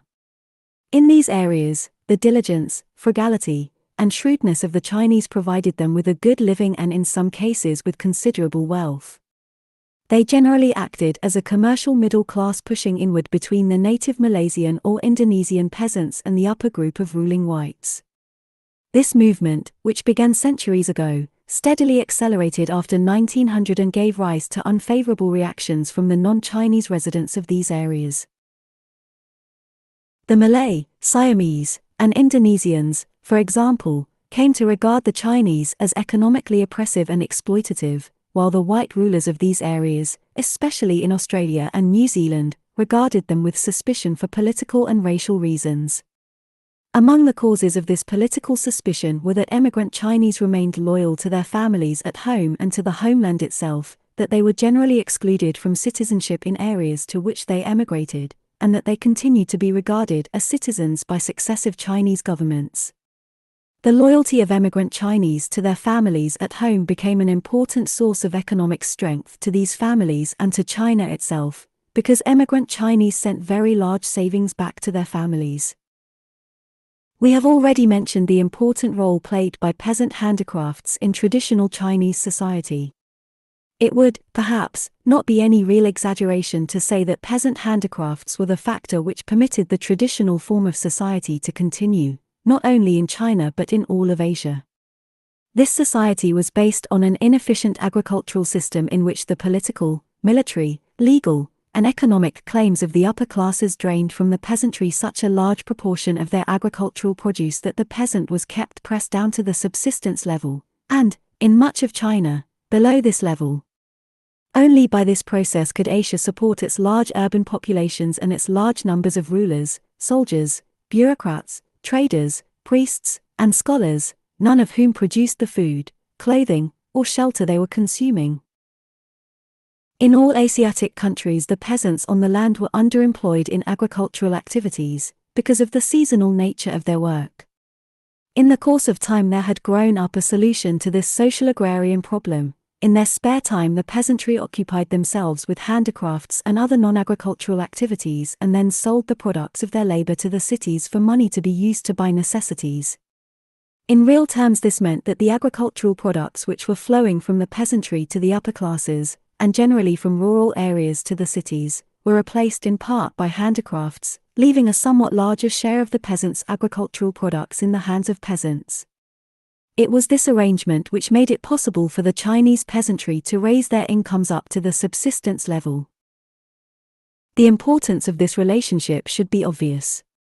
If it were destroyed, the peasant would be faced with a cruel alternative. Either he could perish by falling below the subsistence level or he could turn to violence in order to reduce the claims which the upper classes had on his agricultural products. In the long run every peasant group was driven toward the second of these alternatives. As a result, all Asia by 1940 was in the grip of a profound political and social upheaval because, a generation earlier, the demand for the products of peasants' handicrafts had been reduced. The destruction of this delicately balanced system occurred when cheap, machine-made products of Western manufacture began to flow into Asiatic countries. Native products such as textiles, metal goods, paper, wood carvings, pottery, hats, baskets, and such found it increasingly difficult to compete with Western manufactures in the markets of their own cities.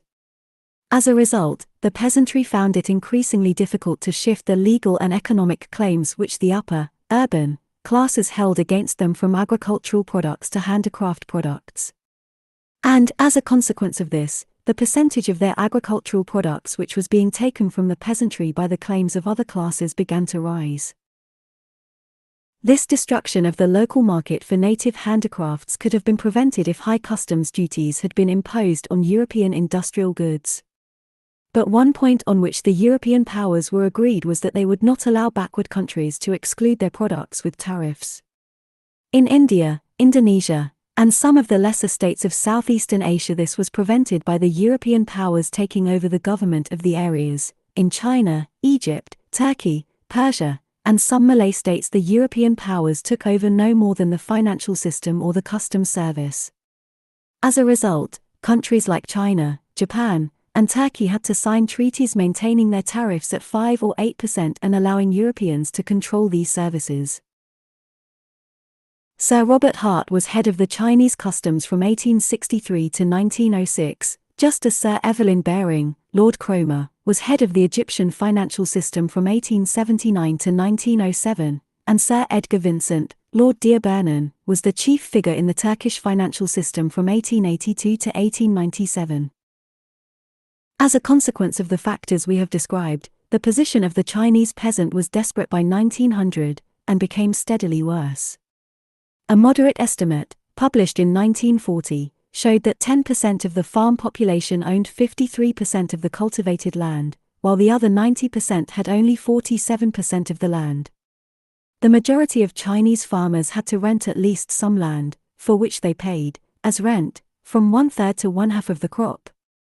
Since their incomes were not adequate, more than half of all Chinese farmers had to borrow each year. On borrowed grain the interest rate was 85% a year. On money loans the interest rate was variable, being over 20% a year on 9/10 of all loans made and over 50% a year on 1/8 of the loans made. Under such conditions of landownership, rental rates, and interest charges, the future was hopeless for the majority of Chinese farmers long before 1940. Yet the social revolution in China did not come until after 1940. The slow growth of the social revolution in China was the result of many influences. Chinese population pressure was relieved to some extent in the last half of the 19th century by the famines of 1877 to 1879, which killed about 12 million people, by the political disturbances of the Taiping and other rebellions in 1848 to 1875, which depopulated large areas, and by the continued high death rate.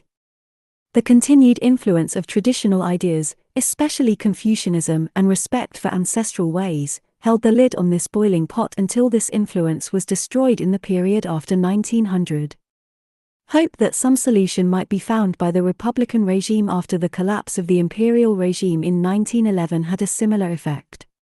And, lastly, the distribution of European weapons in Chinese society was such as to hinder rather than to assist revolution until well into the 20th century.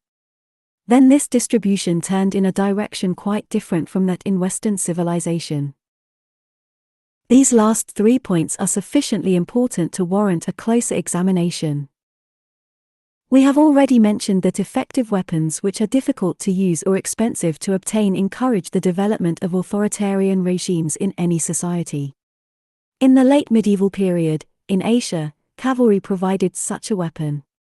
Since the most effective cavalry was that of the pastoral Ural Altaic-speaking peoples of Central Asia, these peoples were able to conquer the peasant peoples of Russia, of Anatolia, of India, and of China.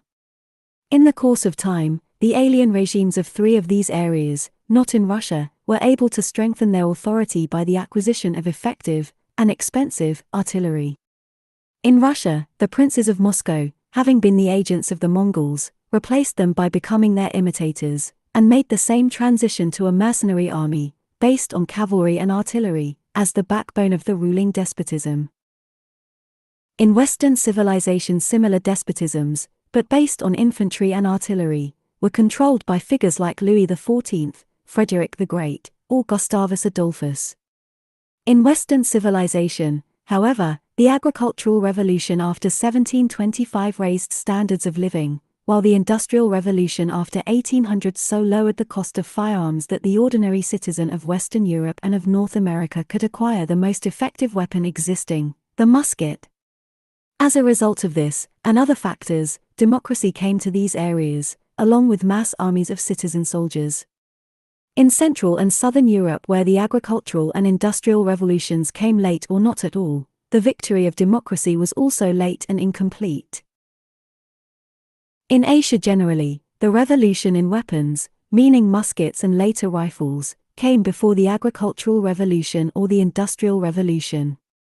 Indeed, most firearms were not locally made, but were imported and, being imported, came into the possession of the upper class of rulers, bureaucrats, and landlords and not into the hands of peasants or city masses. As a result, these ruling groups were generally able to maintain their position against their own masses even when they could not defend themselves against European powers. As a consequence of this, any hope of partial reform or of a successful revolution early enough to be a moderate revolution became quite unlikely. In Russia and in Turkey it required defeat in a foreign war with European states to destroy the corrupt imperial regimes, 1917 to 1921.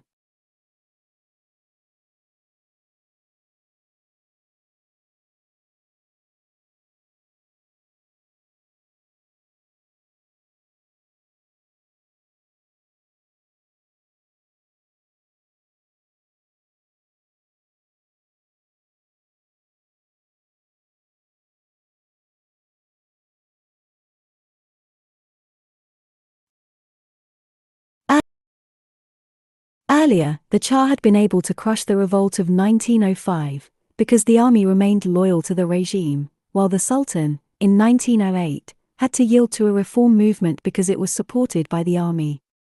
In India, Malaya, and Indonesia the disarmed native peoples offered no threat of revolt to the ruling European powers before 1940.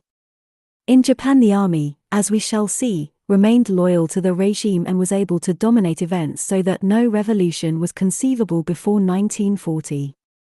But in China the trend of events was much more complex. In China the people could not get weapons because of their low standards of living and the high cost of imported arms. As a result, power remained in the hands of the army, except for small groups who were financed by emigrant Chinese with relatively high incomes overseas. By 1911 the prestige of the imperial regime had fallen so low that it obtained support from almost no one, and the army refused to sustain it. As a result, the revolutionaries, supported by overseas money, were able to overthrow the imperial regime in an almost bloodless revolution, but were not able to control the army after they had technically come to power. The army, leaving the politicians to squabble over forms of government or areas of jurisdiction, became independent political powers loyal to their own chiefs, warlords, and supported themselves and maintained their supply of imported arms by exploiting the peasantry of the provinces. The result was a period of warlordism from 1920 to 1941. In this period the Republican government was in nominal control of the whole country but was actually in control only of the seacoast and river valleys, chiefly in the south, while various warlords, operating as bandits, were in control of the interior and most of the north. In order to restore its control to the whole country, the Republican regime needed money and imported arms. Accordingly, it tried two expedients in sequence. The first expedient, in the period 1920 to 1927, sought to restore its power in China by obtaining financial and military support from foreign countries, Western countries, Japan, or Soviet Russia. This expedient failed, either because these foreign powers were unwilling to assist or, in the case of Japan and Soviet Russia, were willing to help only on terms which would have ended China's independent political status. As a consequence, after 1927, the Republican regime underwent a profound change, shifting from a democratic to an authoritarian organization, changing its name from Republican to Nationalist, and seeking the money and arms to restore its control over the country by making an alliance with the landlord, commercial, and banking classes of the eastern Chinese cities. These propertied classes could provide the Republican regime with the money to obtain foreign arms in order to fight the warlords of the West and North, but these groups would not support any Republican effort to deal with the social and economic problems facing the great mass of the Chinese peoples. While the Republican armies and the warlords were struggling with each other over the prostrate backs of the Chinese masses, the Japanese attacked China in 1931 and 1937. In order to resist the Japanese it became necessary, after 1940, to arm the Chinese masses. This arming of the masses of Chinese in order to defeat Japan in 1941 to 1945 made it impossible to continue the Republican regime after 1945 so long as it continued to be allied with the upper economic and social groups of China, since the masses regarded these groups as exploiters. At the same time, changes to more expensive and more complex weapons made it impossible either for warlordism to revive or for the Chinese masses to use their weapons to establish a democratic regime. The new weapons, like airplanes and tanks, could not be supported by peasants on a provincial basis, nor could they be operated by peasants. The former fact ended warlordism, while the latter fact ended any possibility of democracy. In view of the low productivity of Chinese agriculture and the difficulty of accumulating sufficient capital either to buy or to manufacture such expensive weapons, these weapons, in either way, could be acquired only by a government in control of most of China and could be used only by a professional army loyal to that government. Under such conditions it was to be expected that such a government would be authoritarian and would continue to exploit the peasantry, in order to accumulate capital either to buy such weapons abroad or to industrialize enough to make them at home, or both. From this point of view the history of China in the 20th century presents 5 phases, as follows. 1. The collapse of the imperial regime, to 1911. 2. The failure of the Republic, 1911 to 1920. 3. The struggle with warlordism, 1920 to 1941. A. Efforts to obtain support abroad, 1920 to 1927. B. Efforts to obtain support from the propertied groups, 1927 to 1941. 4. The struggle with Japan, 1931 to 1945. 5. The authoritarian triumph, 1945. The collapse of the imperial regime has already been discussed as a political and economic development. It was also an ideological development.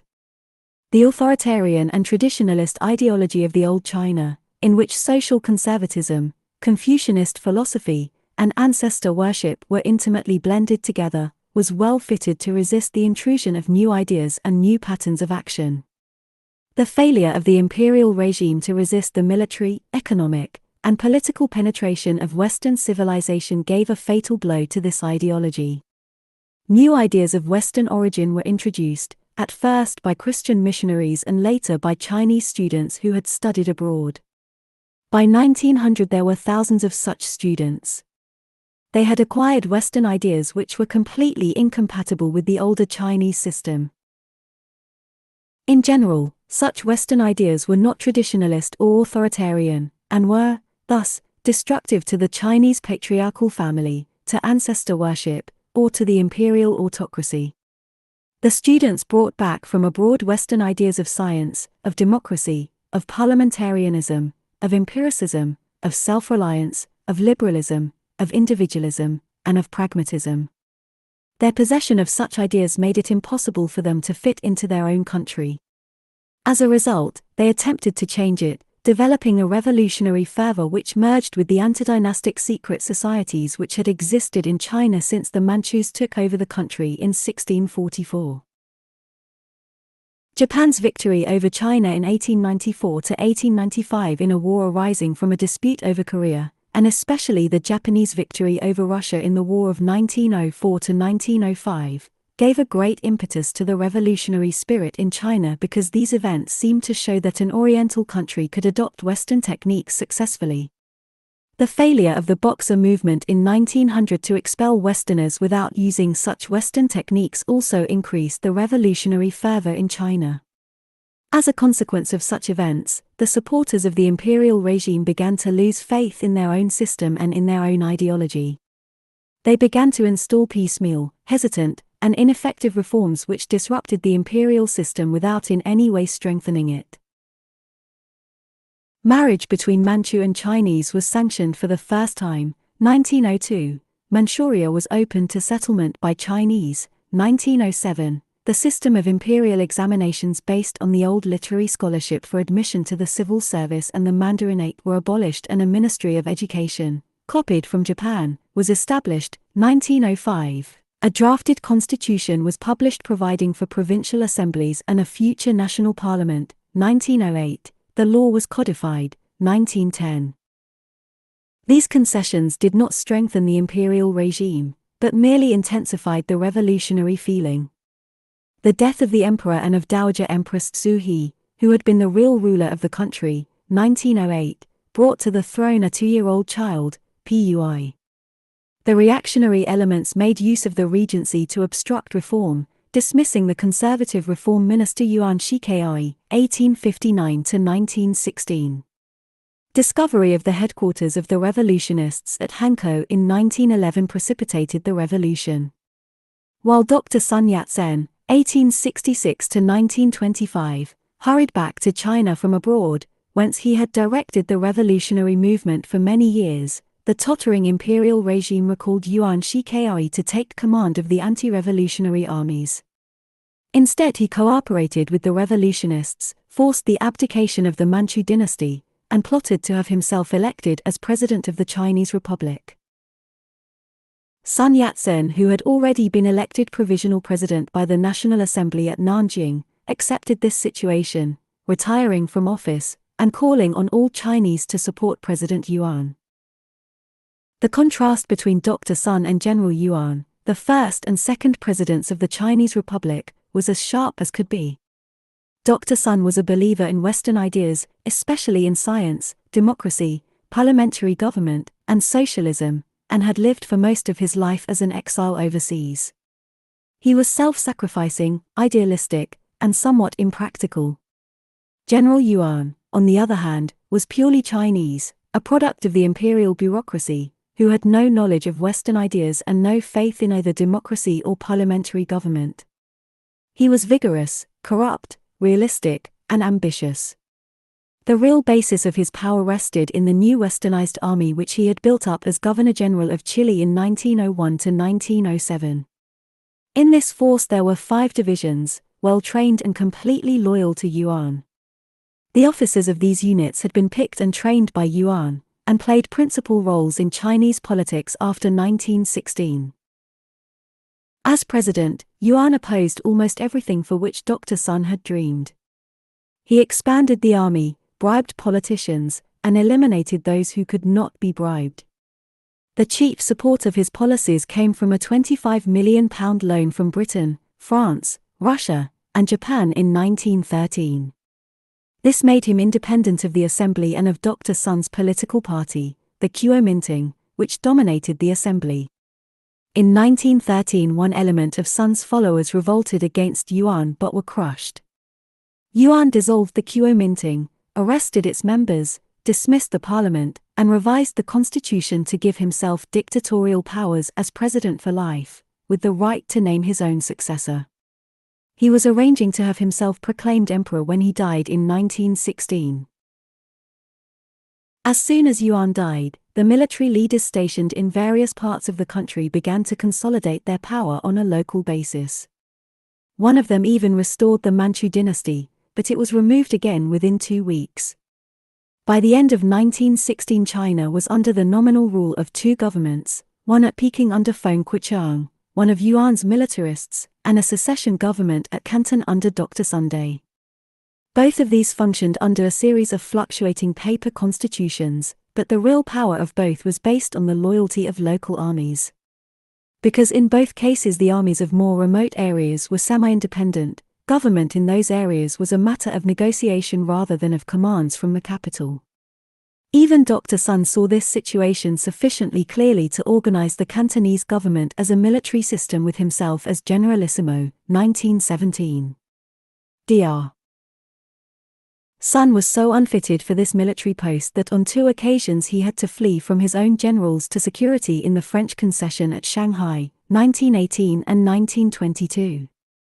Under such conditions Dr. Sun was unable to achieve any of his pet schemes, such as the vigorous political education of the Chinese people, a widespread network of Chinese railways built with foreign capital, or the industrialization of China on a socialist basis.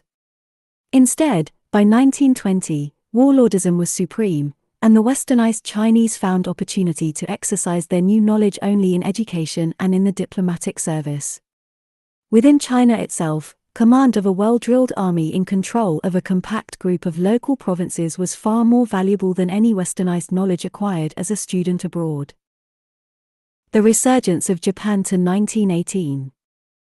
The history of Japan in the 20th century is quite distinct from that of the other Asiatic peoples.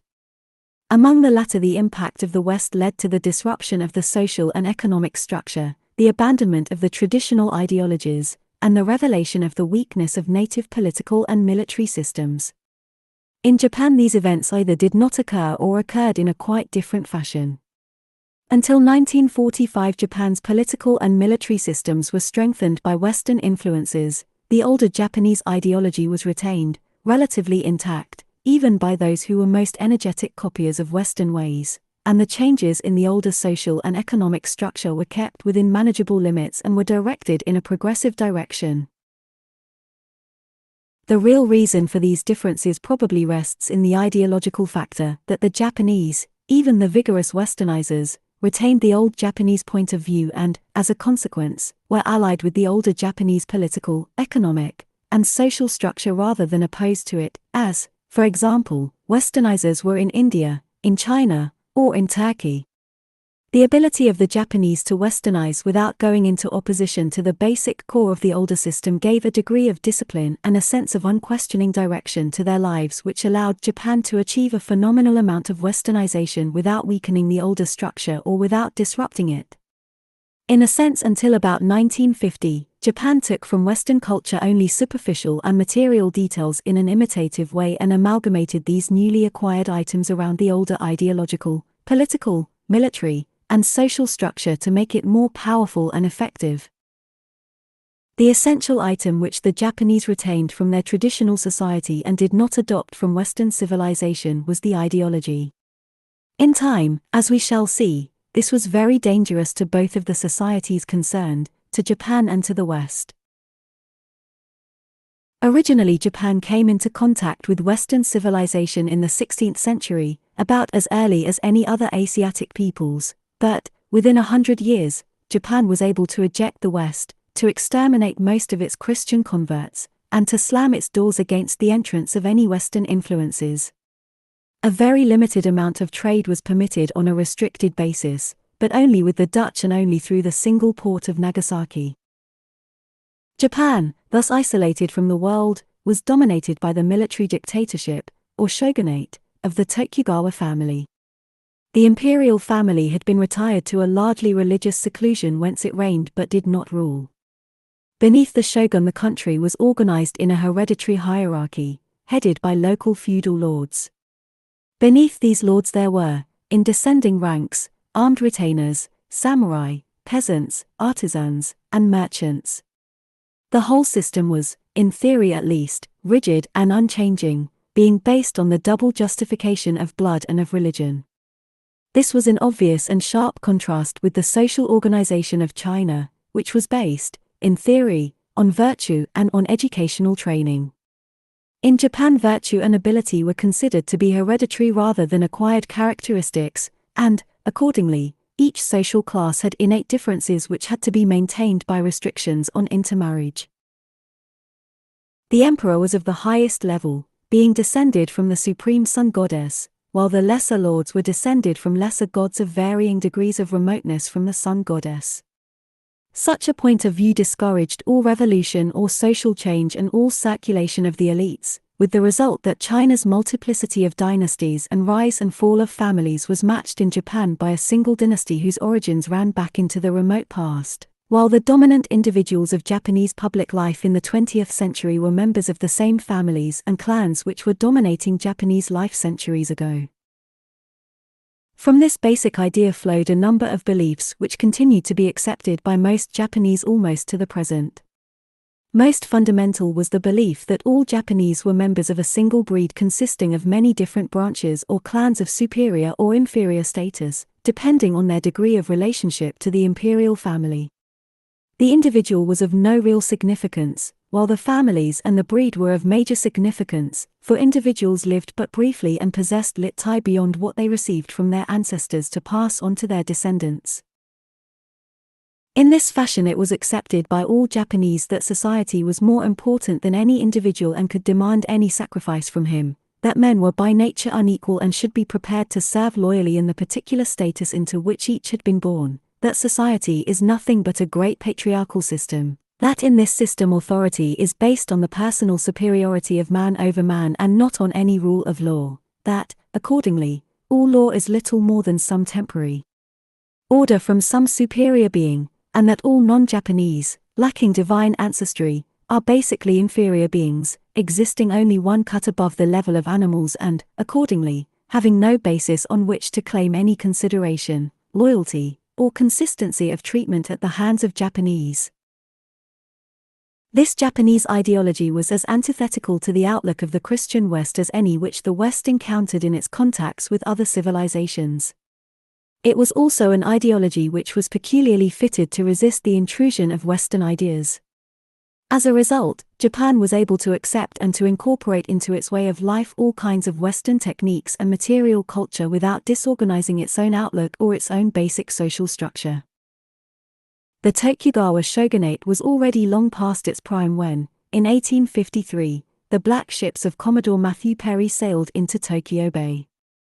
That these vessels could move against the wind, and carried guns more powerful than any the Japanese had ever imagined, was a great shock to the natives of Nippon.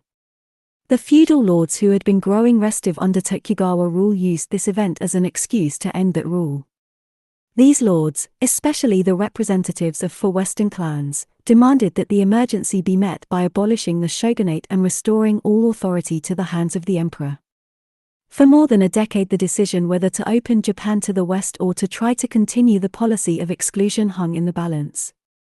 In 1863 to 1866, a series of naval demonstrations and bombardments of Japanese ports by Western powers forced the opening of Japan and imposed on the country a tariff agreement which restricted import duties to 5% until 1899.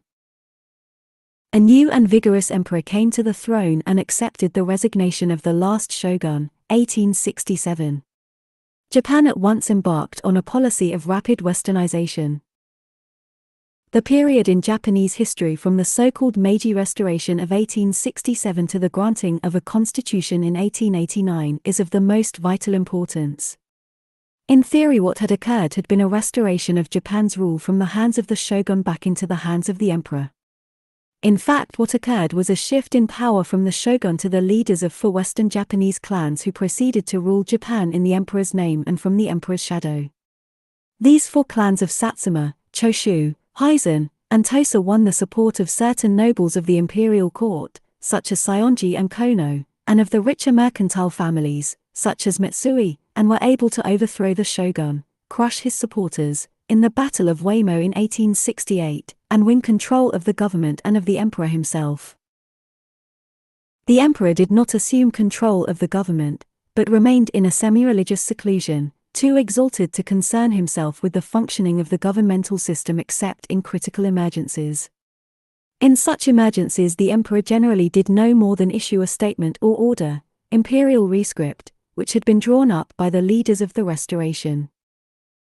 These leaders, organized in a shadowy group known as the Meiji oligarchy, had obtained complete domination of Japan by 1889. To cover this fact with camouflage, they unleashed a vigorous propaganda of revived Shintoism and of abject submission to the emperor, which culminated in the extreme emperor worship of 1941 to 1945.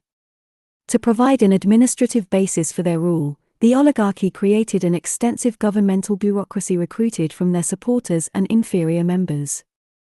To provide an economic basis for their rule, this oligarchy used their political influence to pay themselves extensive pensions and governmental grants, presumably as compensation for the ending of their feudal incomes, and to engage in corrupt business relationships with their allies in the commercial classes, like Mitsui or Mitsubishi. To provide a military basis for their rule, the oligarchy created a new imperial army and navy and penetrated the upper ranks of these so that they were able to dominate these forces as they dominated the civil bureaucracy. To provide a social basis for their rule, the oligarchy created an entirely new peerage of 5 ranks of nobility recruited from their own members and supporters. Having thus assured their dominant position in the administrative, economic, military, and social life of Japan, the oligarchy in 1889 drew up a constitution which would assure, and yet conceal, their political domination of the country.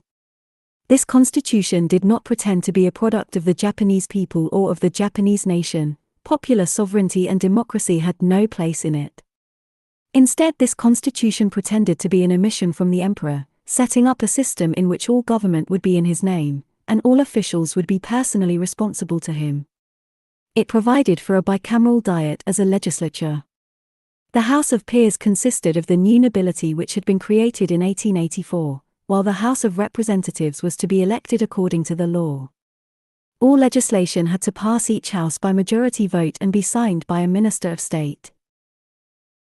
These ministers, established as a council of state in 1885, were responsible to the emperor and not to the diet. Their tasks were carried out through the bureaucracy which was already established. All money appropriations, like other laws, had to obtain the assent of the diet, but, if the budget was not accepted by this body, the budget of the preceding year was repeated automatically for the following year. The emperor had extensive powers to issue ordinances which had the force of law and required a minister's signature, as did other laws. This constitution of 1889 was based on the constitution of Imperial Germany and was forced on Japan by the Meiji oligarchy in order to circumvent and anticipate any future agitation for a more liberal constitution based on British, American, or French models. Basically, the form and functioning of the constitution was of little significance, for the country continued to be run by the Meiji oligarchy through their domination of the army and navy, the bureaucracy, economic and social life, and the opinion-forming agencies such as education and religion. In political life, this oligarchy was able to control the emperor, the Privy Council, the House of Peers, the judiciary, and the bureaucracy. This left only one possible organ of government, the Diet, through which the oligarchy might be challenged. Moreover, the Diet had only one means, its right to pass the annual budget, by which it could strike back at the oligarchy. This right was of little significance so long as the oligarchy did not want to increase the budget, since the budget of the previous year would be repeated if the Diet rejected the budget of the following year. However, the oligarchy could not be satisfied with a repetition of an earlier budget, for the oligarchy's chief aim, after they had ensured their own wealth and power, was to westernize Japan rapidly enough to be able to defend it against the pressure of the great powers of the West. All these things required a constantly growing budget, and thus gave the Diet a more important role than it would otherwise have had. This role, however, was more of a nuisance than a serious restriction on the power of the Meiji oligarchy because the power of the Diet could be overcome in various ways.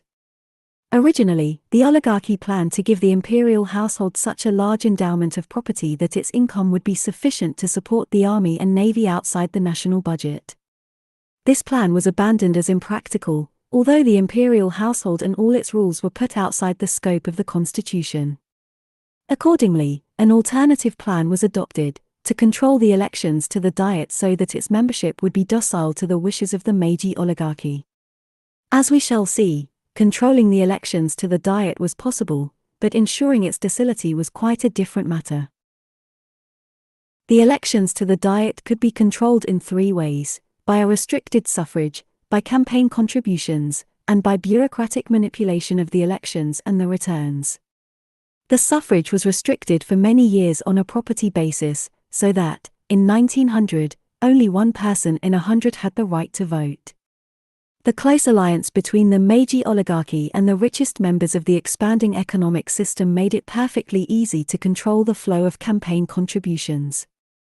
And if these two methods failed, the Meiji oligarchy controlled both the police and the prefectural bureaucracy which supervised the elections and counted the returns.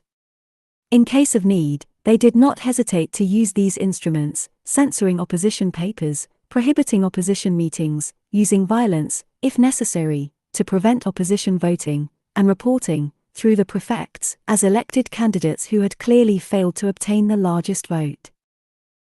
These methods were used from the beginning.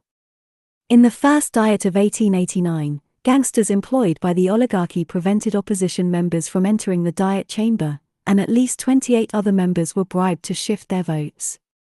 In the elections of 1892, violence was used, mostly in districts opposed to the government, so that 25 persons were killed and 388 were injured. The government still lost that election but continued to control the cabinet. It even dismissed 11 prefectural governors who had been stealing votes, as much for their failure to steal enough as for their action in stealing any. When the resulting Diet refused to appropriate for an enlarged navy, it was sent home for 18 days, and then reassembled to receive an imperial rescript which gave 1.8 million yen over a 6-year period from the imperial household for the project, and went on to order all public officials to contribute 1/10 of their salaries each year for the duration of the naval building program which the Diet had refused to finance. In this fashion, the Diet's control of increased appropriations was circumvented by the Meiji oligarchy's control of the emperor. In view of the dominant position of the Meiji oligarchy in Japanese life from 1867 until after 1922, it would be a mistake to interpret such occurrences as unruly diets, the growth of political parties, or even the establishment of adult manhood suffrage, in 1925, as such events would be interpreted in European history. In the West, we are accustomed to narrations about heroic struggles for civil rights and individual liberties, or about the efforts of commercial and industrial capitalists to capture at least a share of political and social power from the hands of the landed aristocracy, the feudal nobility, or the church. We are acquainted with movements by the masses for political democracy, and with agitations by peasants and workers for economic advantages. All these movements, which fill the pages of European history books, are either absent or have an entirely different significance in Japanese history. In Japan, history presents a basic solidarity of outlook and of purpose, punctuated with brief conflicting outbursts which seem to be contradictory and inexplicable. The explanation of this is to be found in the fact that there was, indeed, a solidarity of outlook, but that this solidarity was considerably less solid than it appeared, for, beneath it, Japanese society was filled with fissures and discontents. The solidarity of outlook rested on the ideology which we have mentioned. This ideology, sometimes called Shintoism, was propagated by the upper classes, especially by the Meiji oligarchy, but was more sincerely embraced by the lower classes, especially by the rural masses, than it was by the oligarchy which propagated it. This ideology accepted an authoritarian, hierarchical, patriarchal society, based on families, clans, and nation, culminating in respect and subordination to the emperor. In this system there was no place for individualism, self-interest, human liberties, or civil rights.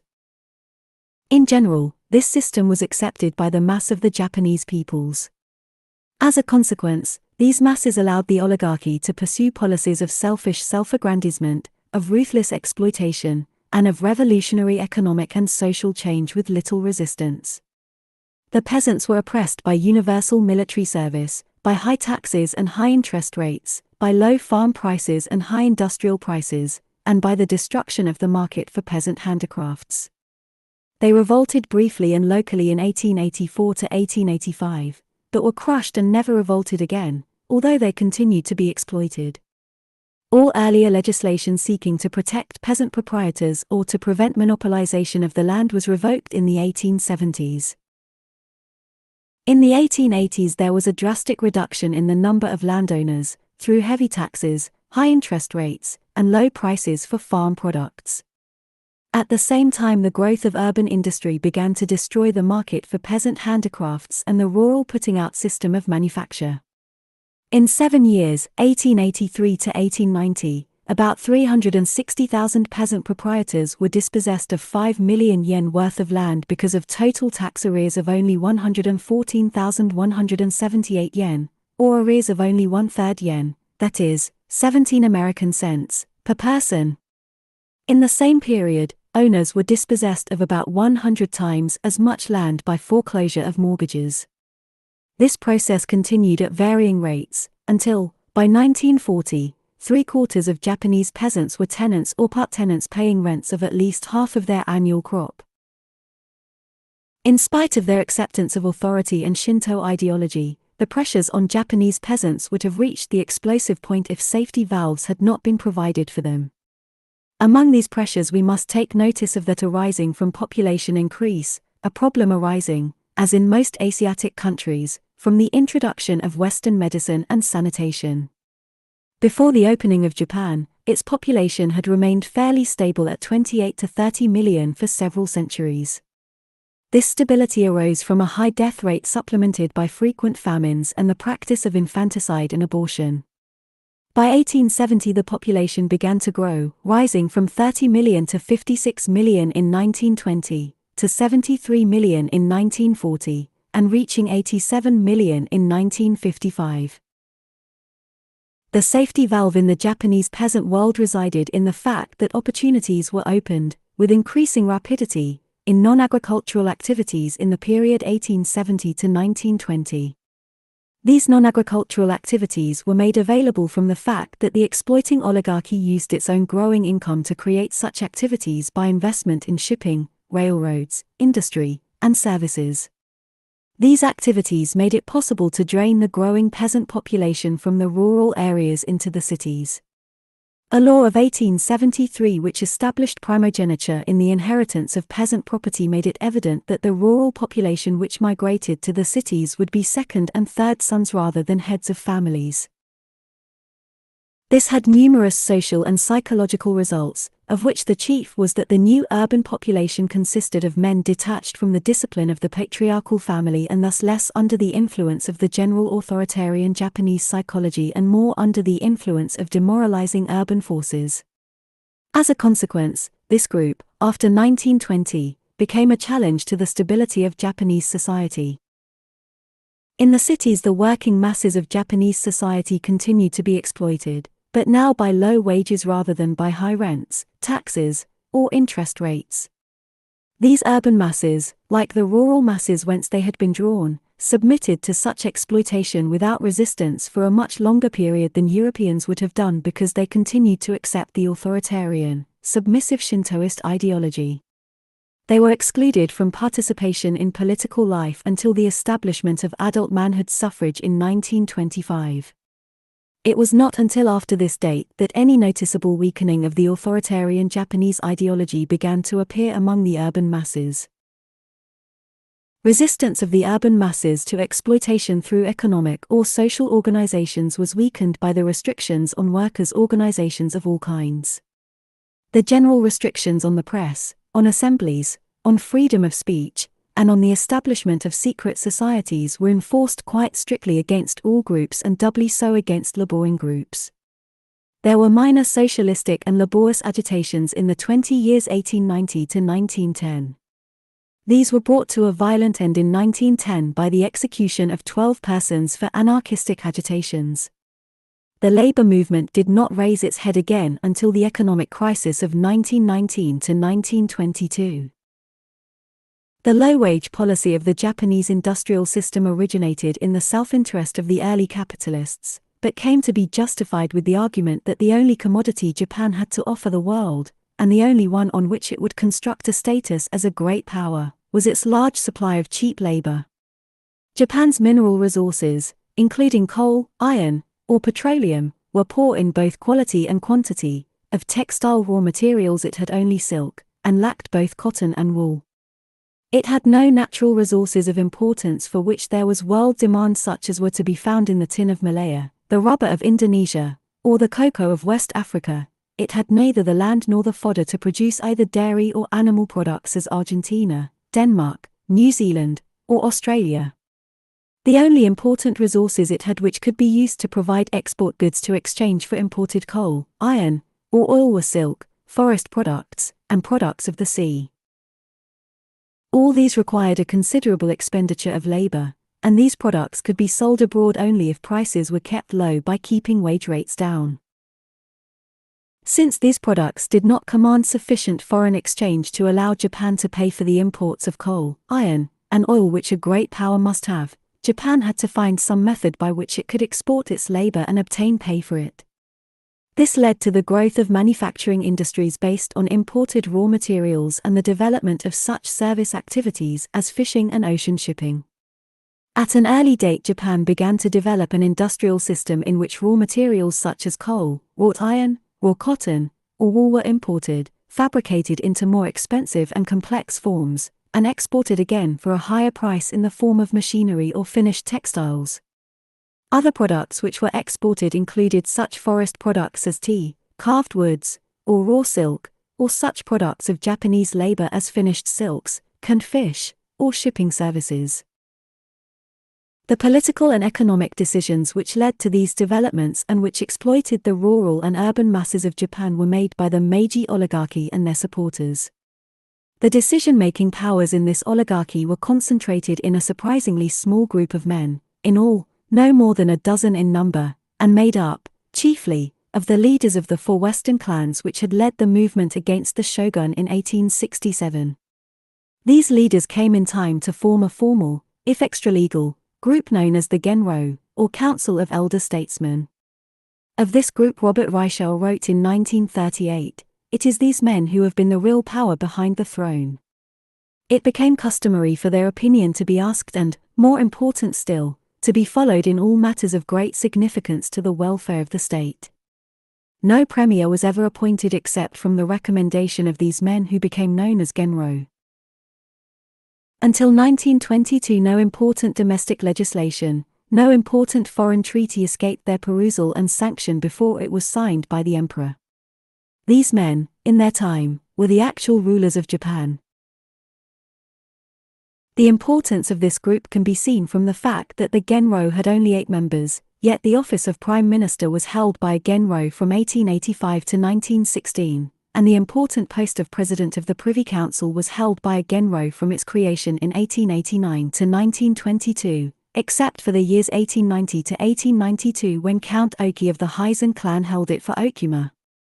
If we list the 8 Genro with 3 of their close associates, we shall be setting down the chief personnel of Japanese history in the period covered by this chapter. To such a list we might add certain other significant facts, such as the social origins of these men, the dates of their deaths, and their dominant connections with the 2 branches of the defense forces and with the 2 greatest Japanese industrial monopolies. The significance of these connections will appear in a moment. The Meiji oligarchy. Social origin. Name, Genro marked asterisk. Date of death. Dominated. Linked with. Choshu. Asterisk Ito asterisk Yamagoto asterisk Inoue asterisk Kotsura. 1909, 1922, 1915, 1913. Army. Mitsui. Satsuma. Asterisk Oyama asterisk Matsukata Kuroda Yamamoto. 1916–1924. Navy. Hyzen. Asterisk Okuma. 1922. Progressive Party from 1882. Mitsubishi. Tosa. Itagoki. 1920. Liberal Party from 1881. Noble Court. Asterisk Saionji. 1940. Last of the Genro, 1924 to 1940. Sumitomo. Japanese history from 1890 to 1940 is largely a commentary on this table. We have said that the Meiji Restoration of 1868 resulted from an alliance of 4 Western clans and some court nobles against the shogunate, and that this alliance was financed by commercial groups led by Mitsui. The leaders of this movement who were still alive after 1890 came to form the Genro, the real but unofficial rulers of Japan. As the years passed and the Genro became older and died, their power became weaker, and there arose 2 claimants to succeed them, the militarists and the political parties. In this struggle the social groups behind the political parties were so diverse and so corrupt that their success was never in the realm of practical politics. In spite of this fact, the struggle between the militarists and the political parties looked fairly even until 1935, not because of any strength or natural ability in the ranks of the latter but simply because Saionji, the last of the Genro and the only non-clan member in that select group, did all he could to delay or to avoid the almost inevitable triumph of the militarists. All the factors in this struggle and the political events of Japanese history arising from the interplay of these factors go back to their roots in the Genro as it existed before 1900. The political parties and Mitsubishi were built up as Hyzen Tosa weapons to combat the Choshu Satsuma domination of the power nexus organized on the civilian military bureaucracy allied with Mitsui, the army-navy rivalry, which appeared in 1912 and became acute after 1931, had its roots in an old competition between Choshu and Satsuma within the Genro, while the civilian militarist struggle went back to the personal rivalry between Ito and Yamagoto before 1900. Yet, in spite of these fissures and rivalries, the oligarchy as a whole generally presented a united front against outside groups, such as peasants, workers, intellectuals, or Christians, in Japan itself or against non-Japanese. From 1882 to 1898 Ito was the dominant figure in the Meiji oligarchy, and the most powerful figure in Japan. As minister of the Imperial household, he was charged with the task of drawing up the Constitution of 1889. As president of the Privy Council, he guided the deliberations of the assembly which ratified this constitution, and as first prime minister of the new Japan, he established the foundations on which it would operate. In the process he entrenched the Sacho oligarchy so firmly in power that the supporters of Tosa and Hyzen began to agitate against the government, seeking to obtain what they regarded as their proper share of the plums of office. In order to build up opposition to the government, they organized the first real political parties, the Liberal Party of Itagoki, 1881, and the Progressive Party of Okuma, 1882. These parties adopted liberal and popular ideologies from bourgeois Europe, but, generally, these were not sincerely held or clearly understood. The real aim of these two groups was to make themselves so much of a nuisance to the prevailing oligarchy that they could obtain, as a price for relaxing their attacks, a share of the patronage of public office and of government contracts. Accordingly, the leaders of these parties, again and again, sold out their party followers in return for these concessions, generally dissolving their parties, to recreate them at some later date when their discontent with the prevailing oligarchy had risen once again. As a result, the opposition parties vanished and reappeared, and their leaders moved into and out of public office in accordance with the whims of satisfied or discontented personal ambitions. Just as Mitsui became the greatest industrial monopoly of Japan on the basis of its political connections with the prevalent Sacho oligarchy, so Mitsubishi became Japan's second greatest monopoly on the basis of its political connections with the opposition groups of Tosa Hizen. Indeed, Mitsubishi began its career as the commercial firm of the Tosa clan, and Iwasaki, who had managed it in the latter role, continued to manage it when it blossomed into Mitsubishi. Both of these firms, and a handful of other monopolistic organizations which grew up later, were completely dependent for their profits and growth on political connections. The task of building Japan into a modern industrial power in a single lifetime required enormous capital and stable markets. In a poor country like Japan, coming late into the industrial era, both of these requirements could be obtained from the government, and in no other way. As a result, business enterprise became organized in a few very large monopolistic structures, and these, in spite of their size, never acted as independent powers, even in economic matters, but cooperated in a docile fashion with those who controlled government expenditures and government contracts. Thus they cooperated with the Meiji oligarchy before 1922, with the political party leaders in 1922 to 1932, and with the militarists after 1932.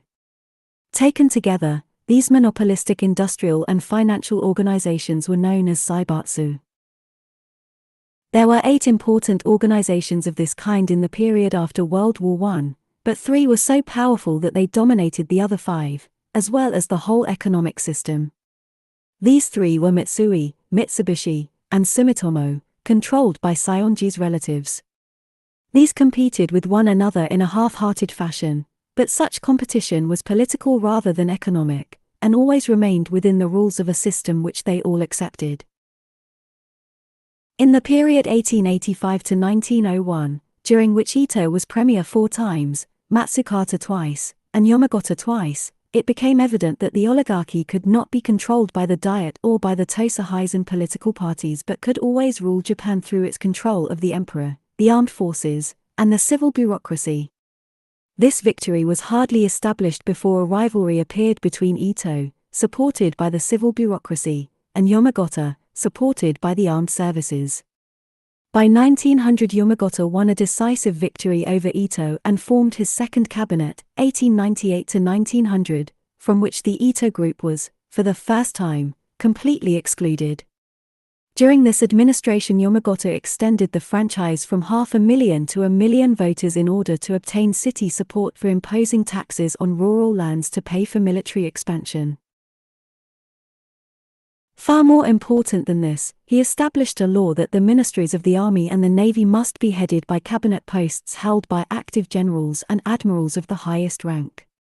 This law made civilian rule of Japan impossible thereafter because no prime minister or member of the cabinet could fill the 2 defense posts unless they made concessions to the armed services. In retaliation for this defeat, Ito made an alliance with the Liberal Party of Itagoki, 1900, and took office as Prime Minister for the 3rd time, 1900 to 1901. But he had little freedom of action, since the Minister of War, in accordance with the new law, was Yamagata's man, Kotsura, and the Minister of the Navy was Admiral Yamamoto. In 1903 Yamagata obtained an imperial rescript forcing Ito to retire from active political life to the shelter of the Privy Council. Ito did so, leaving the Liberal Party and the leadership of the civilian forces to his protégé, Saionji. Yamagata had already retired behind the scenes, but still dominated political life through his protégé, Kotsura. The period 1901 to 1913 saw an alternation of Kotsura and Saionji governments, in which the former clearly controlled the government, while the latter, through the Liberal Party, won large and meaningless victories at the polls. Both in 1908 and in 1912 Saionji's party won easy victories in general elections held while he was in office, and in both cases Kotsura forced him out of office in spite of his majority in the Diet. At this point Kotsura's ruthless use of the emperor and the militarists to increase the size and power of the army brought a new factor into Japanese political life by leading to a split with the navy. In 1912, when Saionji and Kotsura had each headed two governments since 1901, the former refused to increase the army by 2 divisions, for service in Korea. Kotsura at once threw the Saionji government out of office by having the Minister of War resign. When Saionji could find no eligible general willing to serve, Kotsura formed his third cabinet, 1912 to 1913, and created the new divisions.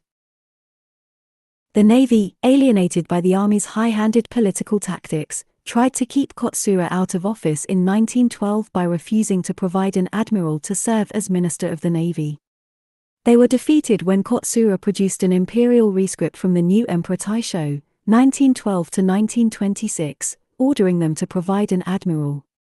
The navy retaliated the following year by forming an alliance with the liberals and other anti-Kotsura forces, on the grounds that his frequent use of imperial intervention in behalf of the lowest partisan politics was an insult to the exalted sanctity of the imperial position. For the first and only time, in 1913, an imperial rescript was refused acceptance by the Liberal Party. Kotsura had to resign, and a new cabinet, under Admiral Yamamoto, was formed, 1913 to 1914. This alliance of the navy, the Satsuma clan, and the Liberal Party so enraged the Choshu clan that the military and civilian wings of that group came together on an anti-Satsuma basis. In 1914 it was revealed that several high admirals had accepted bribes from foreign munitions firms such as German Siemens and British Vickers. Choshu used this as a club to force Yamamoto to resign, but since they could not form a government themselves they called Okuma out of retirement to form a temporary government completely dependent on them. The old man was given a majority in the Diet by turning the existing Liberal Party majority out of office and, in a completely corrupt election, providing a majority for a new constitutional believers' party, which Kotsura had created in 1913. Okuma was completely dependent on the Choshu oligarchy, which meant on Yamagata, as Ito died in 1909 and Inoue in 1915.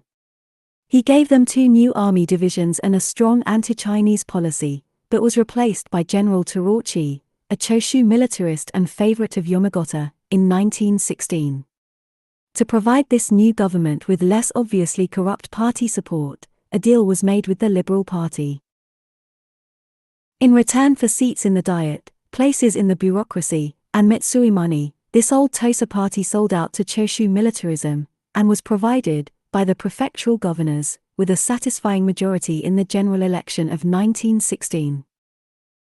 Under the Terauchi government, Choshu militarism and Yamagata's personal power reached their culmination. By that time every high officer in the army owed his position to Yamagata's patronage. His old civilian rivals, like Ito or Inoue, were dead. Of the 4 remaining Genro, only Yamagata, aged 81 in 1918, still had his hands on the tiller. Matsukata, aged 84, was a weakling, Okuma, aged 81, was an outsider, and Saionji, aged 70, was a semi-outsider. The emperor, as a result of the protests of 1913, no longer intervened in political life. The political parties were demoralized and subservient, prepared to sacrifice any principle for a few jobs. The economic organizations, led by the great Zaibatsu, were completely dependent on government subsidies and government contracts. In a word, the controls of the Meiji oligarchy had come almost completely into the hands of one man. It would be difficult to exaggerate the degree of concentration of power in Japan in the period covered by this chapter. In 33 years of cabinet government, there had been 18 cabinets but only 9 different premiers. Of these 9 premiers, only 2, Saionji and Okuma, were not of Choshu or Satsuma, while 5 were military men. The growing militarization of Japanese life in the period ending in 1918 had ominous implications for the future. Not only did militarists control growing sectors of Japanese life, they had also succeeded in merging loyalty to the emperor and subservience to militarism into a single loyalty which no Japanese could reject without, at the same time, rejecting his country, his family, and his whole tradition. Even more ominous was the growing evidence that Japanese militarism was insanely aggressive, and prone to find the solution for internal problems in foreign wars. On 3 occasions in 30 years, against China in 1894 to 1895, against Russia in 1904 to 1905, and against China and Germany in 1914 to 1918, Japan had entered upon warlike action for purely aggressive purposes. As a consequence of the first action, Japan acquired Formosa and the Pescadores and forced China to recognize the independence of Korea, 1895. The subsequent Japanese penetration of Korea led to a rivalry with Russia, whose Trans-Siberian Railway was encouraging her to compensate for her rebuffs in the Balkans by increasing her pressure in the Far East. In order to isolate the approaching conflict with Russia, Japan signed a treaty with Britain, 1902. By this treaty each signer could expect support from the other if it became engaged in war with more than one enemy in the Far East. With Russia thus isolated in the area, Japan attacked the Tsar's forces in 1904. These forces were destroyed on land by Japanese armies under the Satsuma Genro Oyama, while the Russian fleet of 32 vessels, coming from Europe, was destroyed by the Satsuma Admiral Togo in Tsushima Straits. By the Treaty of Portsmouth, 1905, Russia announced her influence in Korea, yielded southern Sakhalin and the lease on Liaotung to Japan, and agreed to a joint renunciation of Manchuria, which was to be evacuated by both powers and restored to China. Korea, which had been made a Japanese protectorate in 1904, was annexed in 1910. The outbreak of war in 1914 provided a great opportunity for Japanese expansion. While all the great powers were busy elsewhere, the Far East was left to Japan. Declaring war on Germany on August 23, 1914, Nipponese troops seized the German holdings on the Shantung Peninsula and the German Pacific Islands north of the equator, Marshall Islands, Marianas, and Carolines. This was followed, almost immediately, January 1915, by presentation of 21 demands on China. These demands at once revealed Japan's aggressive ambitions on the continent of Asia, and led to a decisive change in world opinion about Japan, especially in the United States. As preparation for such demands, Japan had been able to build up a very pro-Japanese feeling in most of the great powers. Formal agreements or notes had been made with these, recognizing, in one way or another, Japan's special concern with East Asia. In respect to Russia, a series of agreements had established spheres of influence. These gave northern Manchuria and western Inner Mongolia as spheres to Russia, and southern Manchuria with eastern Inner Mongolia as spheres for Japan. A number of diplomatic notes between the United States and Japan had arranged a tacit American acceptance of the Japanese position in Manchuria in return for a Japanese acceptance of the open door or free trade policy in China. The 21 demands broke this agreement with the United States since they sought to create for Japan a special economic position in China. In combination with the injury inflicted on Japanese pride by the rigid American restrictions on Japanese immigration into the United States, this marked a turning point in Japanese-American feeling from the generally favorable tone which it had possessed before 1915 to the growing unfavorable tone it assumed after 1915. Unfavorable world opinion forced Japan to withdraw the most extreme of her 21 demands, those which were concerned with the use of Japanese advisors in various Chinese administrative functions, but many of the others were accepted by China under pressure of a Japanese ultimatum. The chief of these permitted Japan to arrange with Germany regarding the disposition of the German concessions in China without interference from China itself. Other demands, which were accepted, gave Japan numerous commercial, mining, and industrial concessions, mostly in eastern Inner Mongolia and southern Manchuria. In spite of her growing alienation of world opinion in the years of the First World War, The war brought Japan to a peak of prosperity and power it had not previously attained. The demand for Japanese goods by the belligerent countries resulted in a great industrial boom. The increase in the Japanese fleet and in Japanese territories in the northern Pacific, as well as the withdrawal of her European rivals from the area, gave Japan a naval supremacy there which was formally accepted by the other naval powers in the Washington Agreements of 1922.